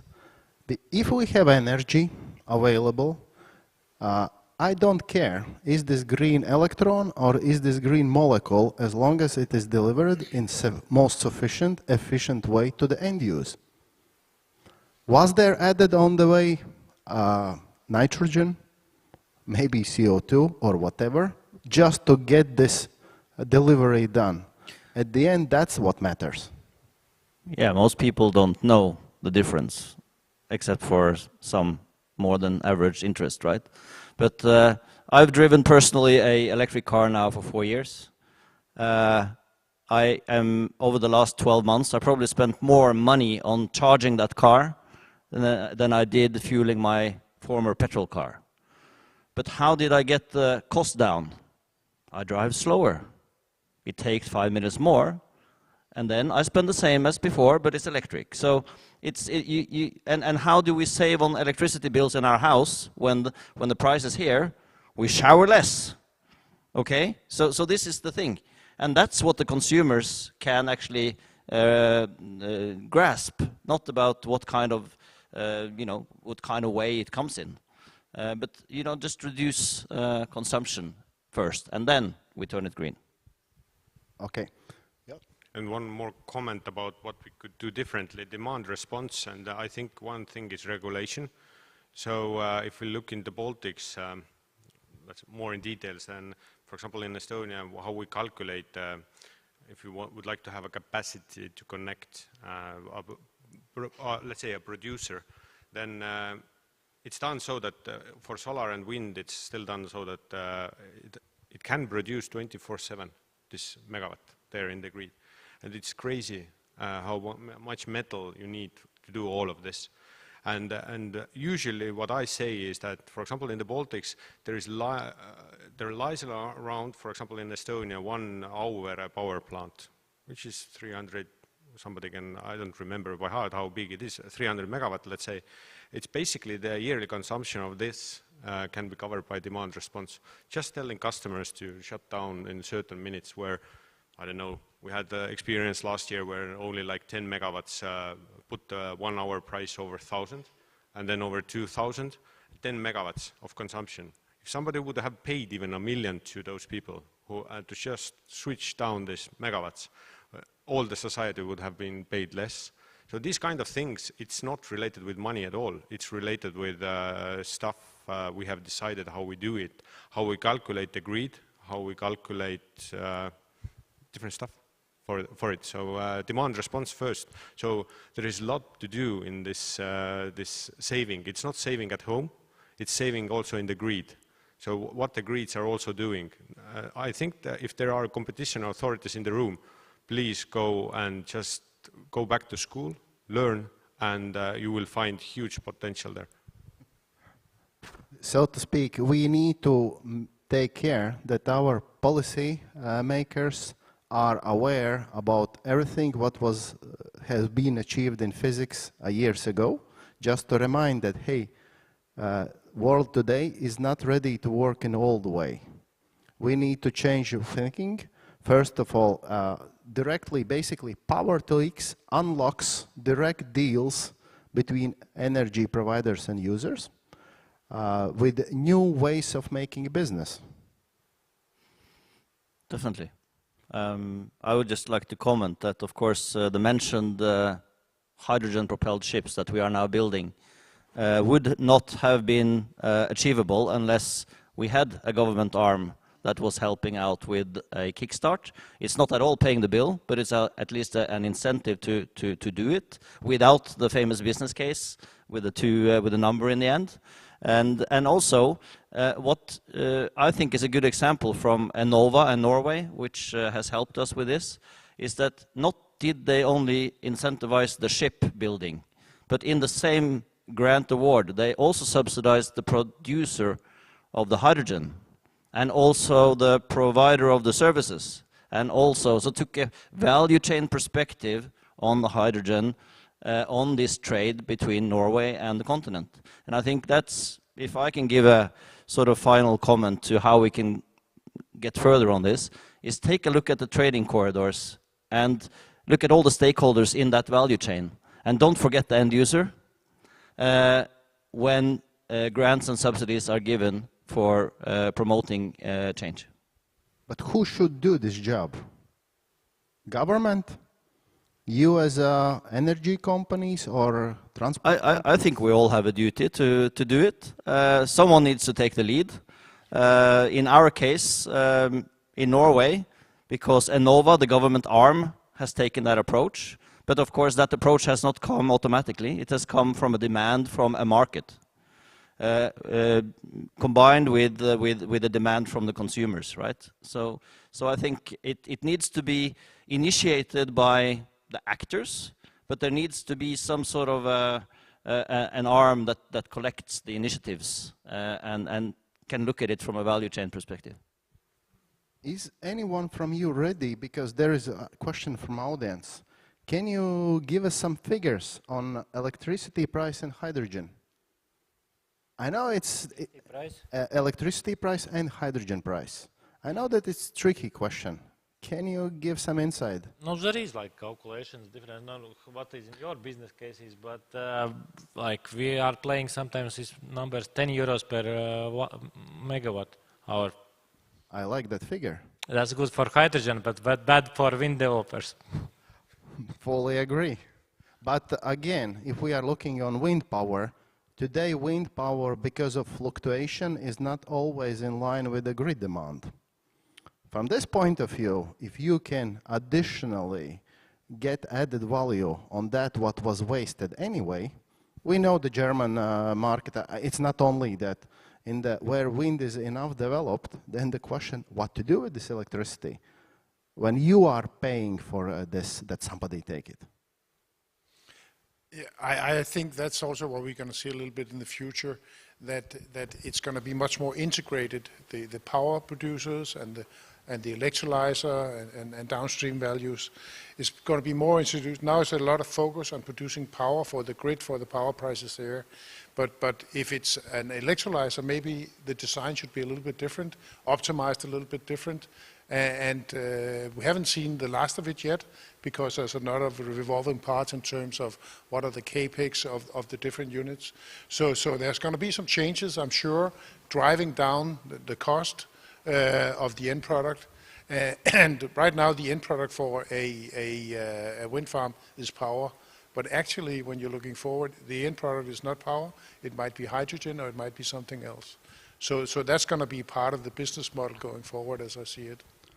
Maybe just a comment, but from this point of view, Kaspars, you asked about hydrogen backbone. In that case, hydrogen backbone, let's treat it as a cables, so to speak, where you will inject your energy, and then in that case, throughput of the pipe, as long as I remember, physics is at least 5 times and more sufficient from even cost point of view.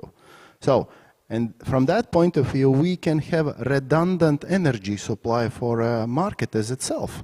Because then if we have cables for electricity, green electrons, and pipe with the green hydrogen, we have whatever happens with one system, we have a redundant energy supply. Does this sound reliable? Preet, comment? No. No. Agree? Accepted? Sold? I'm just saying that the analysis for hydrogen, the main problem is that when you start to transport it, I totally get, for example, shipping industry, because the grey hydrogen business are imports, the ships are imports, and they are going to port. So totally understandable. Concerning grid, please just, somebody has to tell me which is the most efficient way how to use energy. For my understanding, it's producing it from renewables, put it into a grid and a cable, the efficiency, and then at the end there is an electrical motor. So if we need to have the hydrogen separately, so there are businesses where you need to have it. The fact is there. It's not like, again, ammonia, everything. There are many things. The good quality of hydrogen is that it burns. So stuff that needs to be burned, so it needs it. So in that sense, but whenever you start to transport the hydrogen with trucks or whatever, it's very costly. So the physics doesn't work there, in my understanding at least. So I don't know, liquefied hydrogen, what is the minus temperature of it? 600 something? So what is the loss of that? So I don't know, we are at the moment in the situation where there is no no energy to be produced. So in that sense, when we in one moment reach the point where we have, I don't know, 3-4 times more produced energy than we have consumed, then we could do it. Maybe just quick last question, because we are really coming to the end. I hope that audience really enjoyed this exchange. Do you have just a short your idea what would be in closest 5 years, 2027, 2030, in this perspective, what would be this from Power to X menu? What would be, in your opinion, the closest to business case or self-sustainable things as end use? As I said in the beginning, I think being adaptable and being able to maneuver depending on geography, depending on economy, depending on trading patterns and market. Just don't lock yourself into one. Keep the X alive, basically. Yeah, and I also think there's going to be, the market is going to evolve still. It hasn't matured by far yet, so you need to be able to adapt to the market going forward. That's for sure. I also don't know which exactly might be in this year. That's why our approach is that we are planning to produce hydrogen as plan B to use in our own stations. Rest we will be like offering to rest of the market, and let's see how market will use it. We hope that they will find some kind of good uses for it. So I just had a long monologue about it. So I think shipping, I still think that and still the grey hydrogen market is there, and this also needs to swap from grey to green, and it's a huge potential. So whoever used the grey hydrogen today, the market I think first is there, the real money, because they're already doing something and they need to change. So yeah, is that. Okay, thanks. Maybe just to summarize, I would like to say here on stage you see the sample, how to make the X or hydrogen all that alive. So this means have by one table energy provider and end user, and then you have a lot of different options to find the best, most efficient way to find solution. Thanks a lot.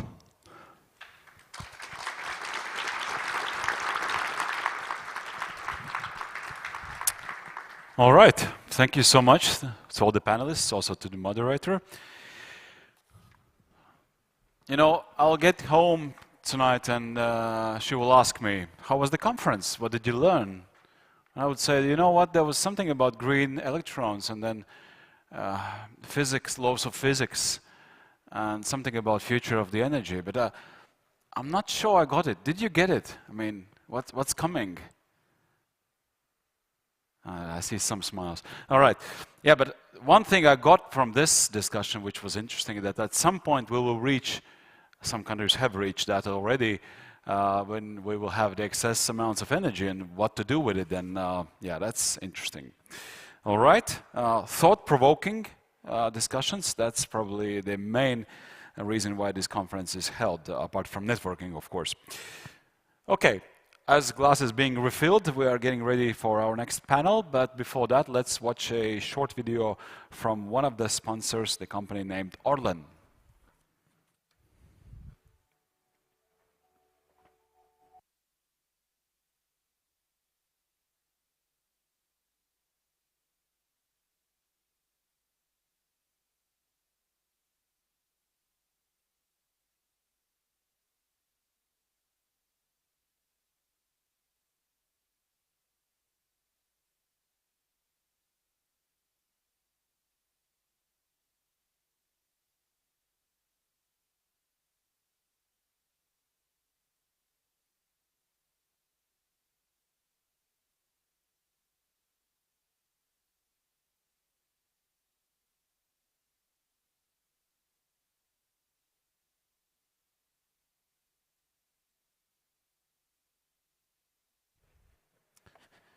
All right. So obviously, when building offshore wind farms, most of the action happens on soil, right?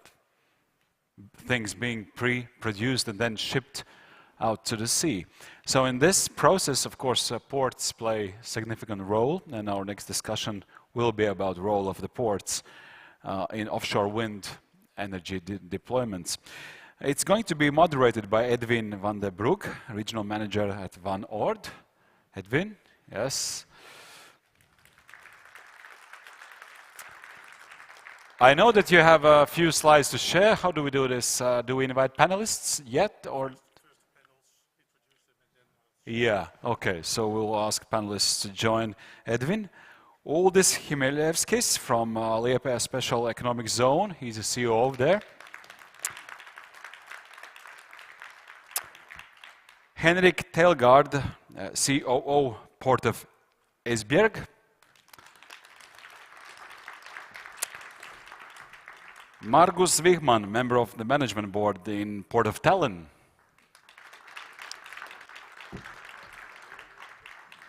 Bert van der Lingen, vice chairman at the company, or he would explain it what it is, NWEA.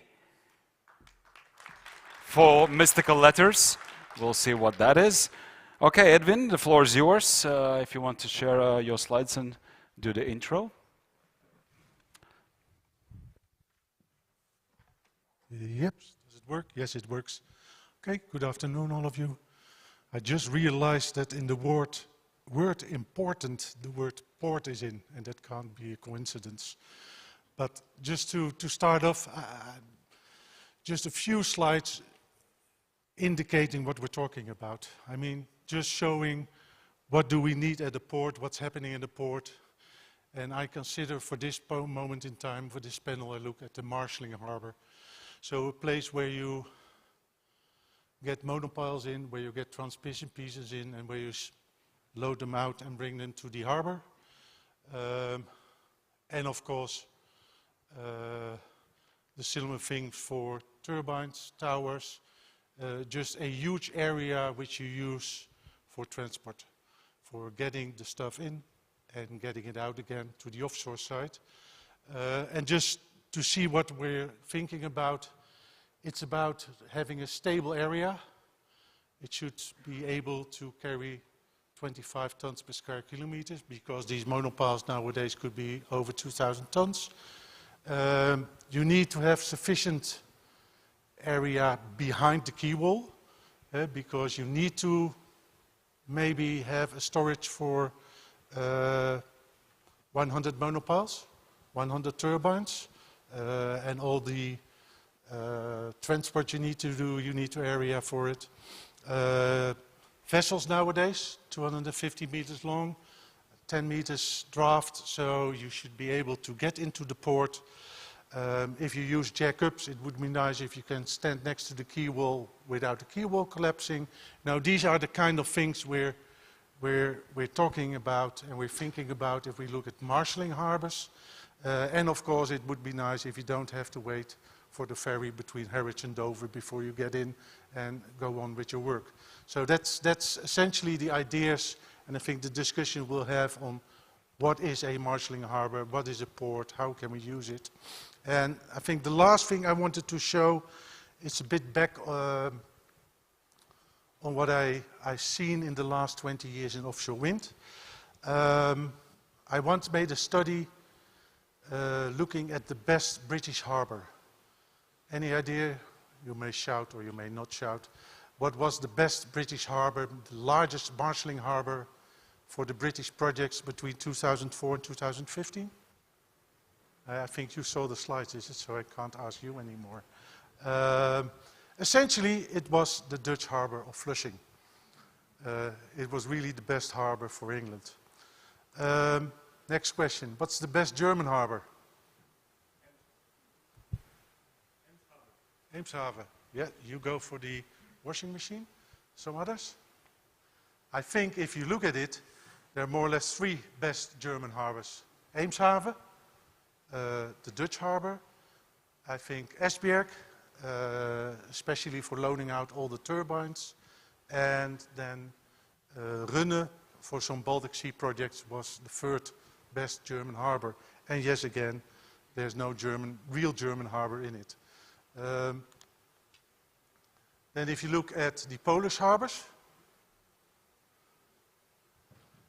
someone is just saying 0. I think that's also correct. Świnoujście.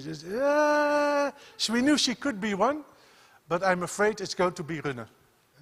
We are tendering at the moment for a number of Polish projects, and I think Gdynia and Gdansk and Świnoujście are still fighting who should be the harbor, but we need to make decisions now where to welcome monopiles, where to welcome turbines, and essentially I think Rønne is in pole position. And then, of course, the last question is, what will be the best Baltic harbor?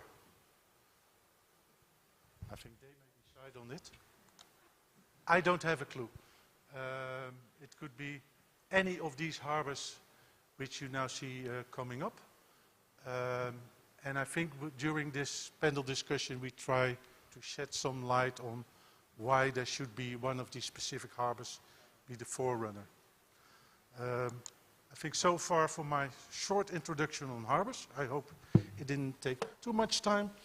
But maybe to start, Dennis, why are you one of the best German harbors? German harbors, okay. I think it's a huge combination. The first large wind park was established in Horns Reef 1, just outside our doorstep. And then we have Siemens, we have Vestas, Valmont, Welcon in our backyard. And the transition from oil and gas to sustainable energy, we have in the port of Esbjerg, we have the supply chain, and the service cluster is the huge cluster we actually have there, and they've managed to swap and adapt to the wind.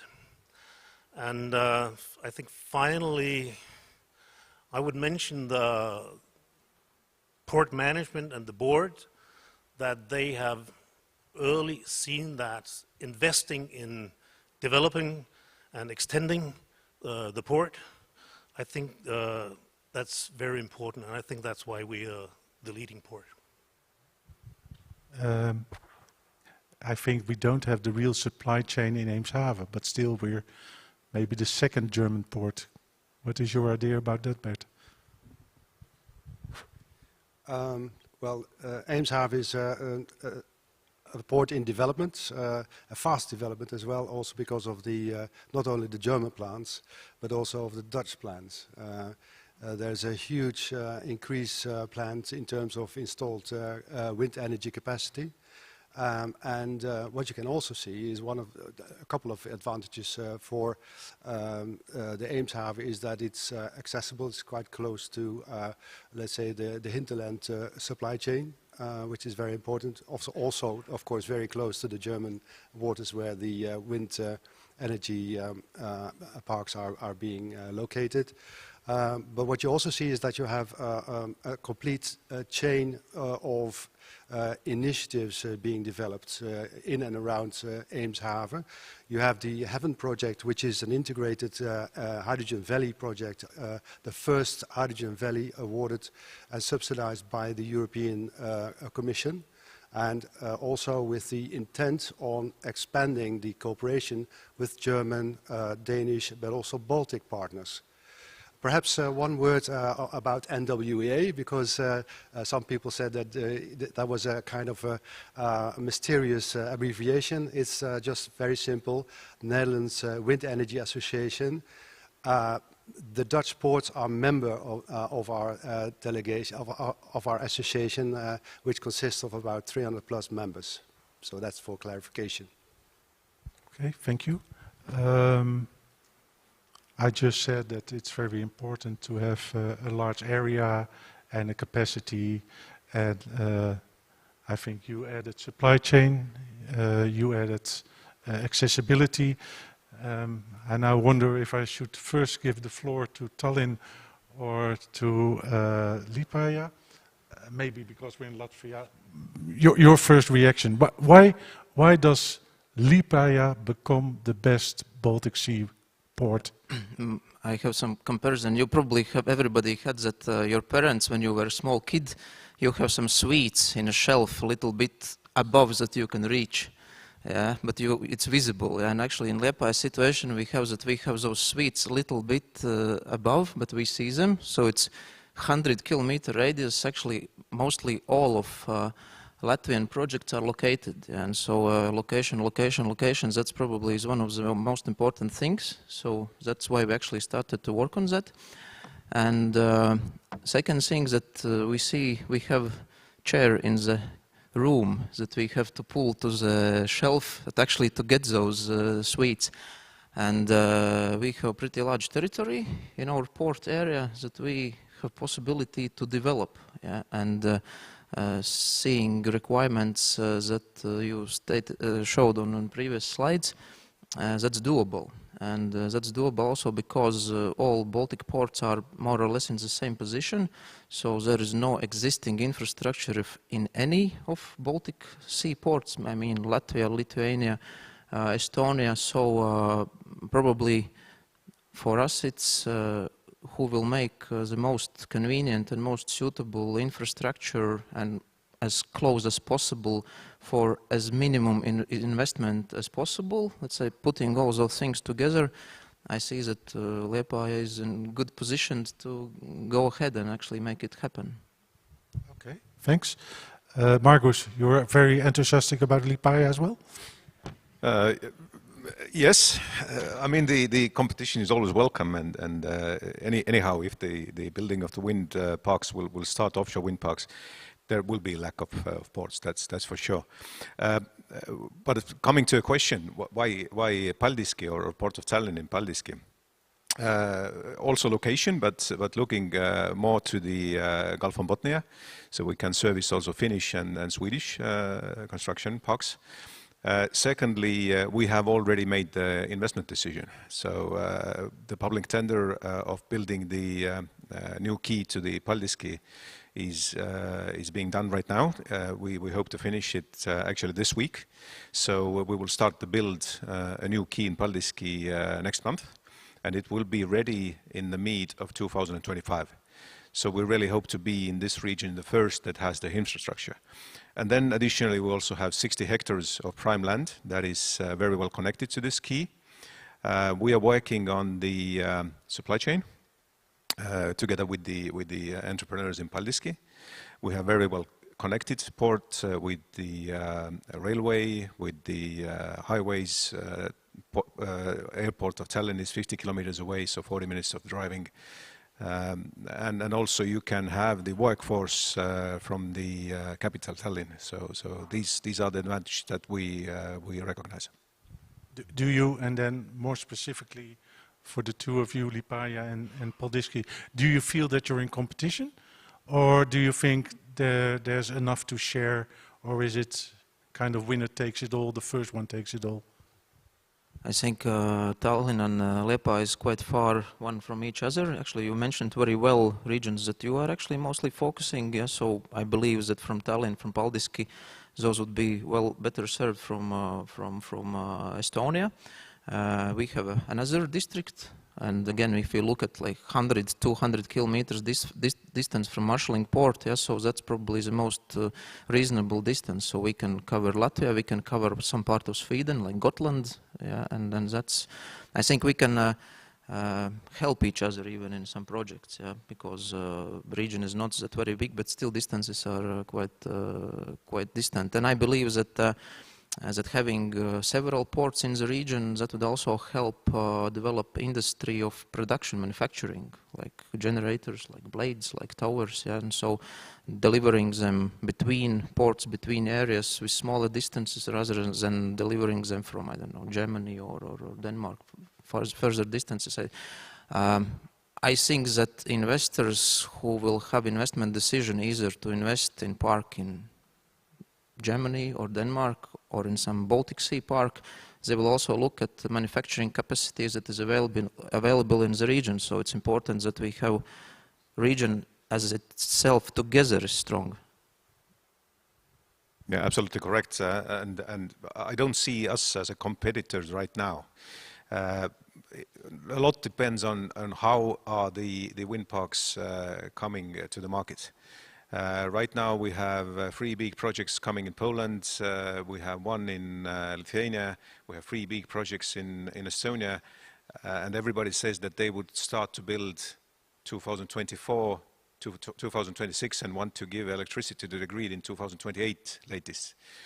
So if this is what will really happen, there will be a lack of ports, definitely, and everybody will have a lot of business.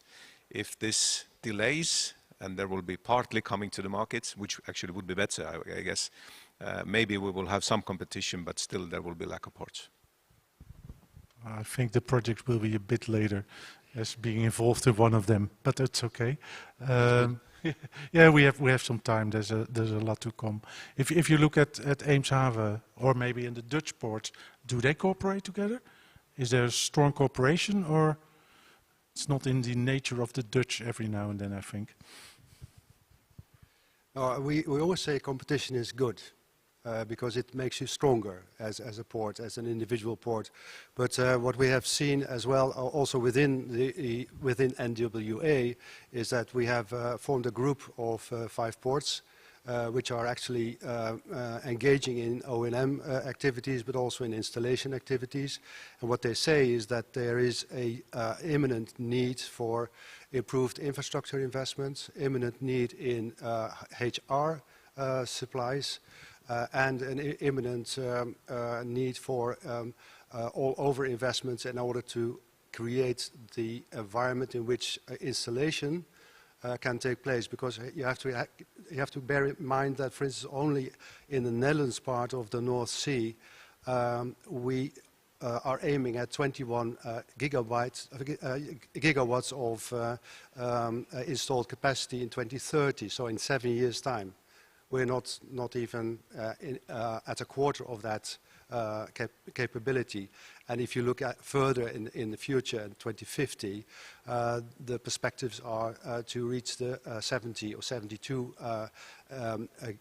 gigawatts installed. So we're talking about a huge rise in need for installation capacity. So what the harbours say is we need to cooperate. We need to see where we have marshalling capabilities available at a certain time, and also see what kind of installations there are available.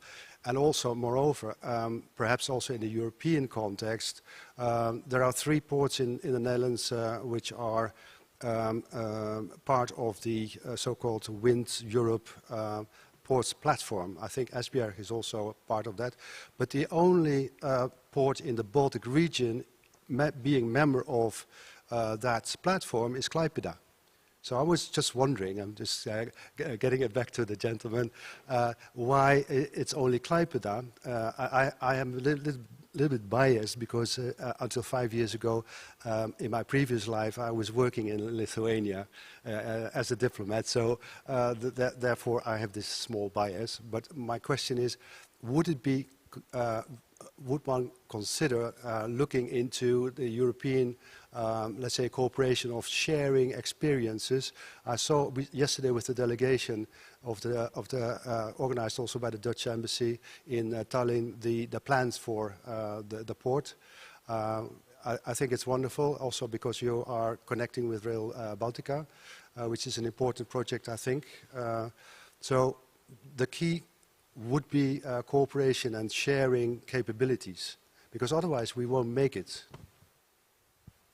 If I can quickly comment on that, we have very good relations with Klaipėda, and we know that they are also one of the ports that are already making the investment decisions.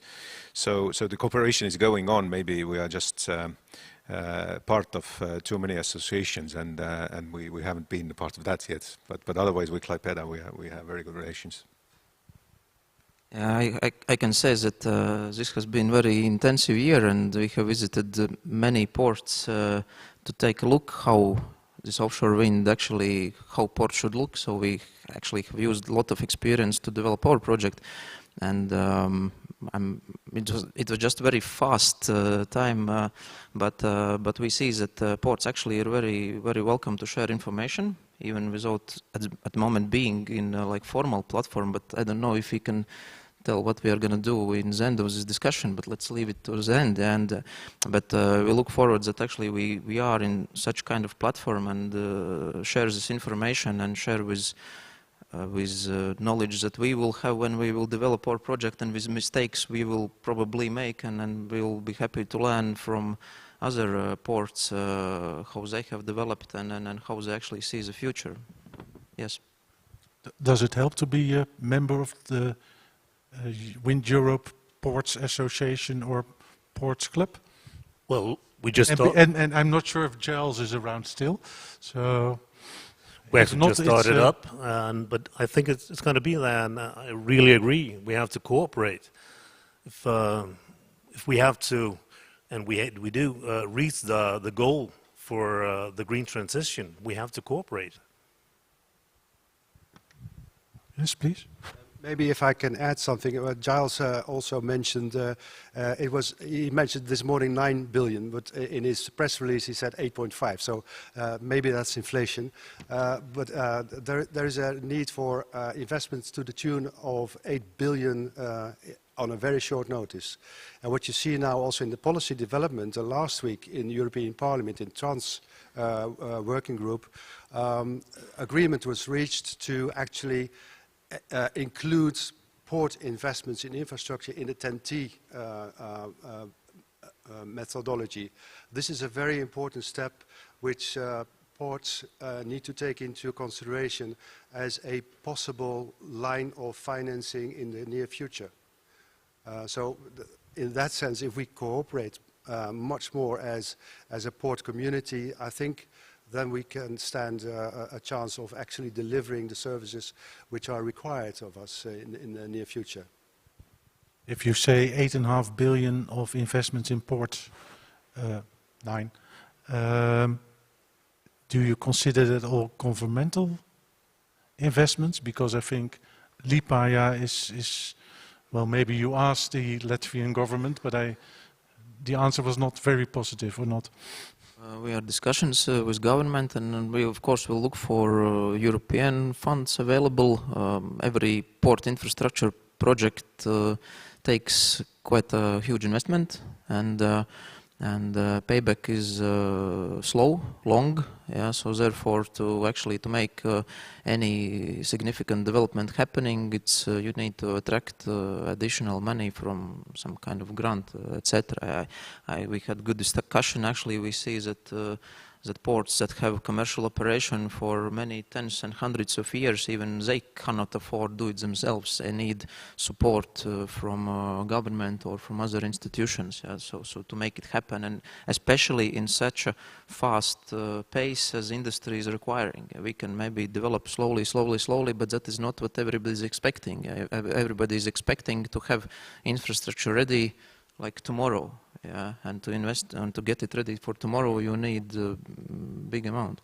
And yes, I think this will be very important for all ports in Europe cooperate with ambitious targets on this green transition results. Investments will be required in Latvia and Lithuania, Denmark, every port, and Estonia. And I know that Tallinn is using actually as well grant support to get your project done, and so we look forward to do it the same way. Okay, and I think I always recall that Bornholm more or less got a gift from the Danish government with a harbor, or is that a very wrong perception for me? I don't know, actually. How did it work at Esbjerg? I think you are more or less, you are lucky in a way that you could grow along, is it? Yeah, we have to pay on our own. No. Actually, next week I'm going to sign a contract with the consulting engineer to design and send out a tender for extending our port by 55 hectares. And it's going to be finished April 1st next year. So we're in a hurry. So you're ready for the next 10 gigawatt? Hopefully. Okay, that would be nice. I hear that Paldiski will be in time for the next projects. I think that will be for Liepāja the main challenge, is it? To align, because I think that's always for the new ports, I think the chicken and egg discussion. You know, when do you make the final investment? Because it has to be aligned with the projects coming up. If you're too early, you have idle time, you don't have projects. And if you're too late, they go to Bornholm, as happens in Denmark and Poland at the moment. How can you solve it? Is that something where you can look at, or maybe have other projects? Yeah, how we did it is actually that, and you said it very correctly, that it's a chicken and an egg question, but how we did it is that it's a dual use key. So we received 20 million from the CEF military fund, and there is certain conditions that the Estonian military or NATO military can use the key.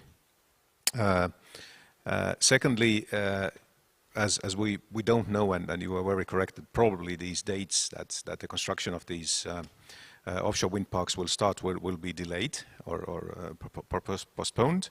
So you have to understand what to do with the key meantime.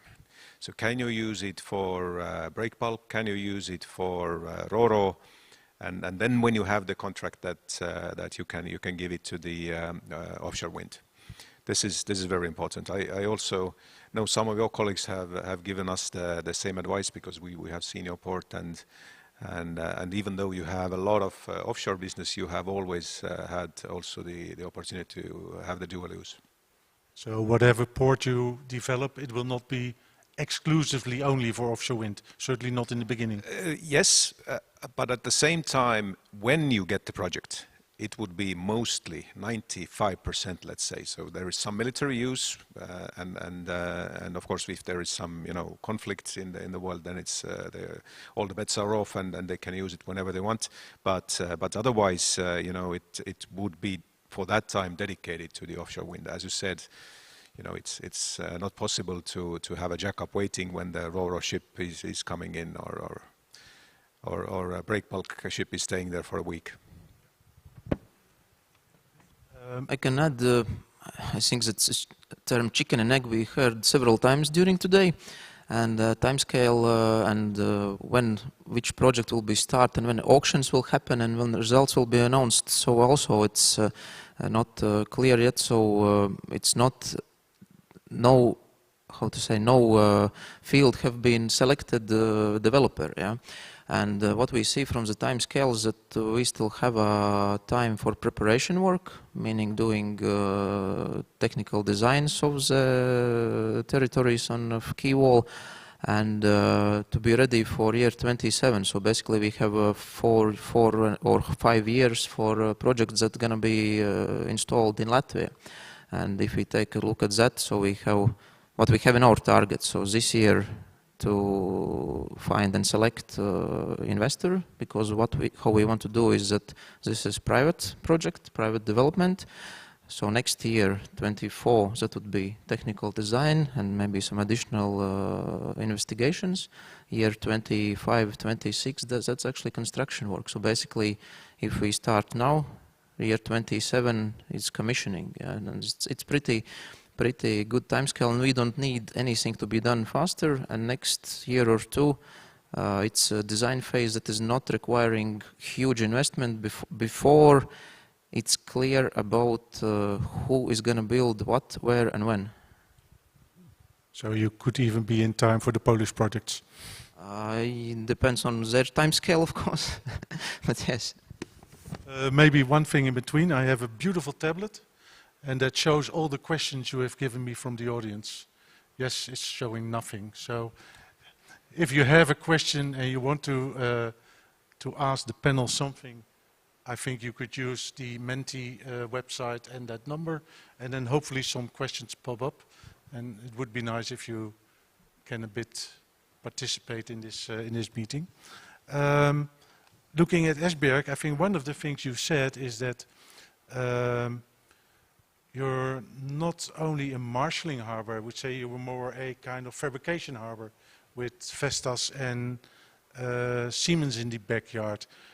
You're not completely depending on all the projects that are being built nearby, is it? No, we are actually also marshalling, onshore windmills. Yeah. We are sending them to US, to Australia as well. But at the moment we have in our stock, I think it's around 9 gigawatts we're going to install. Yeah, but install in front of the Danish and German coast, or? Yeah, something like that, yeah. If I look at that function of Esbjerg with the huge supply chain in the behind the harbor, is it something where Liepāja, Paldiski, but also the Dutch harbors should look a bit more at? Because I think essentially the Dutch harbors are kind of logistical hub, but I don't think we have that much fabrication behind the harbor, is it? Well, the let's say the hardware is unfortunately we made a wrong decision in the 90s to not further develop the let's say the OEM part of the wind energy, but let's say the strong point of the Dutch sector would be installation, maintenance, landing of the energy, be it molecules or electrons. So yeah, there is a definite industrial basis, but more of a logistical nature than if you would say OEMs, which are responsible for the nacelles or the blades or what have you.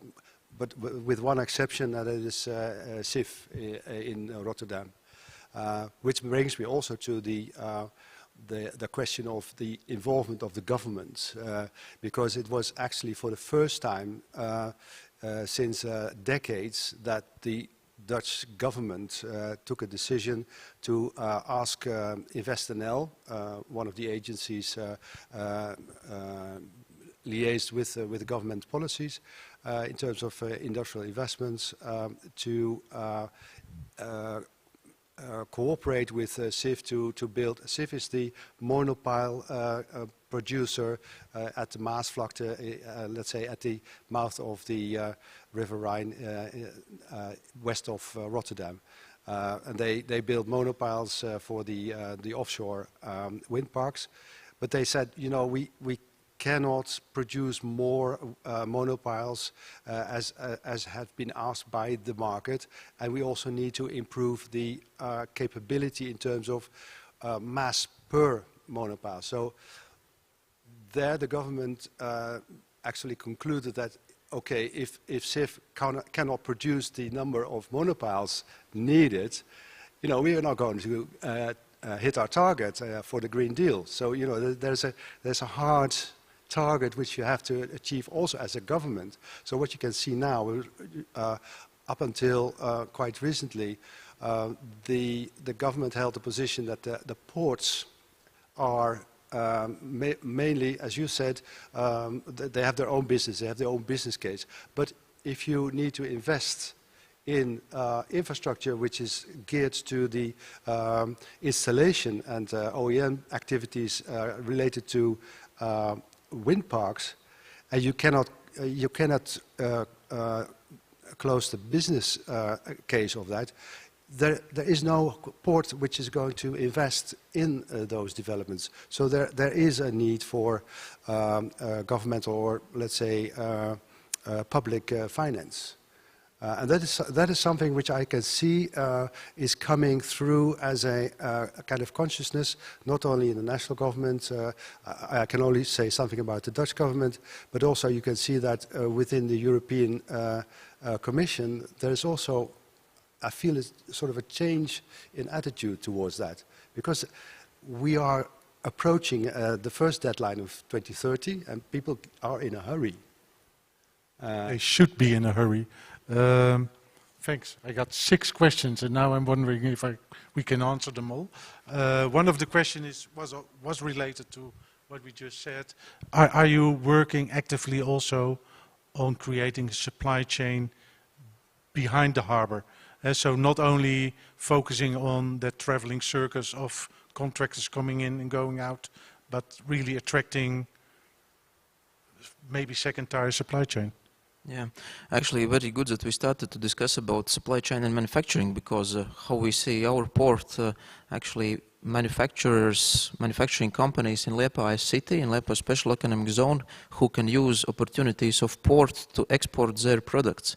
And that's actually our main philosophy, because we try to increase local content, local products in our port turnover as much as possible. So it means that factories not in the port will do turnover for port. As an example, that's more discussion probably for the next panel, but one company in Liepāja called UPB is actually developing and participating in one big project producing large size items for one wind park in Baltic Sea already. They start to work on that, and so it means that they will use existing port infrastructure without even building anything new. So they will do some pre-production in their factory in Liepāja, deliver those pieces to the port territory, assemble, do the final assembling, and actually load to the ships and deliver to marshalling port. Yeah? So we are already starting to get our manufacturing into that, and we have requests from other manufacturers that are in wind. Yeah? So we see that the space that they require is huge, like 800-meter long factory for blades and similar size for generators. Yeah, so, and it's a big number of jobs, big number of other support companies that will do supplies, and that will generate more jobs rather than port activity itself. But if we don't have port facilities good enough, then we cannot develop manufacturing. So it's again chicken and egg. I think the same goes for Tallinn, is it? I think with Marketex you at least have already someone also delivering to us some structural steel. Yeah, absolutely, and we are very much interested into that. And why is that? Is that if you get the offshore wind construction contract, this lasts usually 3 years. If you have a producer that they are investing for the 30 years or even 50 years. So you get a long capacity of the key used. But first problems that we have had is firstly, right now Baltic states maybe are not the safest haven to invest, especially if you look from the global point of view. And secondly, we very quickly run also to the fact that Estonia, for example, is not a very big country. So let's say the biggest players are looking for a place they have bigger opportunities in getting the labor or the materials, but we are now targeting, let's say, the mid-level or subcontractors, which are also very interesting. Okay, thanks. Just looking at the questions, people are interested in money, I see. Hi, what's the planned investment size needed for Liepāja terminal? And are the port of Liepāja and Tallinn still looking for port-operated investors? And what if no private investors don't show interest in developing? So let's talk money. I think some people are or willing to invest or are just curious. Yeah, let's talk money. Money always actually tells the truth. Is that project important to be done or not? Yeah. Yes, we have calculated the investment amount, so it's above 100 million for first phase. Yeah, that's not small money. We are talking actually the way how we want to approach is that we attract private investor into this. Of course, we are working also to get some grant support because this project has to be, let's call it bankable, so it has to pay back to investor. We see that there is an interest from industry.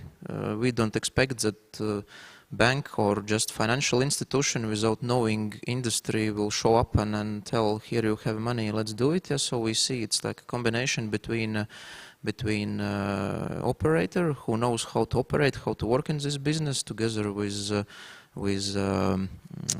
probably installer who can actually do the job to build all this infrastructure, and also some finance institutions who can also finance this. But we see that there is interest.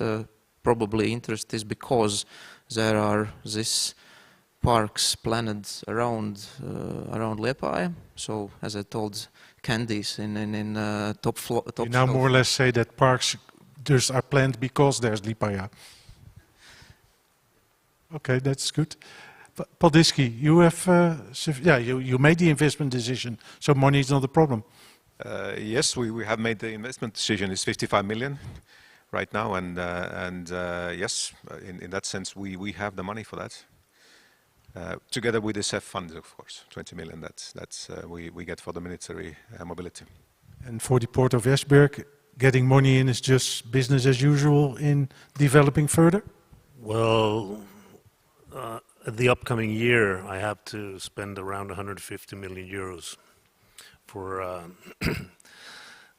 the extension of the port. I actually just need it in 25, 26 for some of the new wind farms. But I think it was in autumn, due to what happens in Ukraine, they so called and asked us to deepen the entrance channel by 2.5 meters. I believe that was around 70 million euros. And what are we going to do with all this sand? We're actually using it to develop our port. And that's why I'm in a hurry to finish up this 55 hectares as well by April 1st. We have received a grant from EU of half of the dredging, and then we have to find the remaining part. So that 9 billion will be well spent, and as being on the contractor side, I love it that you're investing, but that's another topic, and we look out to receive your tenders. You already have. You have to deliver in a week. I'll inform my colleagues. Thanks. And now all the questions disappeared, but there was one question.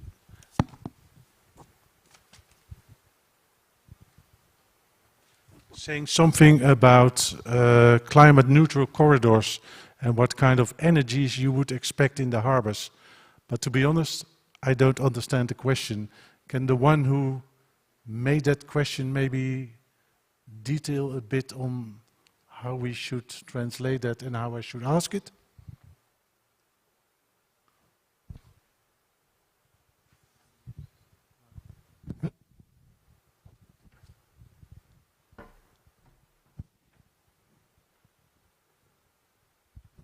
Hi, hello, Dirks Grēškauns, Latvian Hydrogen Association. The question I had in mind is whether ports are preparing for different types of fuels to be used in ports infrastructure, whether it's ammonia, methanol, hydrogen, synthetic fuels, or whether you are looking to specify one or particular ones. That's why the corridors will start to shape different routes across I'd say transportation or shipment between one or another of destinations. Thank you.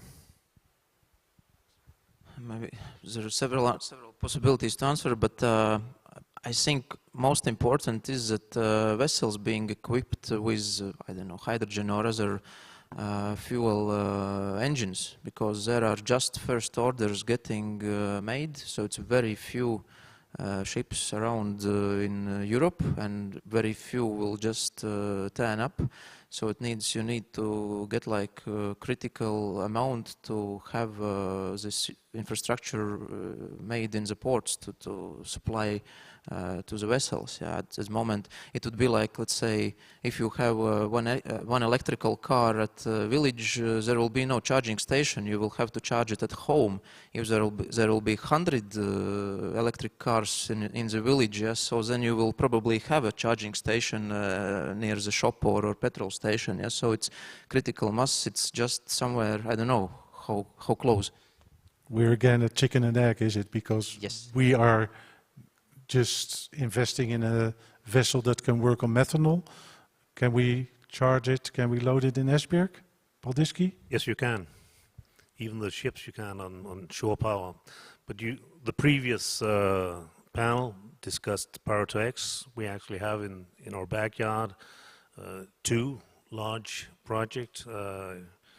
We have what we call Höst. It's ammonia factory, and then we have European Energy with hydrogen, and we're actually planning to build a gas terminal in one of our quays now.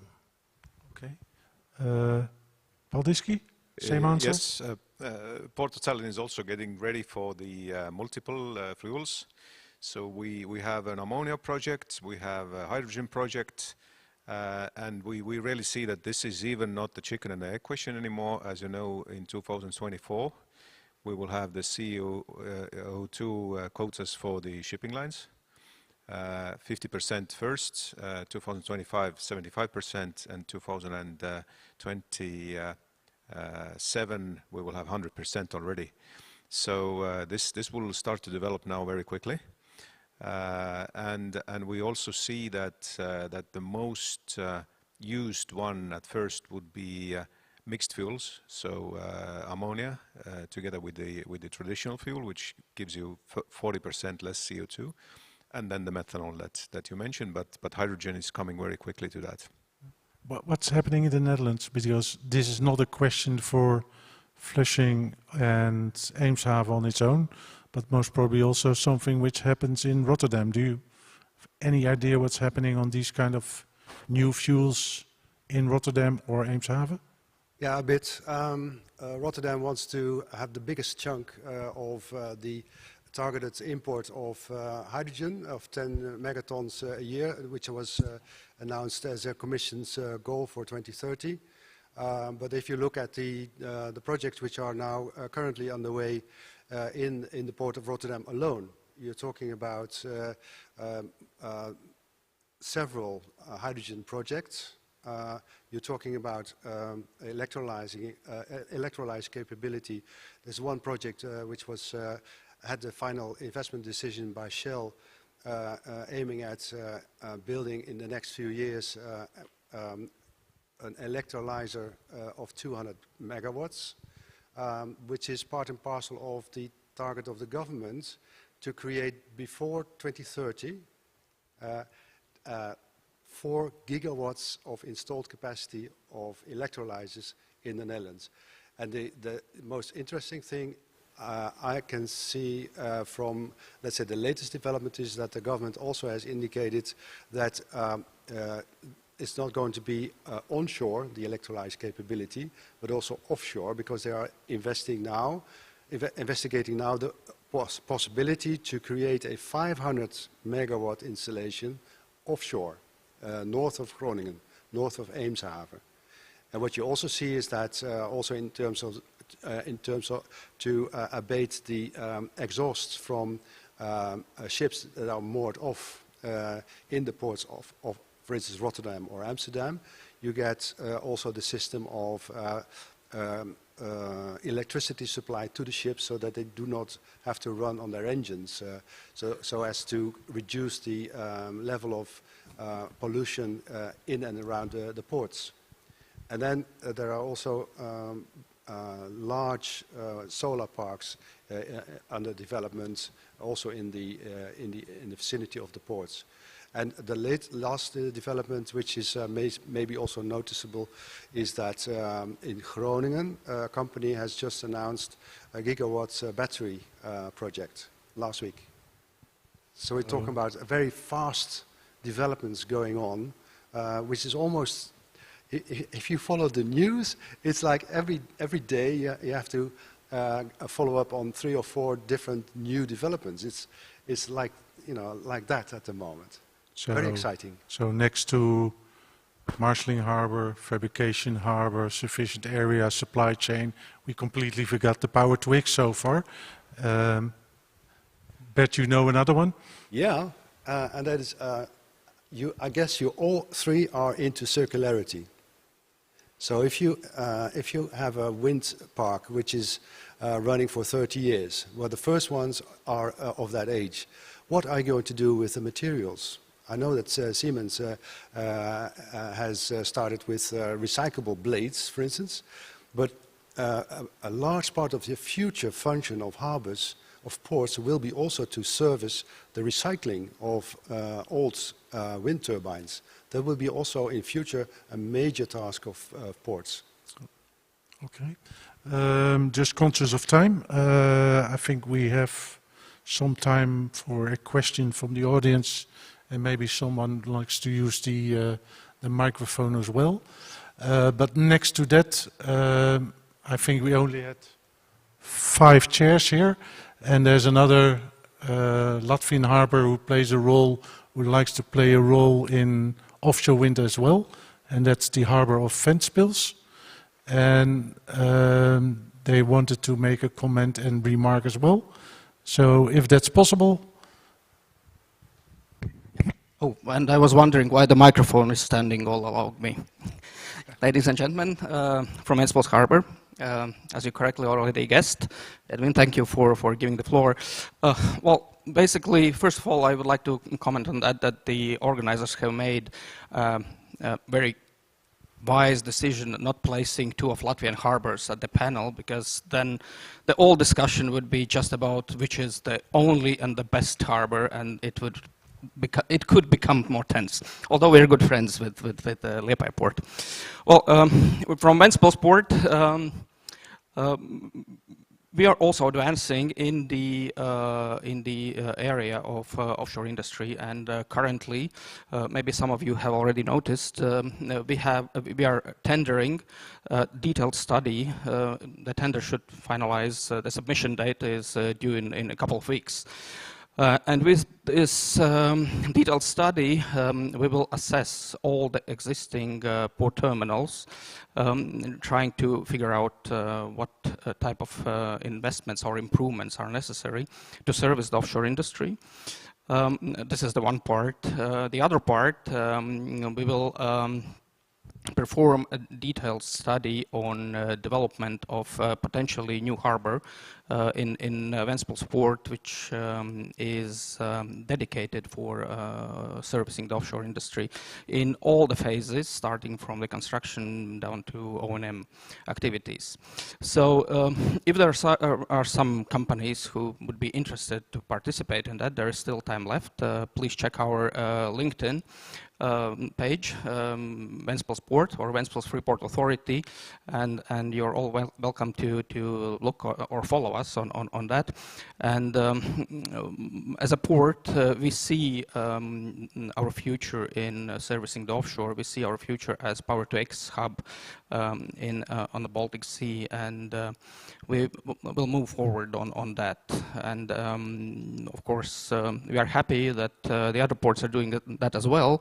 And we are cautious of the competition a little bit, but competition makes us stronger. And with this, I would like to thank the Port of Esbjerg for shared experience. We visited you as well a couple of months ago. It was a wonderful visit to see one of the best practices, and of course all of other ports as well. Good luck for all of us in this I would say tough competition. Thank you. Okay, thank you very much. Any other questions questions from the audience?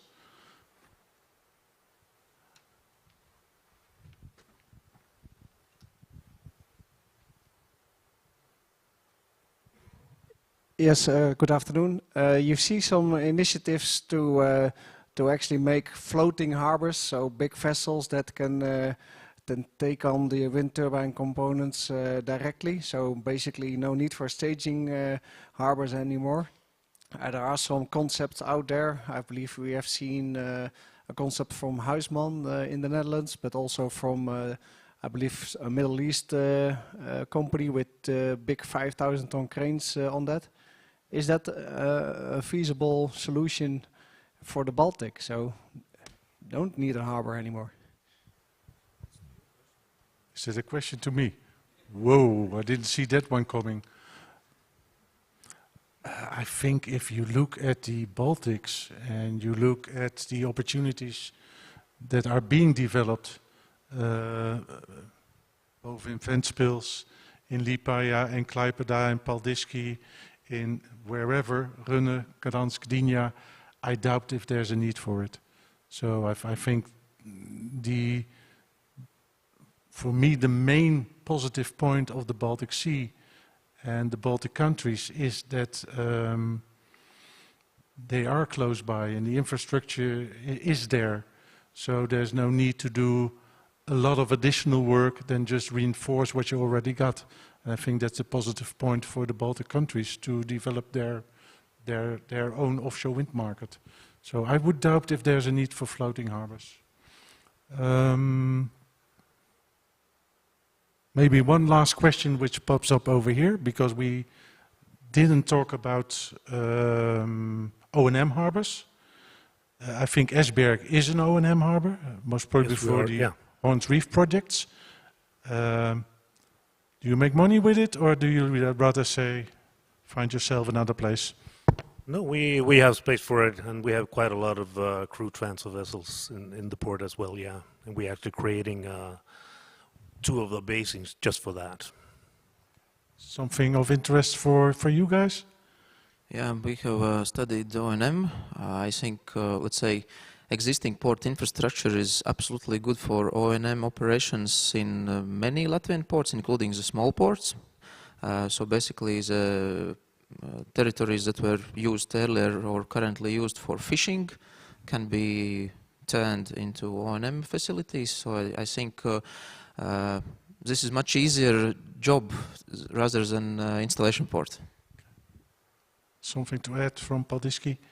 Yes, we're very much looking into that, and not so much even for the ports. Even though we have a port on the island of Saaremaa, which is would be a very good place for that.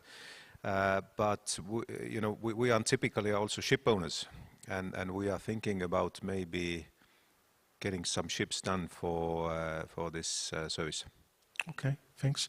I think that's more or less the end of the session, because we have a special ceremony at this end of the session, and therefore I can thank the panel at least for being part of the panel and having hopefully an interesting discussion for you. And I would like to invite the Danish ambassador now to the podium, Mr. Flemming Stenders.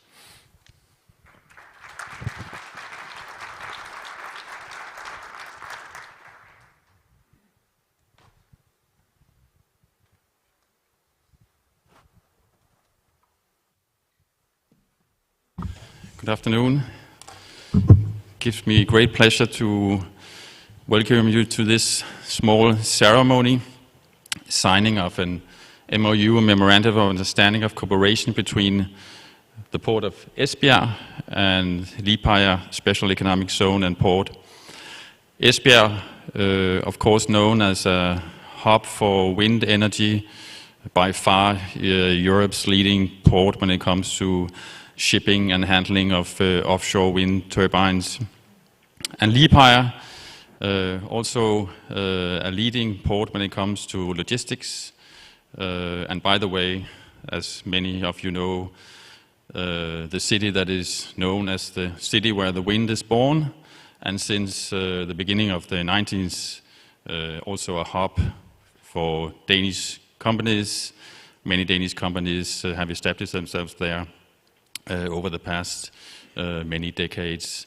So I'm very happy to be part of this small signing ceremony, next step in Danish-Latvian cooperation. And I would like to invite the representatives of the Port of Esbjerg and Liepāja Special Economic Zone, Uldis and Henrik, to come up here and sign the Memorandum of Understanding of Cooperation between the two entities. Thank you very much.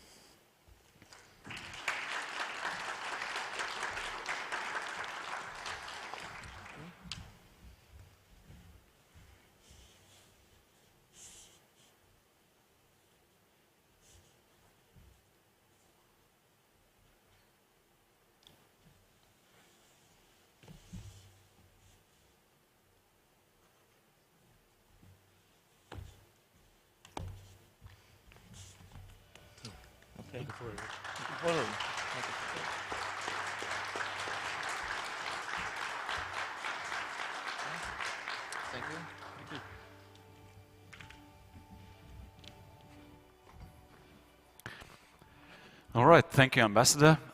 Thanks to all the panelists. Thank you, Edwin, for moderating. I think we have to move on now. Thank you so much. This can stay. This can stay. I love it. That's ours now. Okay, giving you back later. I now know how people in Nordic Europe sign contracts and MOUs in complete silence. You know, nothing happens unless DJ plays some music. Okay, let's move on with our next panel. But before that, I need to also mention two renewable energy companies, our sponsors, Sunly and Ignitis. So Sunly not only creates solar and wind parks in close cooperation with local communities, but also manages renewable energy and electrification portfolio of startups. Ignitis Renewables manages renewable energy projects in Baltics and Poland, and also responsible for an effective operation of existing wind farms and development of new ones. Right, so while developing new wind and solar energy projects, the company is implementing strategic objective of Ignitis Group to increase green generation portfolio. So let's see two videos now.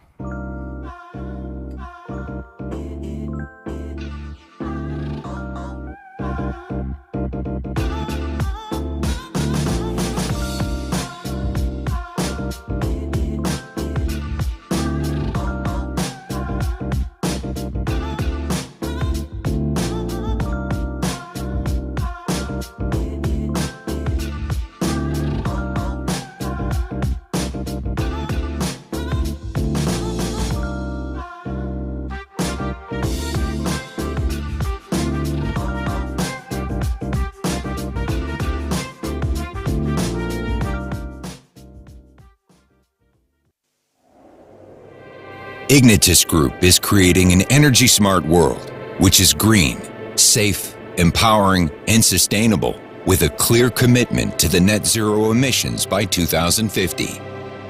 Ignitis Renewables is at the core of this transformation by leading green generation breakthrough, not only in Lithuania, but in the Baltics.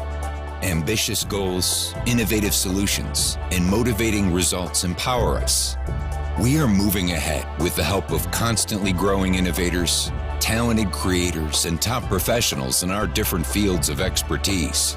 People who are united in their values in search of meaningful impact on the world.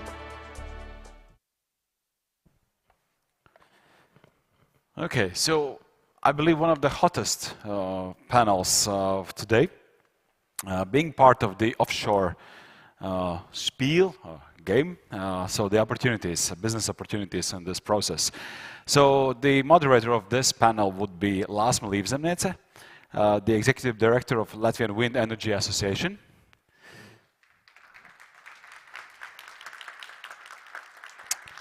And her panelists would be Anders Damgaard, the Senior Executive Officer at the Denmark Technical University. All right. Terje Talv, Estonian Wind Power Association. He's a CEO. Sorry, she is a CEO. It's always a bit tricky with Estonian names. Sorry for that. Gatas Ginters, Norplast Piemāre, CEO in this company.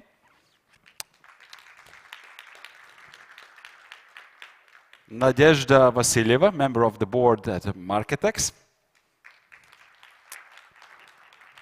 And hopefully joining us remotely, Alexander Sparfinovich from NACO Technologies. All right, I think we're all set up. Yes, good day, good afternoon, everybody. There has been a slight change in the program. The moderator that was supposed to be here unfortunately got sick, but never mind.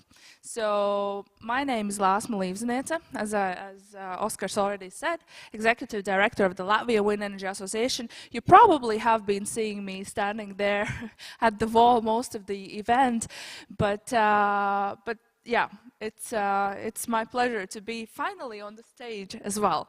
So let's start by, well, first of all, acknowledging that we have a heavy percentage, heavy share of females on the stage, which is not the usual case for any of the wind energy panel discussions usually. So I think round of applause for that, right? And yeah, so, well, before I introduce you, I just first wanted to say that the idea of having this panel was born as a result from the association discussions with the Investment and Development Agency of Latvia, where they asked us, hey, how can we sell offshore wind energy? How can we intrigue the politicians? How can we intrigue the society? So what is the added value apart from cheaper electricity? So what is it? It's the opportunities. Let's talk about what offshore wind brings to the table. And so let's get to know each other. And I'd like you to just simply give a intro, who you are, what company do you represent, and what's the main focus of the company. So 2 minutes on the background. Let's start with Anders. Thank you, and thank you for inviting me. I work at Denmark's Technical University, and my area of focus is the energy island Bornholm, which is DTU has been working there for many years and developing technologies with a local supply company and the politicians as well, all the technologies that are needed for the energy efficient society, amongst other vehicle-to-grid, smart grids, and we are now testing batteries in the grid as well, and energy storage system. We just started a project there. So it's about preparing Bornholm for that, and then Bornholm will be, if not the first, one of the first energy islands where we'll have massive amount of energy coming into the island, and that creates a lot of opportunity. It also creates some concerns in the local society, and we're trying to deal with that. Very well. Sounds interesting, and I'm sure I will have many questions to you. Terje. Hello, my name is Terje Talve. I'm from Estonian Wind Power Association, and I'm dealing with everything. But as today, I'm here to talk about our local benefit aspect, and of course about education. What is the key for offering local benefits? So I maybe start a little bit and tell that in Estonia there is local benefit model, and it means that if you are having operating offshore or onshore wind park, you are paying some fee to the local municipality. And there is a small island in Kihnu Island. There is like really small island, and I know that Latvians have strong feeling about Kihnu, but we don't go there. So, but if we implement this new law, the local benefit model, then the Kihnu Island will get every year about 1 million euros to their local budget. And they organized a competition. What we're going to do with the 1 million euros? It was really good competition until we told them that, no, you have to deal with this 1 million every single year. It's not like the one-time gift.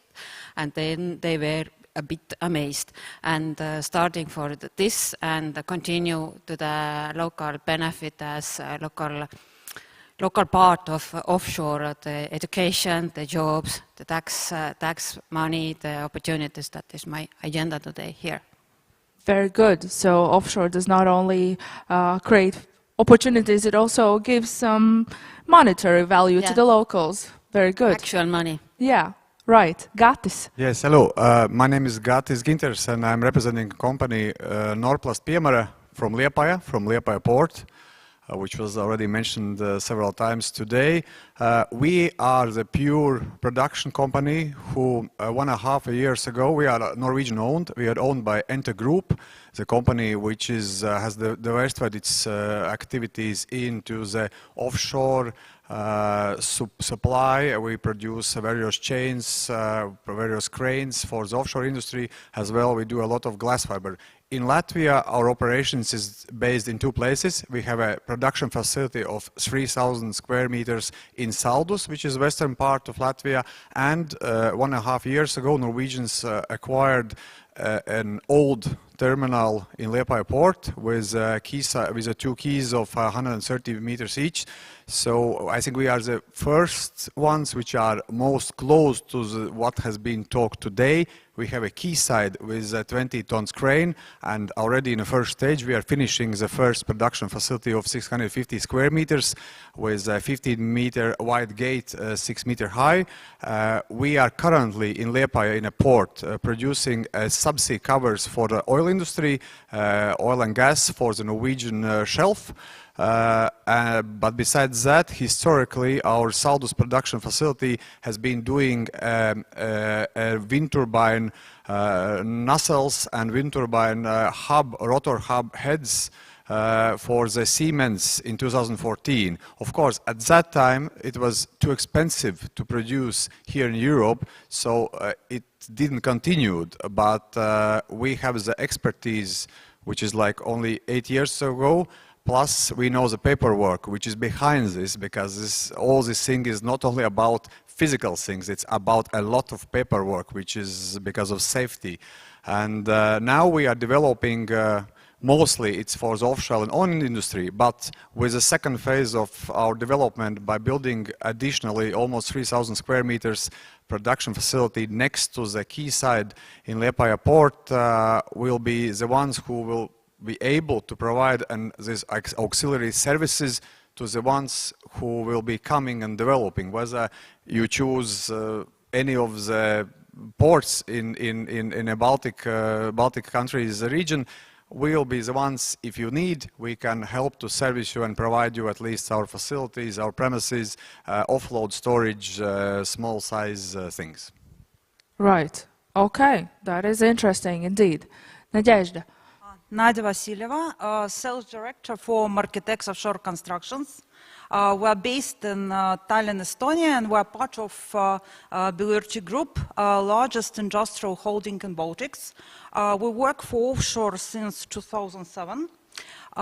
We building different heavy steel structures for offshore projects, and also we're delivering complex equipment.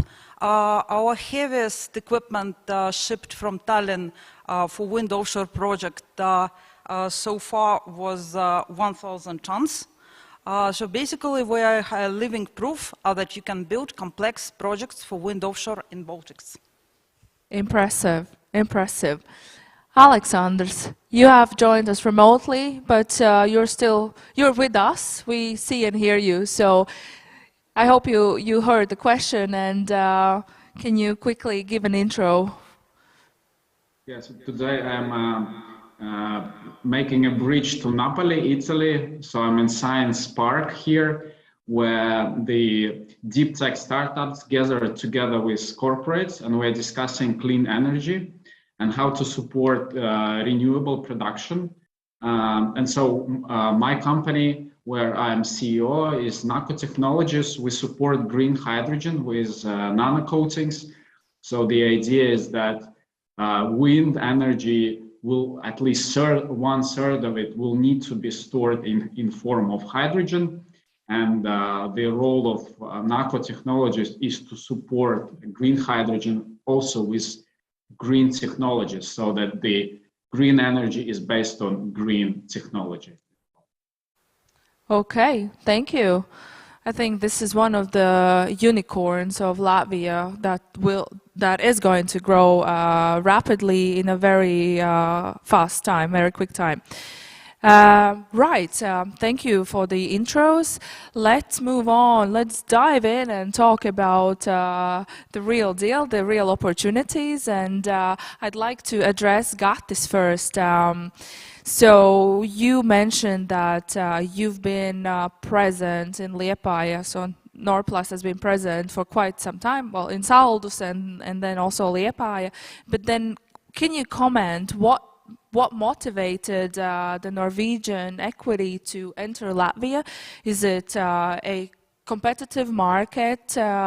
Is the price of electricity and the labor inviting? Because we've heard that other let's say, you know, industries, they choose other areas, other countries. So why Latvia? Norwegians entered actually Latvia more than 20 years ago when they established the production facility. At that moment, they settled down in Saldus because there was available manpower. Because of high unemployment, there were quite cheap available old premises which could be upgraded, and they saw a business opportunity, and also the business environment in western part of Latvia was quite okay, and those were like brave Norwegians who were not afraid of any bad things about what were being told about outside maybe at that time. So that's how they entered. And afterwards, the second stage is that they saw an opportunity to grow only if you are present at the port, because for the oil industry and any oversized industry, the pieces, as you saw, all these windmills and wind farms and all these energy elements are quite big in size. So the only place to grow our business was to settle down in ports. So Norwegians looked at Riga, Ventspils, Liepāja and Klaipēda and decided to do it in Liepāja. Of course, let's say I was a part of convincing them, because I was not presented at that time at the company, but I was on the Special Economic Zone Authority, so I got them into the Liepāja. But that's a different story. But the reason was because they looked how could work the combination between their existing production facility and next, let's say, hub or spike to the hub. So they decided to do it in Liepāja, and there was availability of the terminals for sales. So they looked at 3 terminals and come to conclusions that the terminal which they choose to buy was the most appropriate for our long-term development, because besides the wind industry and offshore industry, our big customer is connected with fish farming, and as you have heard some information about the fish farming in Norway is planning to move towards the shore farming. So it means you need to build a big silos or big onshore systems for the fish farming. That's also where we can build a big glass fiber elements for it, because transportation on a road, you cannot do anything wider than 8.5 meters on average. We have tried. 8.6 is a record transportation from Saldus to Liepāja. It was 1 month ago. Okay, and have you already signed some agreements, maybe with turbine manufacturers, blade manufacturers, anything specific already? No, not yet, but the ones which are in the energy industry would have heard of company Akinor, and we have signed several agreements with Akinor. So we're doing for the offshore oil and gas industry several large contracts for the subsea covers. So it's like a big piece of group of covers where we do a whole engineering part, project part, production part, and loading onto the vessel part. So we are like one-stop shop for them, and we merged also the Norwegian company Compotion recently, so we can supply like whole package to them. But yes, but this is just one example. There are several projects ongoing on sales in US, in South Korea, so we will do it globally. Okay, interesting, yeah. And so you represent sort of the heavier part of the industry, the actual production, and so does Nadia. Can I call you Nadia? Is that okay? Yeah. So my question to you, well, I have actually a snippet out of your website here, which says, among other successfully completed projects, Marketex has delivered foundations for Scotland's largest offshore wind facility, Aberdeen Offshore Wind Farm Project. Is that correct? That's true. That is correct. And you've got big plans to expand your production in offshore and boat platform welding. Is that correct? Yeah. That is correct. So what do you want to get out of this growing offshore wind industry in Estonia, and what are your plans for the future also when it comes to the rest of the Europe and rest of the world maybe? Can you elaborate on that? Our main customer base currently for wind offshore is located in Holland and Norway. And of course, we will be very happy to participate in the first project, which hopefully will be built in Estonian waters. We have the competence for it, and I think what we need as a supply chain, we need more visibility. We need to be invited to different events. So we're aware of plans of local developers, of energy companies. So we keep ourselves ready and prepared, because we're talking about acceleration of wind parks. So we're talking that we will build a lot of them, but those targets and decisions, they need to be backed up by fabrication capacity. Absolutely. So you need people like us. Absolutely. So you've come to the right place, right event. So I hope you find lots of networking opportunities, because hey, look at the many people here, many companies. That is great. Yes, but yeah, maybe follow-up question to you. And is Marketex ready for let's say the Baltic capacities, the potential, the estimated potential? Are we talking about 1, 2, 3 projects? Is your capability there? You know, I need to be honest. We will be quite busy in the nearest 3 years already. So if you need some steel structures, it's good to start this discussion now. Absolutely. Absolutely. It all takes time. Yeah. Anders, I'm coming to you with, I mean, we all know that Denmark is a pioneer in many areas. Wind energy is one of them. And you represent the Bornholm Island. So it's actually a very complex entity with all sorts of different elements. Can you maybe elaborate a bit more what is an energy island? Because I'm not entirely sure I know to the very core what it consists of. So I think there's probably a lot of views on what an energy island is, but I think in our view it is a place where you build infrastructure to receive massive amounts of energy. And we had discussion earlier today that most wind farms today are point-to-point. And what the plan for the first park that will be built on Bornholm is a 3 gigawatt plant where the wind turbines is in the sea, and on Bornholm will be the transformer station, and then there will be a about 2 gigawatt cable to Germany and a 1 gigawatt cable to other part of Denmark for Bornholm. So that's kind of the main part of it, and the same will happen with the energy island in the North Sea, is where you put an infrastructure in place that can handle the massive amount of energy, and it can be transported either as molecules on, if you have electrolyzers out there, or as electricity in cables as well.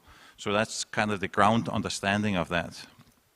Specifically for Bornholm, it becomes a complete new world for Bornholm, because most of the other energy islands that's been discussed are actually islands that's built out in the North Sea with no people on it. Bornholm is a living island, and we have used it as a living laboratory for that.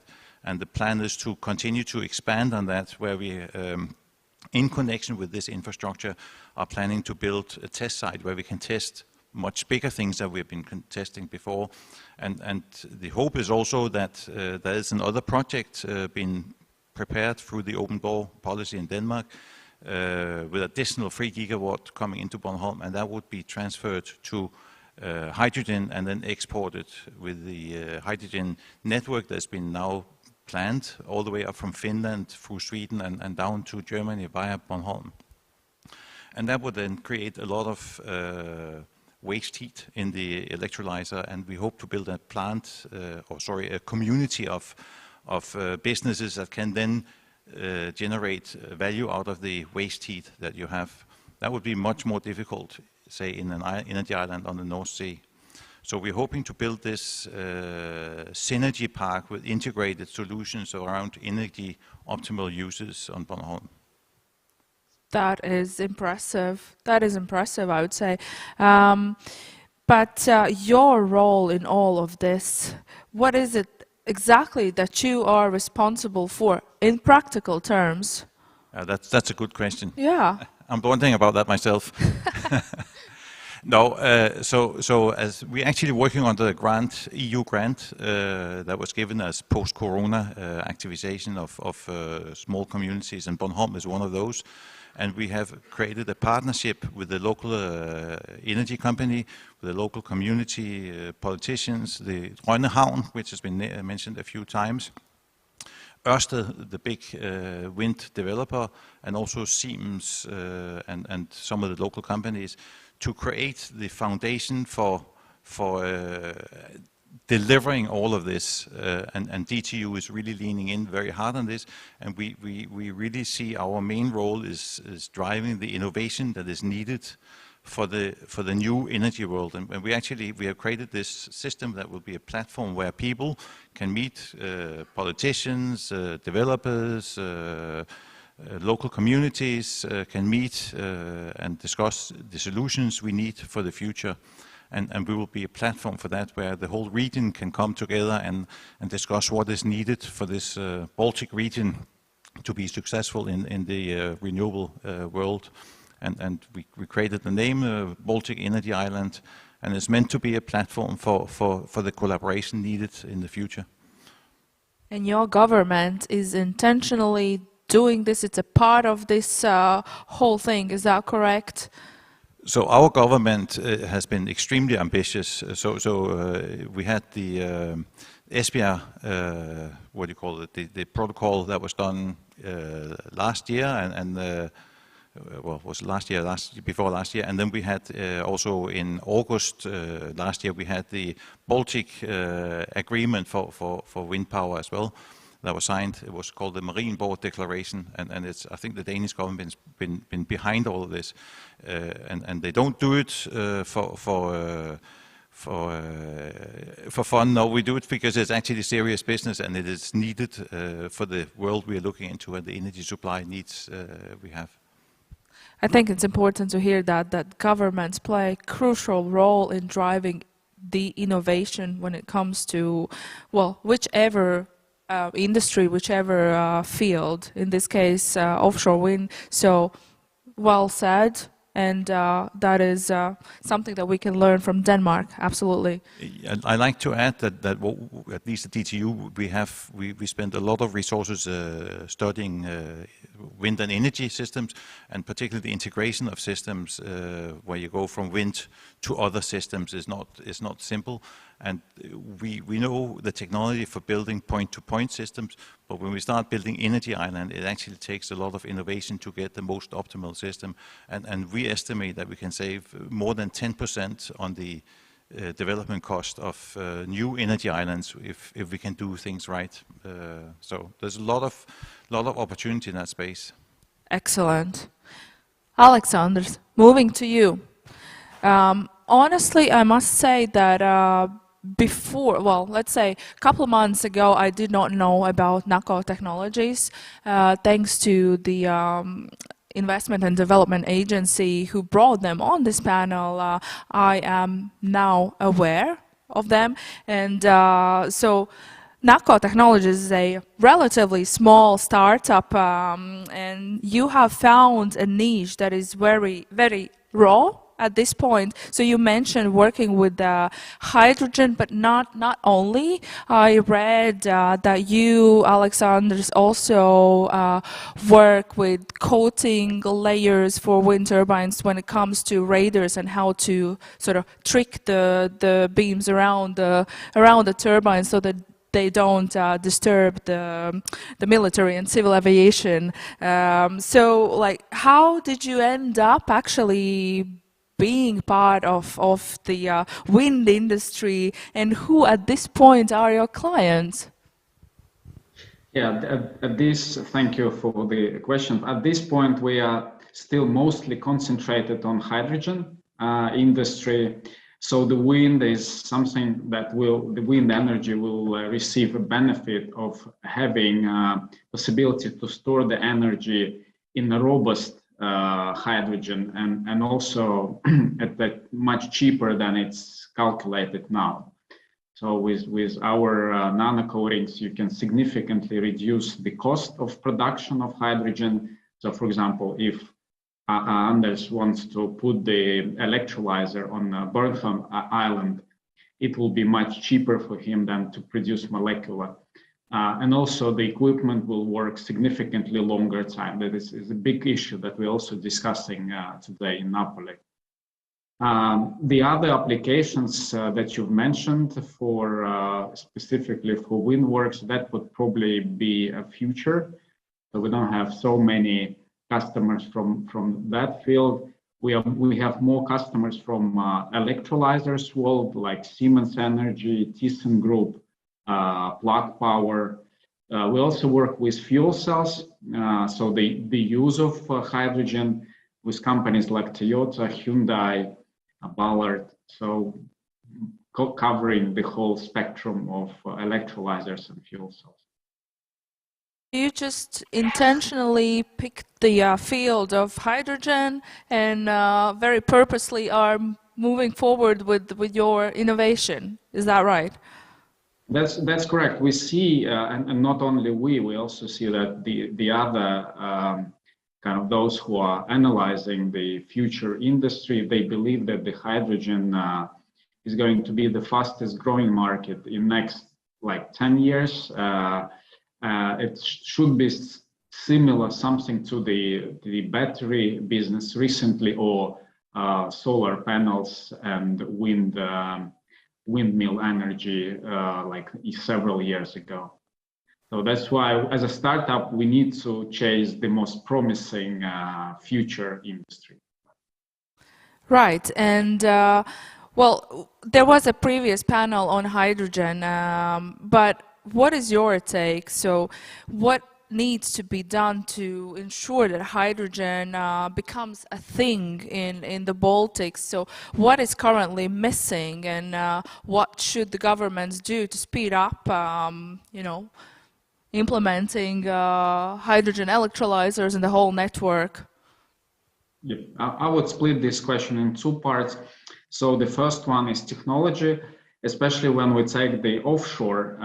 We work now with the California University on offshore wind, support of offshore electrolyzer development. So in this case, we need to provide super robust systems that is withstand high corrosive environment, which is usual offshore case. And again, the secondly is cost. If we talk about the support of the industry, we saw that there is a big change in understanding and also attitude to hydrogen. And we just recently received the or the green light from the EIC Accelerator Fund. So the company will be receiving 10 million euro to develop the technology that we are building at Nano Technologies. Okay, congratulations on that. Big news. You actually picked up, well, I picked up on what you said. So you mentioned working together with universities. So education is important, and I'm looking at Terje here. Well, the Estonian Wind Power Association has gone many steps forward. Well, you've identified that there will be a need for technicians, engineers, all sorts of technical people in the future. And you've already made some practical steps in ensuring that you, as the state, as the country, have these technicians in the future. What is it that we're talking about here? So in Estonia there is 3 first wave project, offshore project. It's Saare Wind Energy, Utilitas, Enefit Green, and they all are said that they will be ready and producing electricity by 2028. It's 5 years to go, and altogether the capacity is a bit less than 4 gigawatts, and 1 gigawatt offshore wind will create about 100 direct OM position. So it means for Estonia we're going to need 400 people at least, maybe more, after 5 years. So it's reality. It's the place where we are. We have our first wave project and we have to provide the workforce, because it's not possible even to think that we will find these people from somewhere else. So that's why we started our process to education and cooperation with 2 schools, technical schools, one in Kuressaare and one in Pärnu. Both are really close to the onshore and especially offshore areas. So that was our aiming. And the second part of that is then when I started this panel here, I spoke about our local benefit model and how we are giving some part of profit to the local government, local municipality. And it's really great, but as Estonian nature, I feel that people more than free money is always good, but they want to jobs, they want to earn their money, they want to be productive. And I think the offshore wind is, especially in this region, is the way to be part of this game. And for that, we need education. And so we have provided a first course in Pärnu Technical School. There is 16 people who graduated. 4 of them are already working in our maintenance company, but we have let's say 12 people who are available in the market, just freshly ended their first course. So it was the pilot project to understand what is needed to give out this kind of education. And we've mainly focused right now the OM phase, not the building phase, the OM, because the OM jobs are the ones who will stick to the area for the next several decades. So that is reasoning, and the Kuressaare is also preparing the study program. They also want to be directed more to the offshore wind, and they are also thinking about GVO. So if you are in Kuressaare and you have your study program, you also can go and have your GVO, and you don't have to travel around to get it. And also in Kuressaare there is University of Baltic, Tallinn University of Technology, the college is there, and the college is mainly about blue economy, and we want to tie together everything that is happening in this field. And the science-wise is that in Estonia offshore is dealing with ice, and it's not common, not much everywhere else. So it's really important for us to be the ones who knows how we're going to build up our wind parks, how we're going to maintain the wind parks, what is needed for that. So right now is the time to start with this process, because 2028 is so it's not enough time to prepare everything. But we are starting with something, yes. Not only the higher level of education, but also kindergartens, I hear. Yeah, we kind of understand that if you want someone to get involved with the wind industry or understanding what is wind, then the high school is way too late the middle school is way too late. The right time to start to talk about wind energy is basically the kindergarten. Yes, we will start with the kindergarten, and there is different programs until the technical education, and then after that is a master degree, bachelor degree, master degree. We have not yet reached to the PhD, but we are hopeful that all the cycle starting from daycare up to the PhD is somehow covered in Estonia by education. Yeah. Very well. I'm looking at Gatis and Nadia. Well, we're talking about the education, but I want to ask, what role do you see of the education in the future? I mean, in terms of workers, in terms of labor that could fulfill the ambitious targets that you've set for yourselves. You mentioned, expanding the businesses. Nadia, maybe let's start with you. So, what is the message? Let's say, how do you see the education playing role in all the business that you do? And would there be enough technicians in the future for you, for your business? Definitely, it will be a shortage, and we need to prepare these people. It concerns vocational training for the welders, for example. It concerns some good courses for engineers in technical universities. So when they graduate, they already have some basic knowledge of wind offshore, and it's important. So this is, I guess, what Baltics lacks currently. Okay, got it. Yes, we are also very much concentrating on this because in the second part of our group, where we do a lot of things with the winches and cranes, we need a lot of service engineers who do the installations and training of the customers, personnel, etc. So we see it is a challenge. How let's say I've done in Liepāja by hiring the first engineers. I take them straight from the desk or just before they graduate.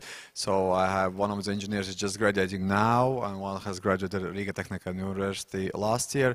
So we train them from a zero.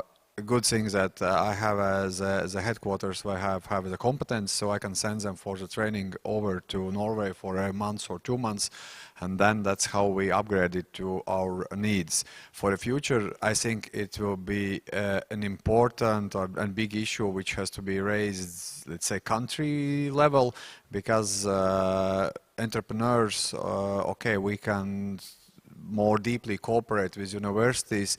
But do you already? Yeah, if we do, yes. This is about what the thing that we started with Riga Technical University to get those engineers. So we introduced ourselves and got the first cooperation. But for the future offshore industry and all this knowledge of how the wind turbine works and how all the ground and water and connections and all those complicated technical things work, I think it's.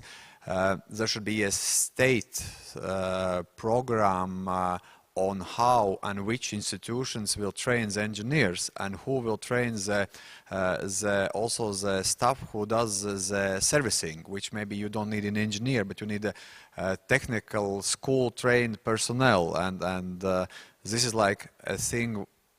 I can tell you that one good example is that what we did in Liepāja 3, 4, 5 years ago, and Air Baltic opened a pilot academy, flight academy in Liepāja airport, and Liepāja Technical School, in cooperation with Air Baltic, made an aviation technician education program, which was like 1.5 years program after the secondary school, and it works very well. So it will be, we know our generation, they are maybe not willing to sit for 4 or 5 years, but maybe you can train them very concentrated into the skills which are needed for the industry.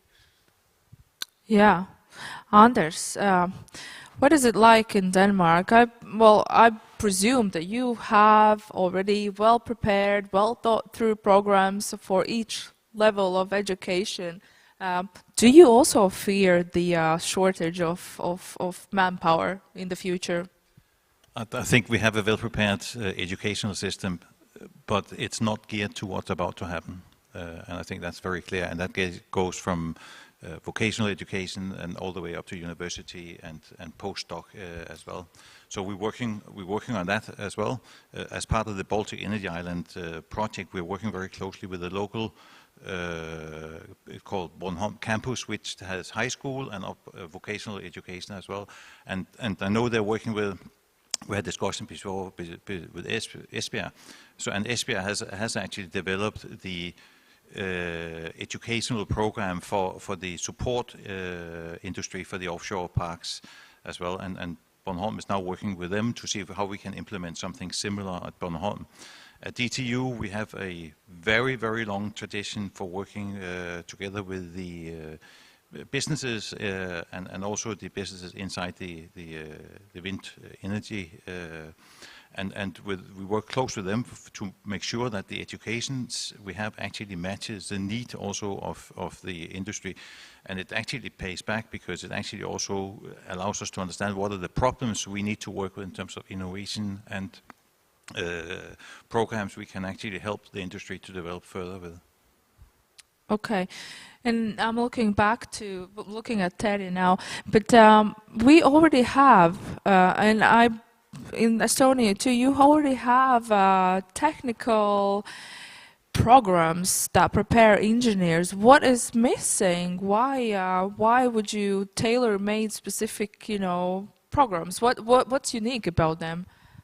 I think it's if you're talking about OM people, then it's kind of different working environment. It's high, it's dangerous, lot of adrenaline, it's really different. So, and you cannot prepare them by desk. Like you can teach them stuff, but you have to go up to understand what is a wind generator. So it's really important, and as previously all our maintenance guys are coming from street basically. So, and if you want to do maintenance, you have to have a GVO license. So it means that the company will pay for it.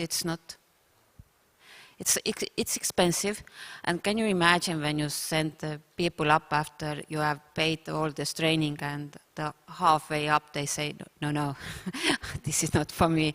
So we have to have bigger system that helps us, so we can provide for what is going on in onshore and especially offshore, because it's not going to happen by itself, and the knowledge is kind of there. I mean, the electricity and some aspects, but it's still very much tailor-made for Estonia to understand how you can maintain all your wind turbine. And as we heard, and the Estonian government has said that we want to be the ones who are exporting energy, green energy. So especially we need a lot of people, and also at the university level. If I jump there, then it's we are wise one, but still it's the new area, as same as Latvia. We don't have any offshore wind parks right now, so we have to learn. And we can send people out to the Denmark and the Netherlands and the big guys, but we still have to be the ones who are making our own way. And as I said, the sea bottom is a little bit different. There is ice, the wind is a little bit different, the people are a little bit different, the greed is a little bit different. So we still need to be in the business and to be really hands-on on it. Right.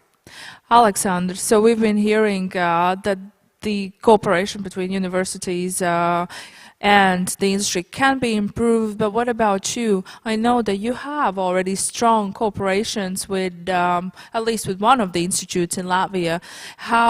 What is it like? What do you do together? And yeah, what's your commentary on the shortage of staff also in the future? How do you look at it?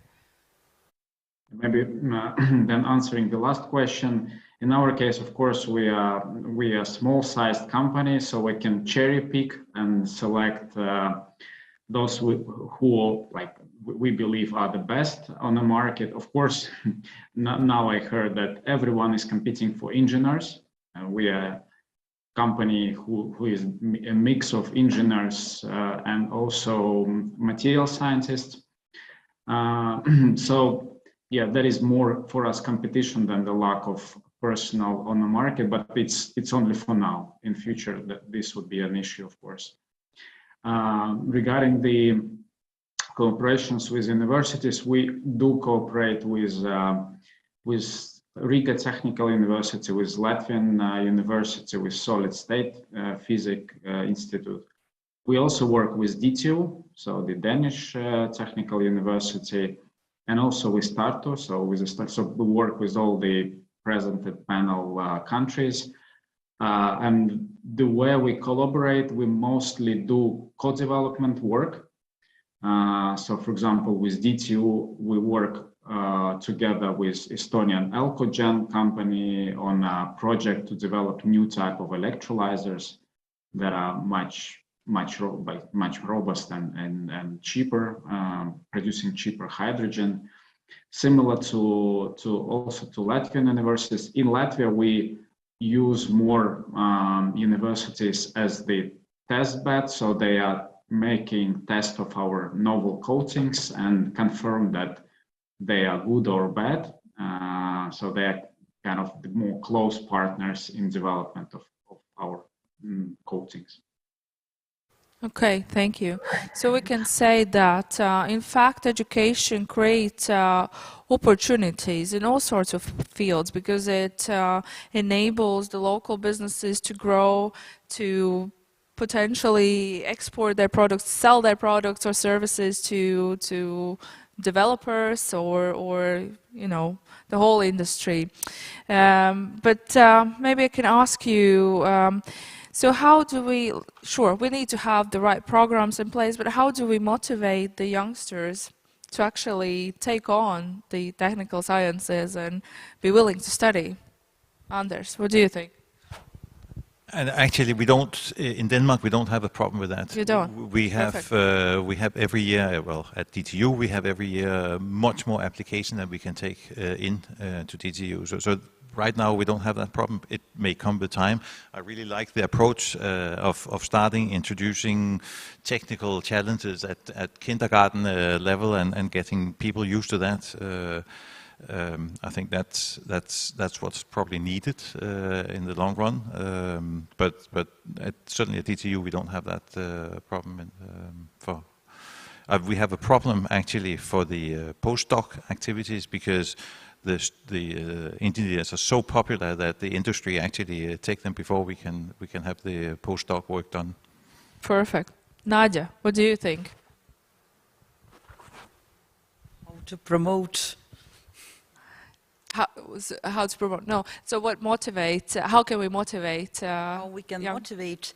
It was a good plan with the kindergarten, and but let's move a bit in life. And I think when the young people, when they make their career choices, they make planning, and they need to be certain that they will earn money when they graduate. So we need to explain or to give the message that this is the industry which are going to stay, and where they work for many years, make successful careers, earn money. It's also a motivation. Got. Yes, I would be the one who would say it's not only about money, it's about the passion and how to develop passion for this young generation, because they want to do something which, let's say, will change the world. And so it means you have to not to tell how much you will earn, but maybe how by doing this, first of all, how much fun it is, of course, and how much brave things you have to do to climb up this huge 300 or 200 meter high turbine and service it or install it in the wavy sea. I think I would say that we have to go towards or bring something from, let's say, Denmark, Netherlands, the places where they have installed, and get those inspiration stories of those persons who work there, and somehow think how to transfer. So I think we should not develop ourselves in the Baltics a bicycle, but ask and look how the others do it, and then combine it with, of course, our behavior of, let's say, our Baltic way of thinking, and I think that would be, because it's more now people like those storytelling inspiration things. So whether it's a video or they're brought to the offshore platform or let's say the wind farm, or maybe there's this 3D augmented reality stuff. So all these things, and I think good place to do it is the recent years in Latvia. There are a lot of those new science centers. I know in Liepāja, Cēsis, Riga, Daugavpils, Ventspils. So use those centers as a place where to promote the content, maybe which is created with the help of the Denmark, Netherlands, and places where there are windmills. Thank you, Terje. You kind of already answered, but I totally agree that everything is needed, and we should take on the experience from our big brothers. We call it Netherlands our big brother. I don't know. It is what it is, but we are really proud that they are our big brother about offshore wind.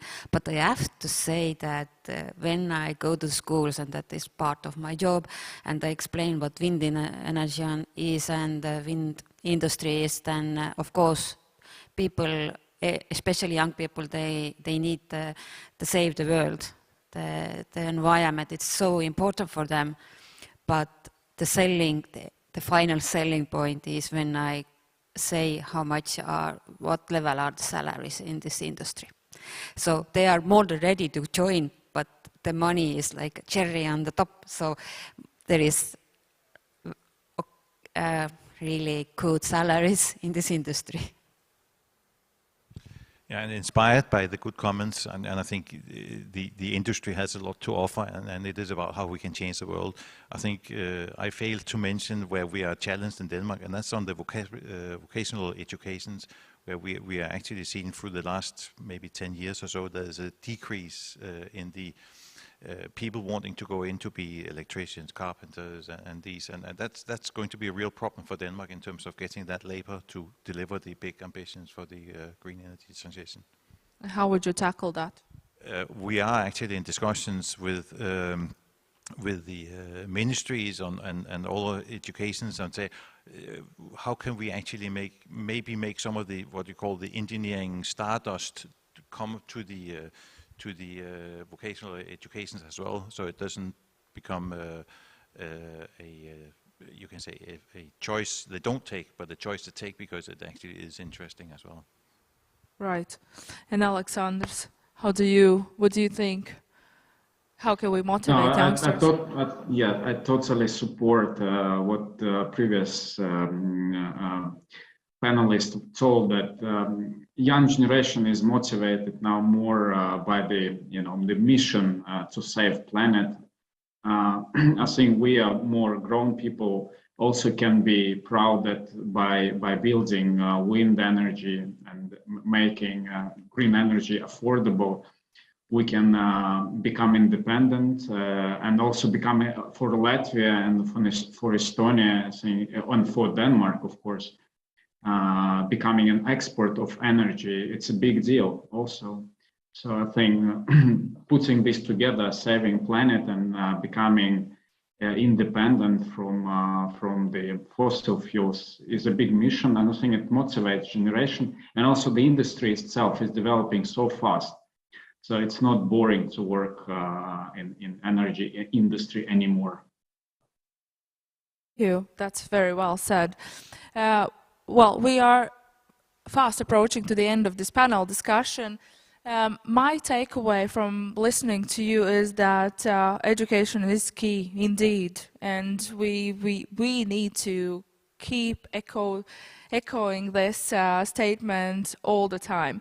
And it doesn't only apply to offshore. We need to really start preparing, in general, renewable energy engineers and technicians. When I'm saying we, I mean in Latvia in particular, because I feel that maybe Estonia has gotten a little bit further down the road, but we too, we've started discussing this, and I'd like to maybe use this discussion as the opportunity to kickstart a wider dialogue with educational institutions in Latvia, with our members who work with training. We've got one of those that work with human resources, that they know what exactly the industry will need in the future. And and we will work also with Terje to get inspired by what Estonia has done. And so we've run out of time, and I want to say that it's not only Estonia who's active in preparing new engineers, but it's also Lithuania, and we have a little surprise up our sleeve. And I'm looking at Oscars here. Yes, and I'm looking at you. You're so we look at each other. So what happens next? Yeah, we have a little ceremony, right? Is that what we have a little ceremony, and I'd like to ask Ignitis to come to the stage. Božena is already approaching very well. Maybe go to.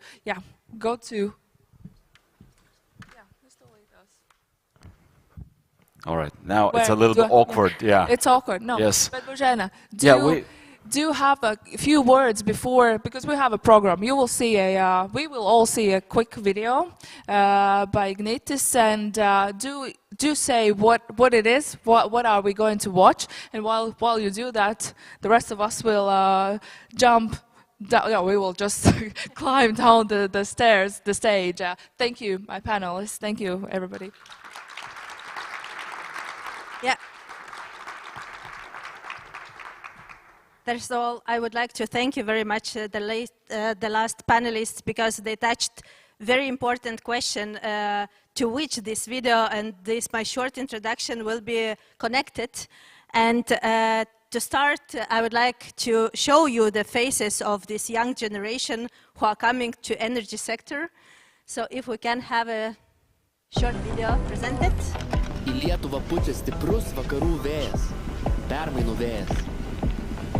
Tas, kurį kasdien gaudo viso pasaulio vizionieriai, inovatoriai ir kūrėjai.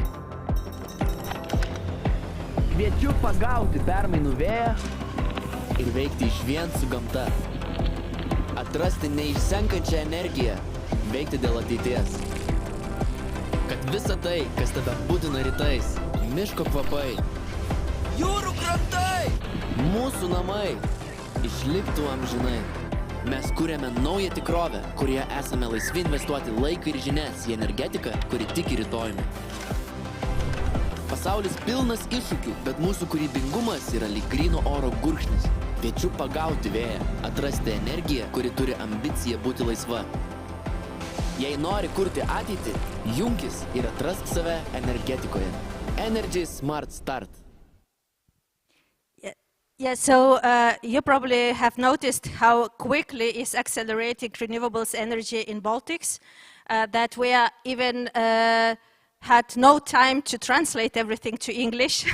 But I think that these smiling faces and emotions of young generation says everything.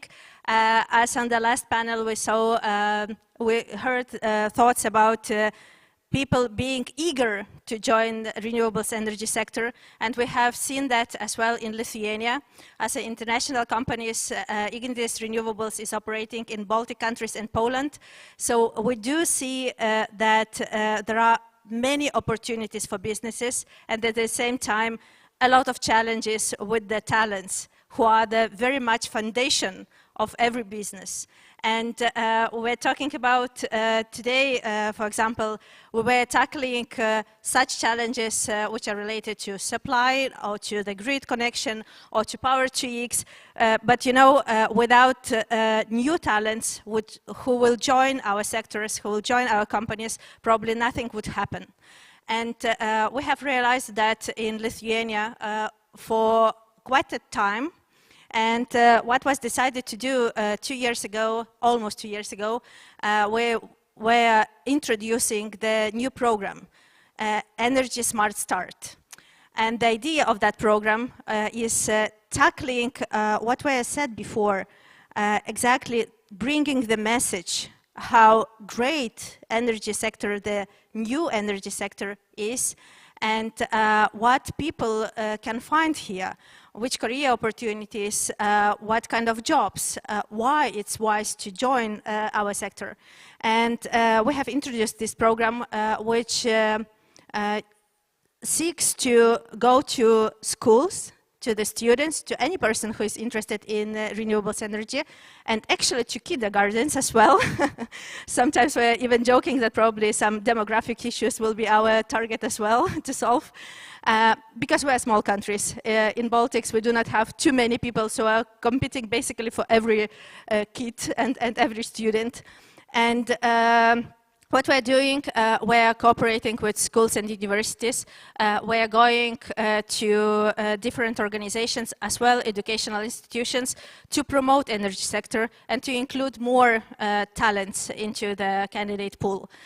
And I'm really very happy that it was decided as well that we will expand this Energy Smart Start program into Latvia. Because with our ambition to grow business here, with our project pipeline, we see that the struggle is here very much the same as in Lithuania. So today, what we are going to do, we will put the first seed. We are dedicating the 30,000 euro scholarship, which will be distributed to engineers who has decided to go to master studies in Latvia. So this is just the first step in this initiative, many other things to come, and I would like to invite to stage my colleague, the head of Renewables Latvia, Baiba Lace,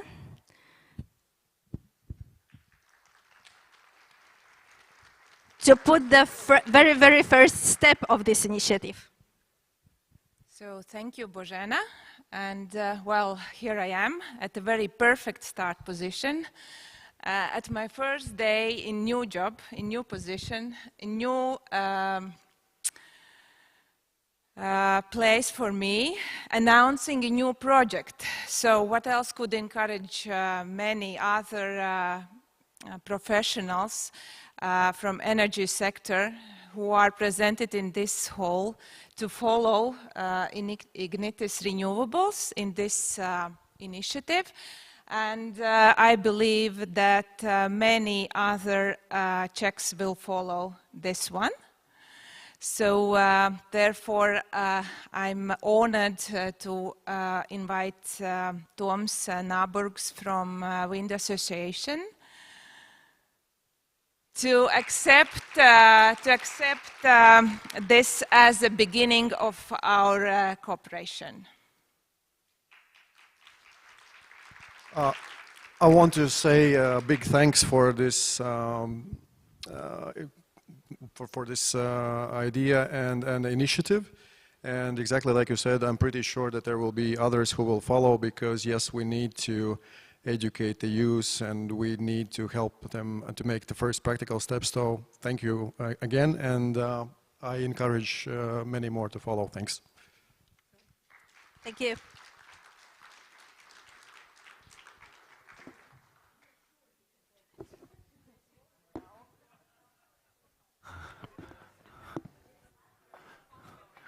The question is, was it just for the photo? Or what happens next? So it goes to schools, right? Yeah, it goes to students. First step is it goes to students. Next step, I hope that representatives of companies who are sitting here will join us and Wind Association of Latvia with their checks. So this is just an invitation. Let's grow the next generation of talents of energy here in Latvia. All right.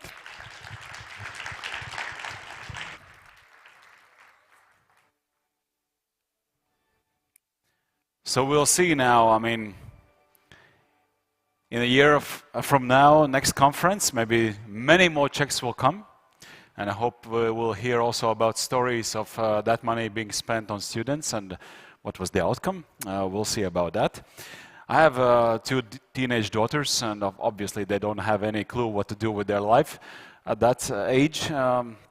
So I will talk to them about renewables as a sector, as an industry to work in.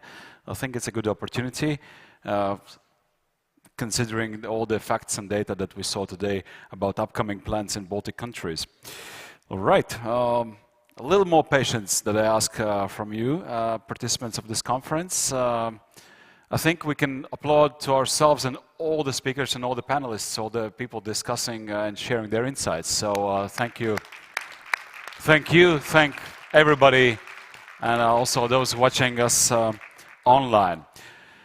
Final closing remarks by few people. So first being the ambassador of Denmark to Latvia, Flemming Stender. So please, the floor is yours.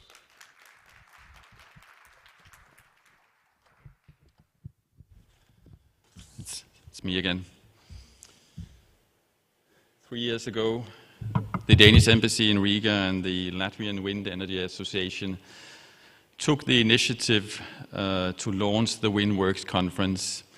And our idea was to create a national platform to gather key stakeholders, authorities, businesses, experts in Latvia, in the Baltics, but also from abroad, to take stocks of developments of wind energy in Latvia and the Baltics. Seeing the many participants today, all the networking that has been going on outside, all the good discussions here on the stage, I'm very happy about the initiative we took 3 years ago, and the conference has developed into, I think, an important meeting point for stakeholders interested in wind energy in the Baltics. I would like to thank the Latvian Wind Energy Association, Tom Narburgs, LASMA, first and foremost, but also our partner, the Estonian Wind Power Association, for the excellent cooperation also this year. A huge thank you to everyone who has been involved in organizing it, including all the technical staff, our excellent moderators, everyone. Also, my appreciation goes to all our partners, the sponsors, and everybody else involved, and also to my own staff at the Danish Embassy for an excellent effort.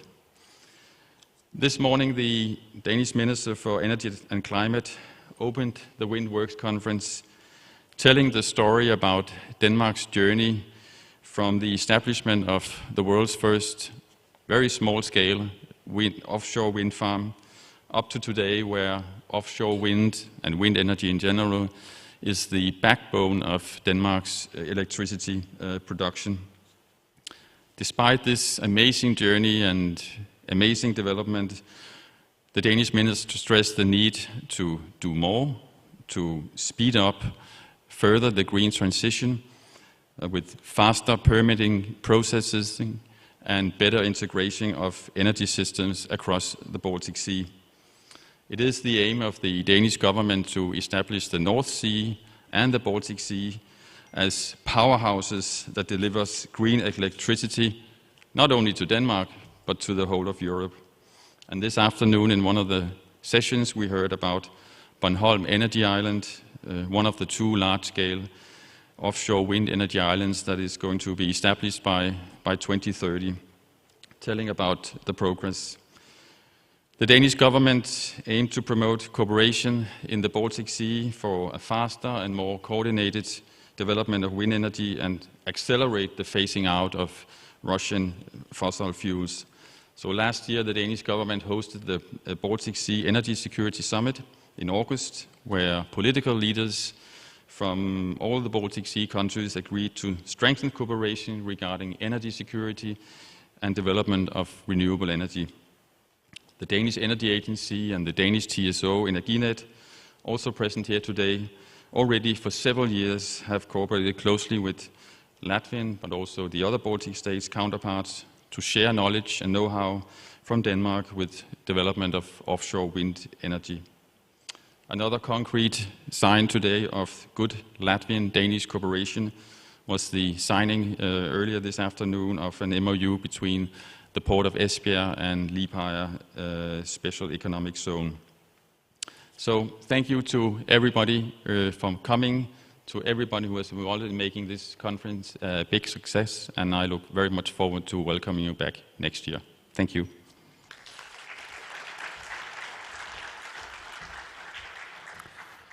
Thank you, Ambassador. We have another ambassador, and I'm very glad to see you again in the Wind Energy Conference. Claudia Peters is the ambassador of the Netherlands to Latvia. So please, the floor is yours.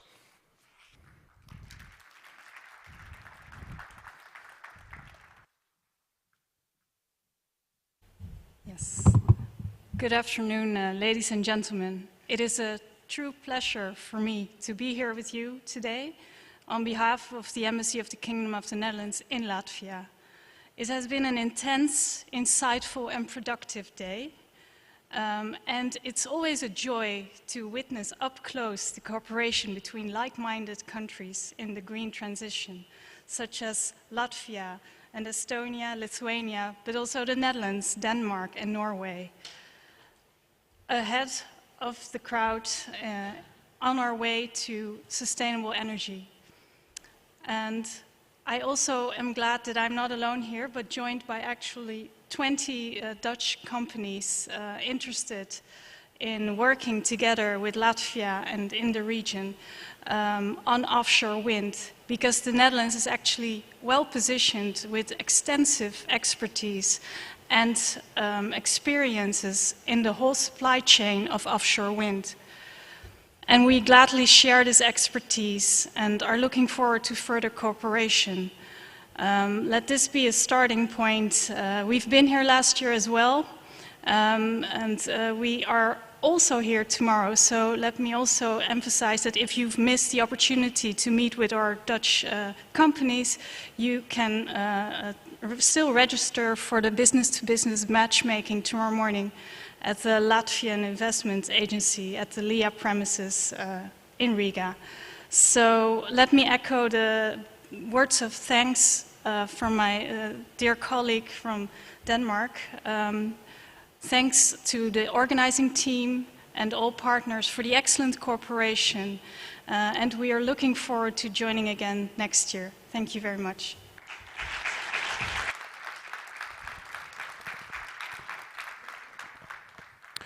As you know, in many industries, including this one, associations are the force bringing together different stakeholders, including, of course, companies from this industry. And therefore, I would like to ask to the stage members and representatives of two associations, Latvian and Estonian, related to wind energy, Toms Naburgs and Avo Karmas. Please, the floor is yours.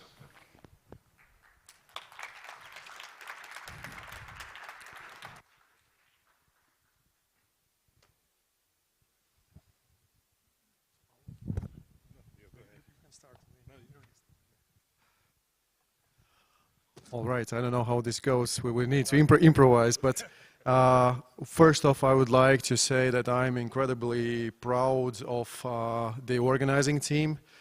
I had no doubts that this will be a success, but to actually experience that and go through that and see that it's been a fantastic event. We've had really good panels with high-level speakers. I hope that everybody who was participating here today as a listeners or speakers got some new ideas or some new piece of information, that it was informative for you, and it gives you a better understanding where Latvian and Estonian offshore is. And we hope to continue building on this, to update also the next year and make this event even more informative and even better.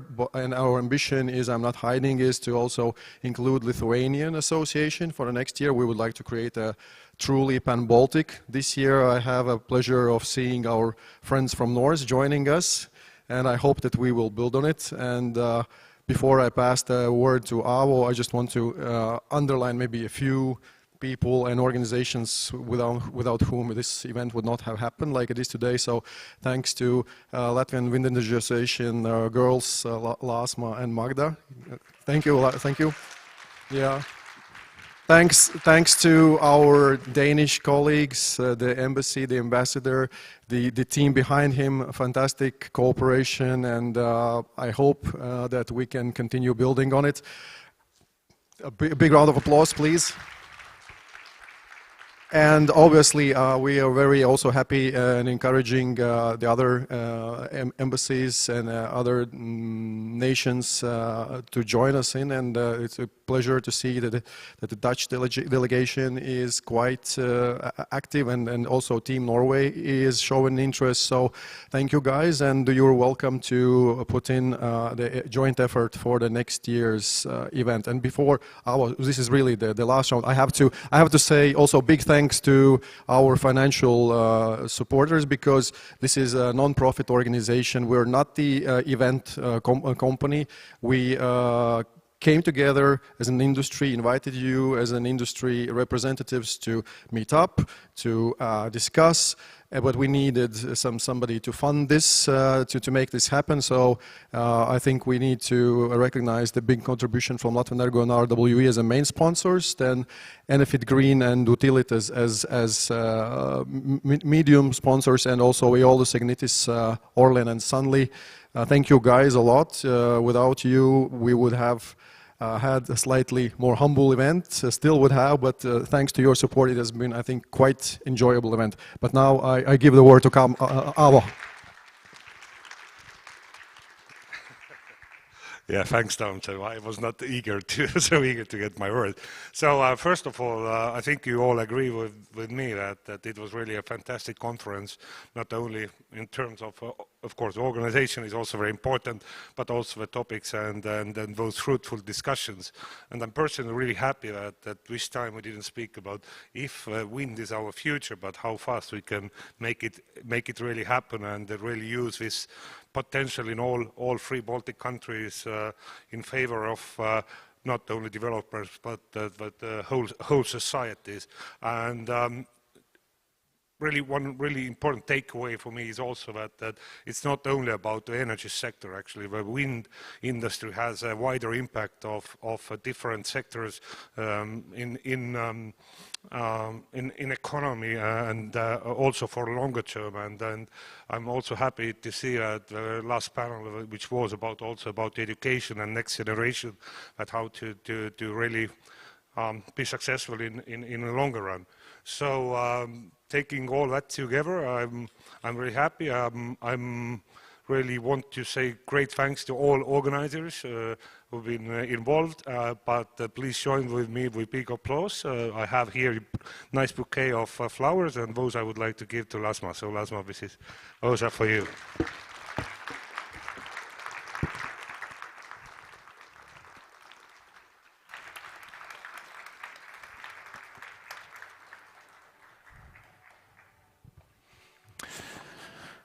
Nice. Me. Yeah, well, I mean, two gentlemen on stage looking at each other with flowers on their hands. It was just, but it was all sorted out. Thank you so much for this. So once again, gratitude to Latvian Wind Energy Association, Estonian Wind Power Association, Danish Embassy in Latvia, Latvian Investment and Development Agency, the Embassy of the Netherlands in Latvia, Norwegian Embassy, so many embassies. But there's still more to come, I think. And also thank you to the sponsors, Latvian Energo, RWE, Enefit Green, Ignitis, Utilitas, Orlen, Sunly, and Eolus. So thank you so much. See you next year. Bring your checks, all right? Bring your checks and bring your smiles and bring your energies. Thank you so much. There's some wine outside, just outside this door.